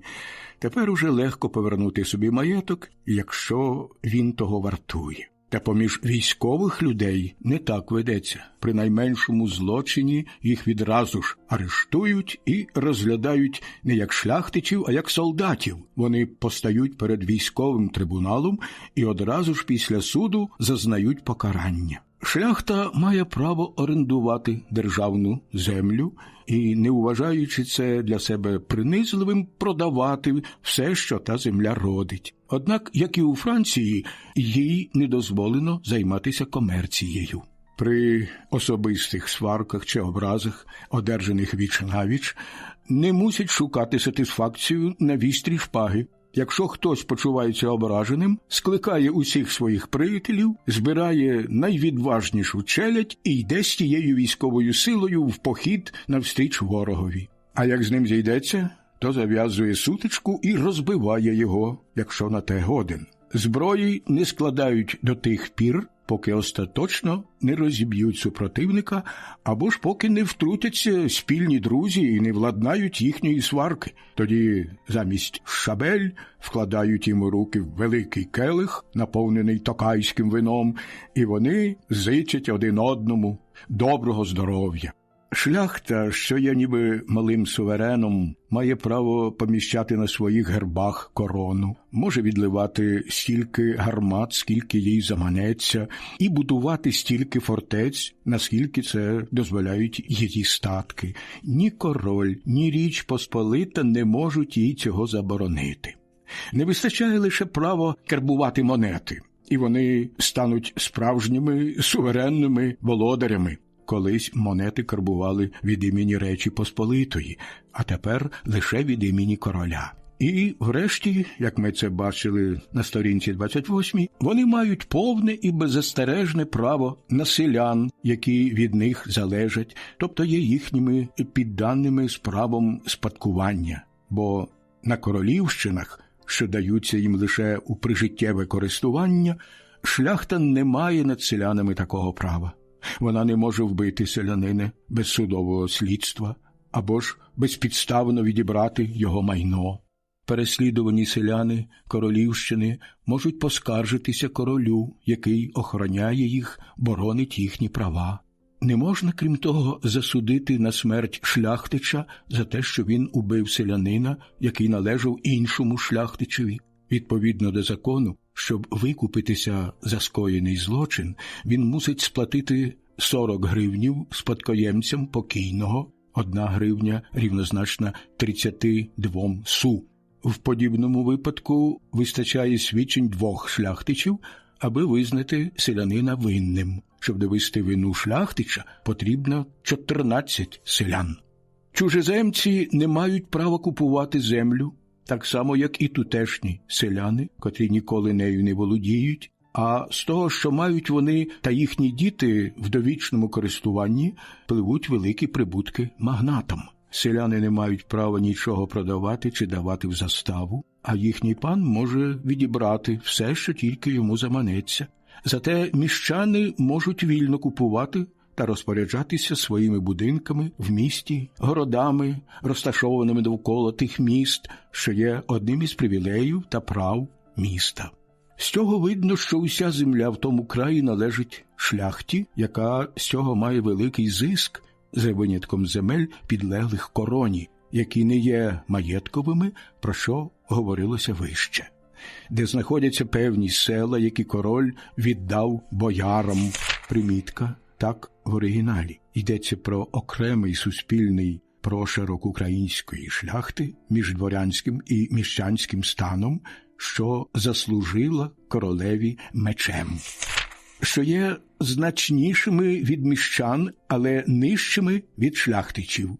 Король надає маєтності тим боярам і їхнім дітям при умові, що вони сповнятимуть військову повинність за власний кошт. Щоразу, коли коронний гетьман їх кликатиме, вони мають робити все, що від них вимагається, і це є державним обов'язком. Серед тих багатих людей трапляється все-таки частина бідних. Та загалом польська шляхта досить багата, як про це вже говорилося. Але у Мазовії, де шляхта дуже багата і становить 6-ту частину тутешнього населення, вона не така заможна. А тому її переважна частина сама працює на землі, не вважаючи ганебним для себе тримати леміш плуга або ж йти на службу до найзнатнішого магната. Це вважається почеснішим, аніж служити машталером, як це мусять робити найдурніші спосеред них. 2 таких людей служили в мене протягом низки років, коли я був у тому краї першим капітаном артилерії і королівським інженером. Служили мені, хоча й були уродженими шляхтичами. Родові маєтності шляхти звільняються від зимового розквартирування війська та розташування військових гарнізонів. Однак мусять пропускати через свої землі війська, що знаходяться на марші. Військо може ставати на постій лише на коронних землях. Коли декілька братів ділить Вітцівщину, старший з них здійснює поділ, а молодший вибирає. Якщо вдова вдруге виходить заміж, то може віддати усе своє майно тому, кого вона пошлюбила, таким чином позбавляє спадку своїх дітей. Це право змушує дітей шанобливо та послушно ставитися до батька і матері. Про звичаї польської шляхти. Польська шляхта доволі сумирна та ввічлива з вищими від себе, воєводами та іншими урядовими особами Речі Посполитої. З рівними собі і своїми співвітчизниками товариська, зате дуже пихата і чванлива, з нижчими від себе. З іноземцями привітна. Взагалі іноземців тут небагато, і вона не дуже охоче з ними спілкується. Турків і татар бачать лише на війні із шаблею в руках. Через брутальність московитів з ними не мають нічого спільного, не хочуть підтримувати стосунків так само, як із шведами та німцями, до яких відчувають таку сильну відразу, що не лише їх не люблять, але й вельми ненавидять.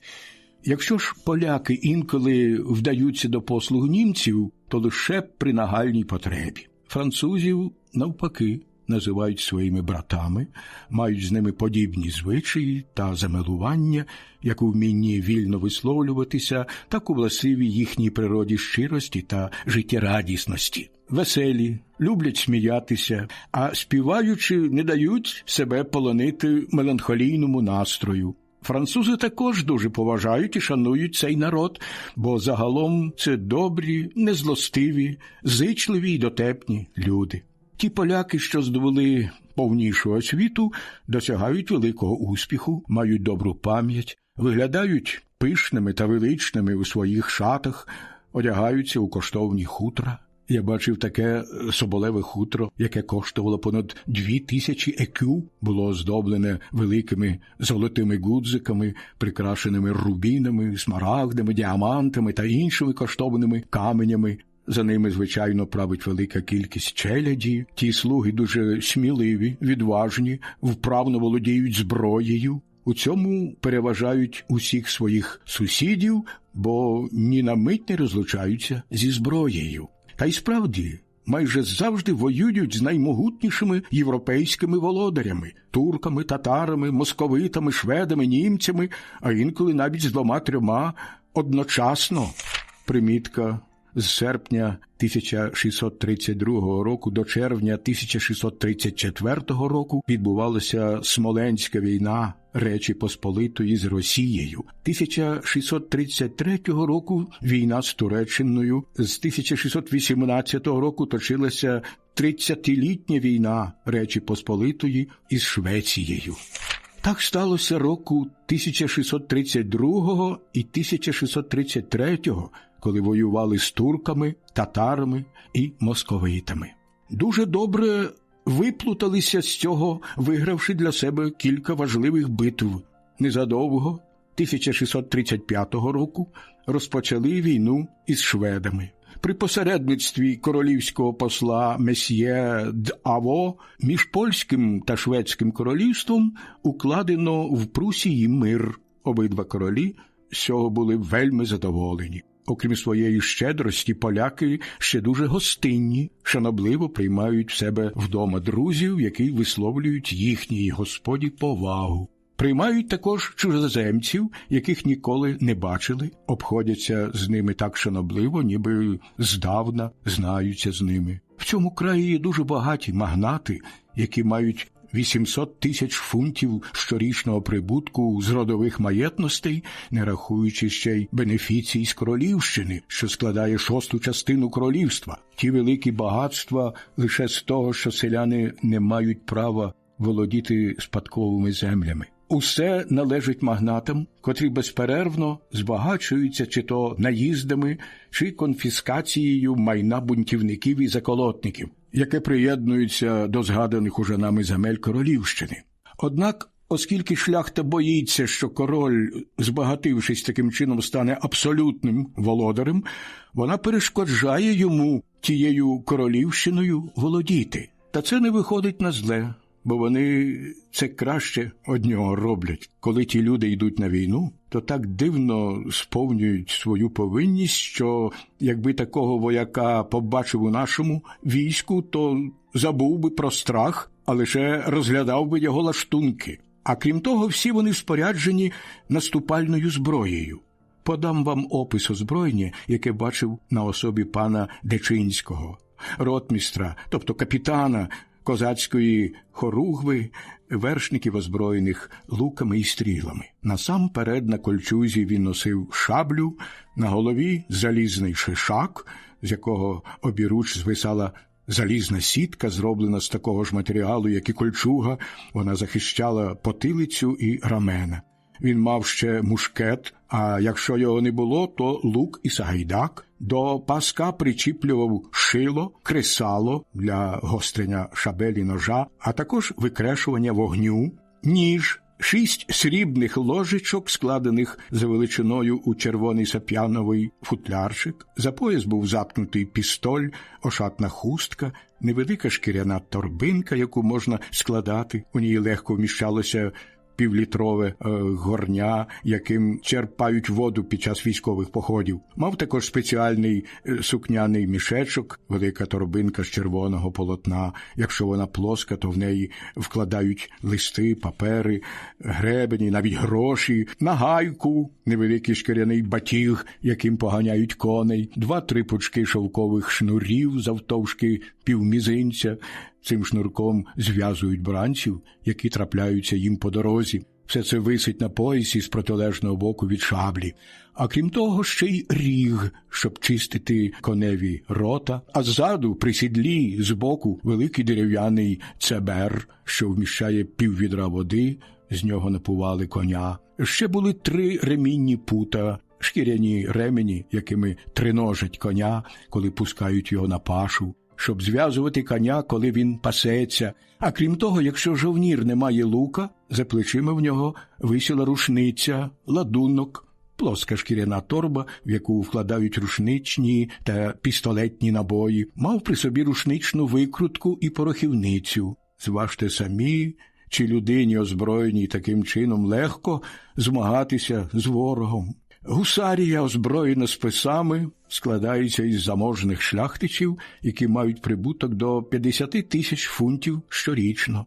Вона дуже добре споряджена. Звичайний їхній кінь вартує не менше 200 дукатів, а всі їхні коні турецькі, привезені з Анатолійської провінції, званої Кармелія. Гусари несуть службу з 5 кіньми, отже, в одній хоругві із 100 списів є лише 20 гусарів. Вони їдуть першою шерегою, створюючи так званий фронт, а позаду кожного 4 рядами ступають слуги. Їхні списи довгі на 19 стіп, од вістря до державна порожні, а ратища зроблені з міцного дерева.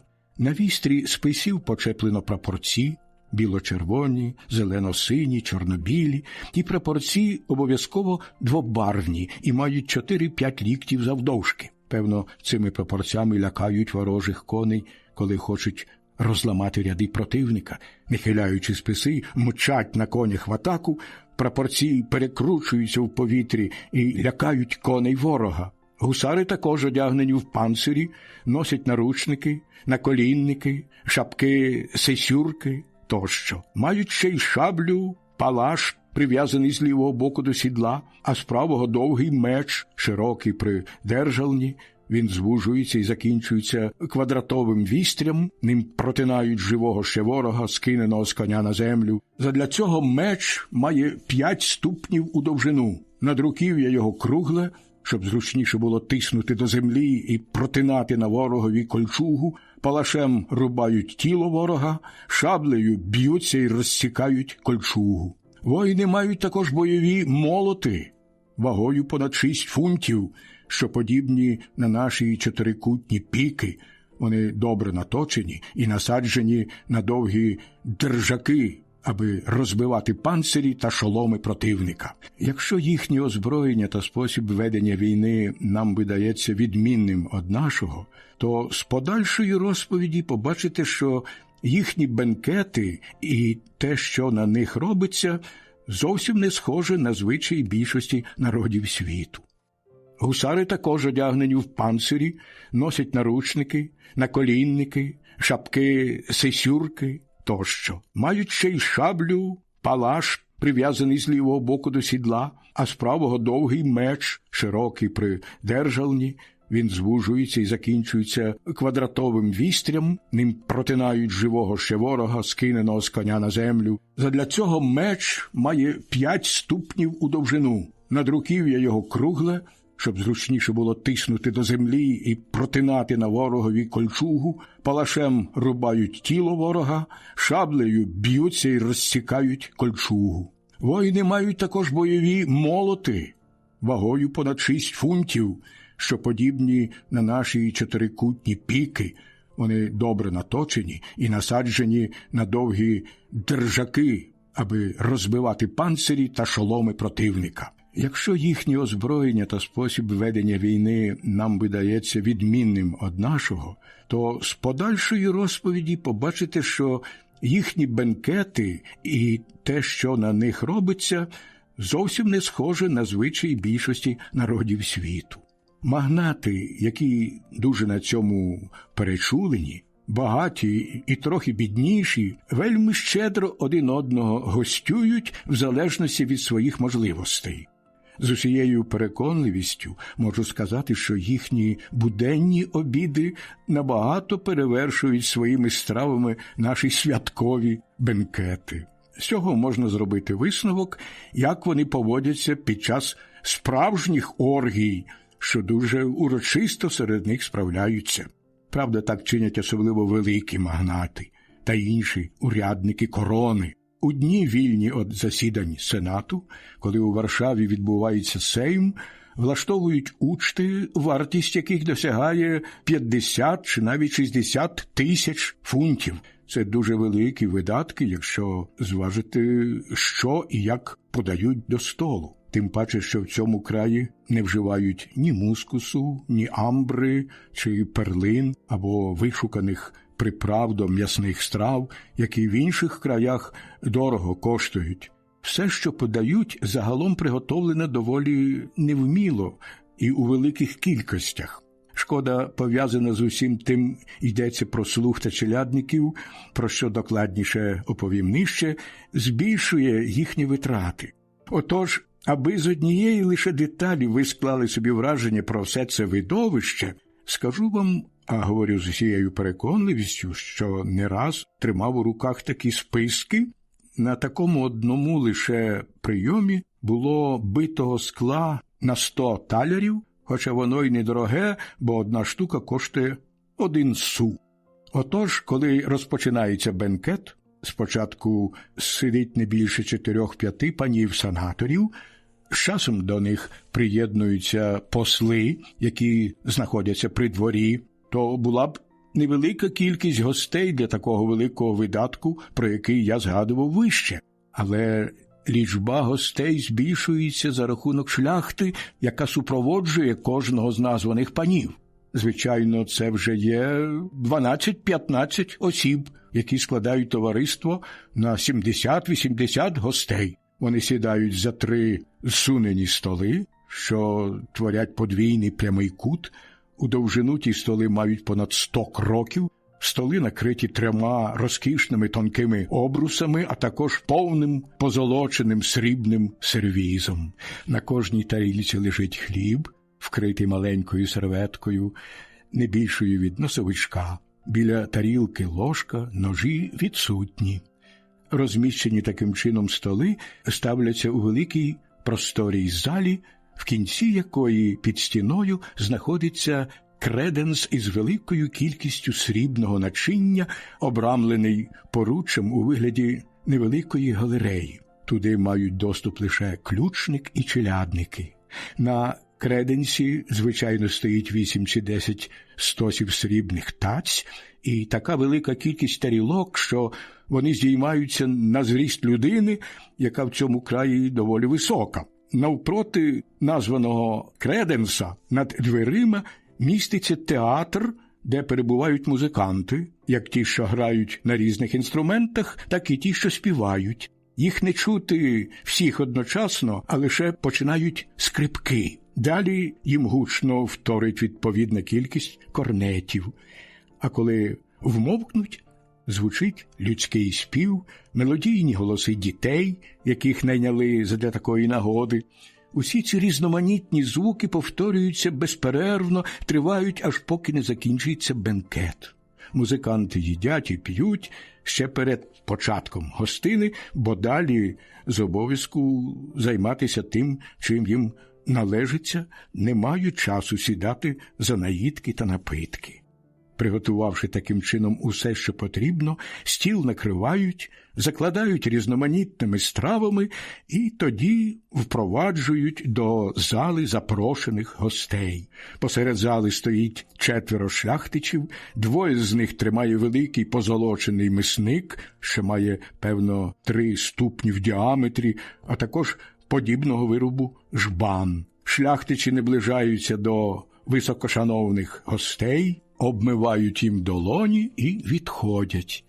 Далі до них приступає 2 інші шляхтичі, які тримають за обидва кінці довгий біля 3 ліктів рушник, подають його тим панам, щоб вони витерли долоні, а далі господар разом із розпорядником сердечно приймають гостей, садять кожного за стіл, відповідно до його становища та титулу, а коли вже посідали і готові гоститися, їх обслуговують 3 крайчі за кожним столом, частують стравами, приготовленими і приправленими за тутешніми рецептами. Одні приправлені жовтуватим соусом із шафрану, інші червоним соком з вишні, який забарвлює соус у червоний колір, ще інші соком перетертої сливи, що надає соусові чорної барви. Інші страви плавають посеред сірого соку смаженої цибулі,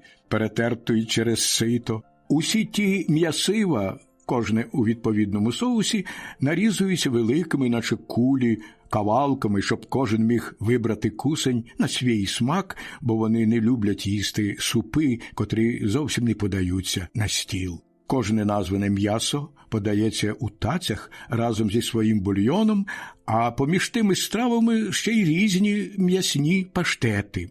Кожен гість вибирає соуси за смаком, бо їх завжди не більше 4, як ми вже про це говорили. Окрім того, на стіл подають також воловину, баранину, телятину, кури без соусу, дуже сильно, як ведеться в тому краї, приправлені перцем і сіллю. Зовсім нема потреби у сільниках, які навіть не кладуть на стіл. Як тільки одна стаць порожніє, з'являється друга, наповнена, скажімо, квашеною капустою із шматками солоного сала, чи пшоняною або ячною кашею, яку вони споживають з великим апетитом, так само, як і соус, приготовлений з кореня, що у них зветься хроном. Його труть і заправляють оцтом. Той соус дуже пікантний, має делікатний смак і нагадує муштарду. Надається до свіжої чи солоненої воловини, а також до найрізноманітніших рибних страв. Коли спожили першу страву, а таці спорожніли, більшість м'яса з них поїдають не гості, а їхня челядь, про це докладніше розповім далі, звертають верхній обрус з усім посудом і кладуть чисті тарілки. Далі подають другу страву, що складається з печеного м'яса, телятини, баранини, воловини, порізаної великими куснями, більшими, ніж півчверті тварини. Потім настає черга каплунів, курей, курчат, гусей, качок, зайців, оленів, сарн, диких кіз, диків та іншої дичини, куріпок, жайворонків, перепілок, різної дрібної птиці, якої тут дуже багато. Що ж до голубів, то тут їх ніколи не їдять, бо вони є рідкістю у цим краї, так само, як кролі чи бекаси. Усі ці страви подаються безладно, змішуються одні з одними, аби якось усе це врізноманітнити. До них також додають силу селену салатів. Друга страва доповнюється ще легкою їжею з різноманітними фрікасе, скажімо, пюре гороху з великим шматком сала. Кожен гість бере собі шмат того сала і ріже на дрібні куски величиною гральної кістки. Поїдають усе це ложками разом із пюре, що вважається в них дуже смачною стравою, ковтають її не пережовуючи. Ця страва має для них таке велике значення, що якби не подавали її до столу при кінці частування, то гості повважали б, що їх ошукано. Те само з пшоняною кашею з маслом, з ячмінною, яку називають кашею, по-голландському гру, з макаронами і сиром, запеченими на маслі, а також стравою з гречаної каші, маленькими млинцями, які вмочують у тертий мак, розмішаний молоком. На мою думку, вони все це їдять для того, щоб повністю насититися, а потім добре спати. Коли другу страву, як і першу, зняли зі столу, подають десерт, в залежності від пори року та місцевості. Скажімо, встояне молоко, сир та інші страви, які в ту хвилину не годен достеменно собі пригадати. Ці всі страви та ласощі настільки різняться від наших найпростіших наїдків, що не віддав би жодної страви за їхніх 10. Щодо цього, то поляки вельми від нас відстали. Але на рибних стравах вони розуміються чудово, бо крім того, що в них водиться багато гарної риби, вони так смачно її готують, додаючи різноманітні приправи, що навіть у найбільш пересичених гостей відразу ж з'являється апетит. У цьому вони переважають усі інші нації, і то не лише моя думка чи мій смак, але так стверджують усі французи та чужинці, яких вони частували. Мають щодо цього однакову думку. Та хіба ж то не дивовижна страва? Приправляючи її, не шкодують ні вина, ні олії, ні різноманітних прянощів та коринфських родзинок, ні соснових зерен та всіляких інших приправ, з допомогою яких при набутому хисті можна ці страви приправляти навіть під час обіду. П'ють мало, щоб добре триматися у поході, а п'ють вони лише пиво, яке наливають у високі скляні глеки циліндричної форми вмістом півгорняти цих країв. У кухлі кидають зісмажені на олії хлібні грінки. Ми вже звертали вашу увагу на те, що після першої та другої страви таці зі столів збирають майже порожні, хоча гості й не їли багато. А це таки правда. Зауважте, що кожен гість має позаду себе одного чи двох слуг, подаючи свої брудні тарілки, або їх поміняти на чисті, беруть із таць усе, що лишень їм подобається, і передають своїм слугам. А ті, діставши м'ясо, збираються у гурт і відходять в один із закутків зали, немов у сховок, щоб його з'їсти чи радше зжерти. При цьому щиняється дуже неприємний та огидний шемріт, на який панове уваги не звертають, бо самі до цього спричинилися, такий в них панує звичай. Вже коли ті панове попоїли, не випивши багато, а слуги в тому чи іншому закутку зали зжерли все, що дістали від своїх панів, починають разом пити за своє здоров'я. Та вже не пиво, як перед тим, а, власне, вино, найкраще і найсмачніше на світі. Хоча воно й біле, але добре таки червоніють від нього мармизи, а ще більшими стають витрати на таку учту, якщо через те вино якогось накоїть лиха. Кухоль такого напою коштує 4 фунти радше задля смаку, а не задля його дивовижності.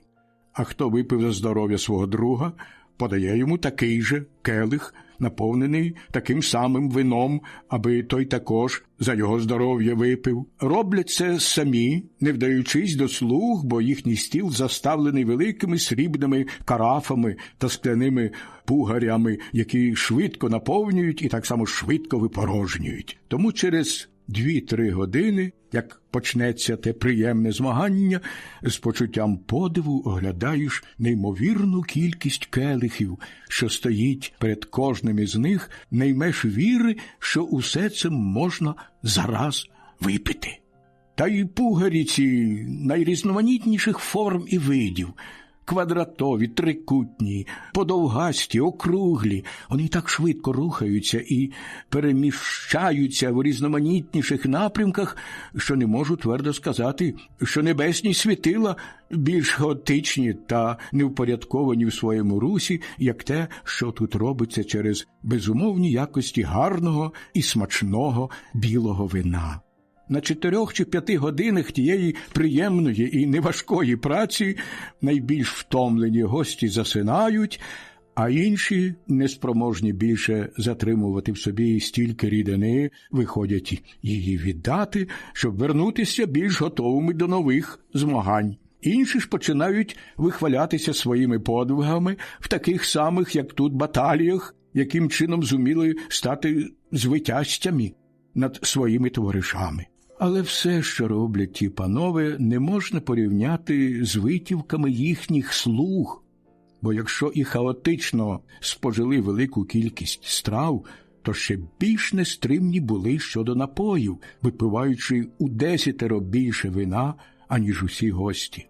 Поводять себе нечувано брутально, витирають масні й брудні тарілки у рідкісної краси, шпалери, або ж звисаючи рукави одягу їхніх господарів, не поважають ні своїх панів, ні їхнього гарного вбрання, а на кінець п'ють так захланно і так багато, що ніхто вже не уникає дії вина. Ні пани, ні слуги, ні музиканти, всі вони п'яні. Однак ті, що пильнують срібний посуд, завжди настільки тверезі, щоб у міру можливості не випустити нікого з будинку, поки не зберуть усього срібного посуду.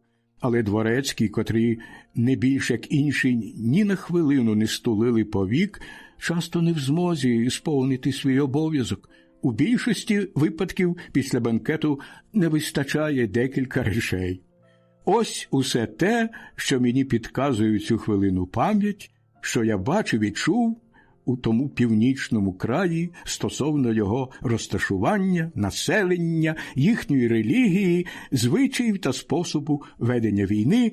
Якщо ж моя пам'ять, яка дотепер підказала мені все те, що вам оповів, нагадує ще якісь факти, гідні вашої уваги, неодмінно, з усією щирістю виконую свій обов'язок. Маю також надію, що ви милосердно вибачите мені, якщо виявиться тут щось не до вашого смаку.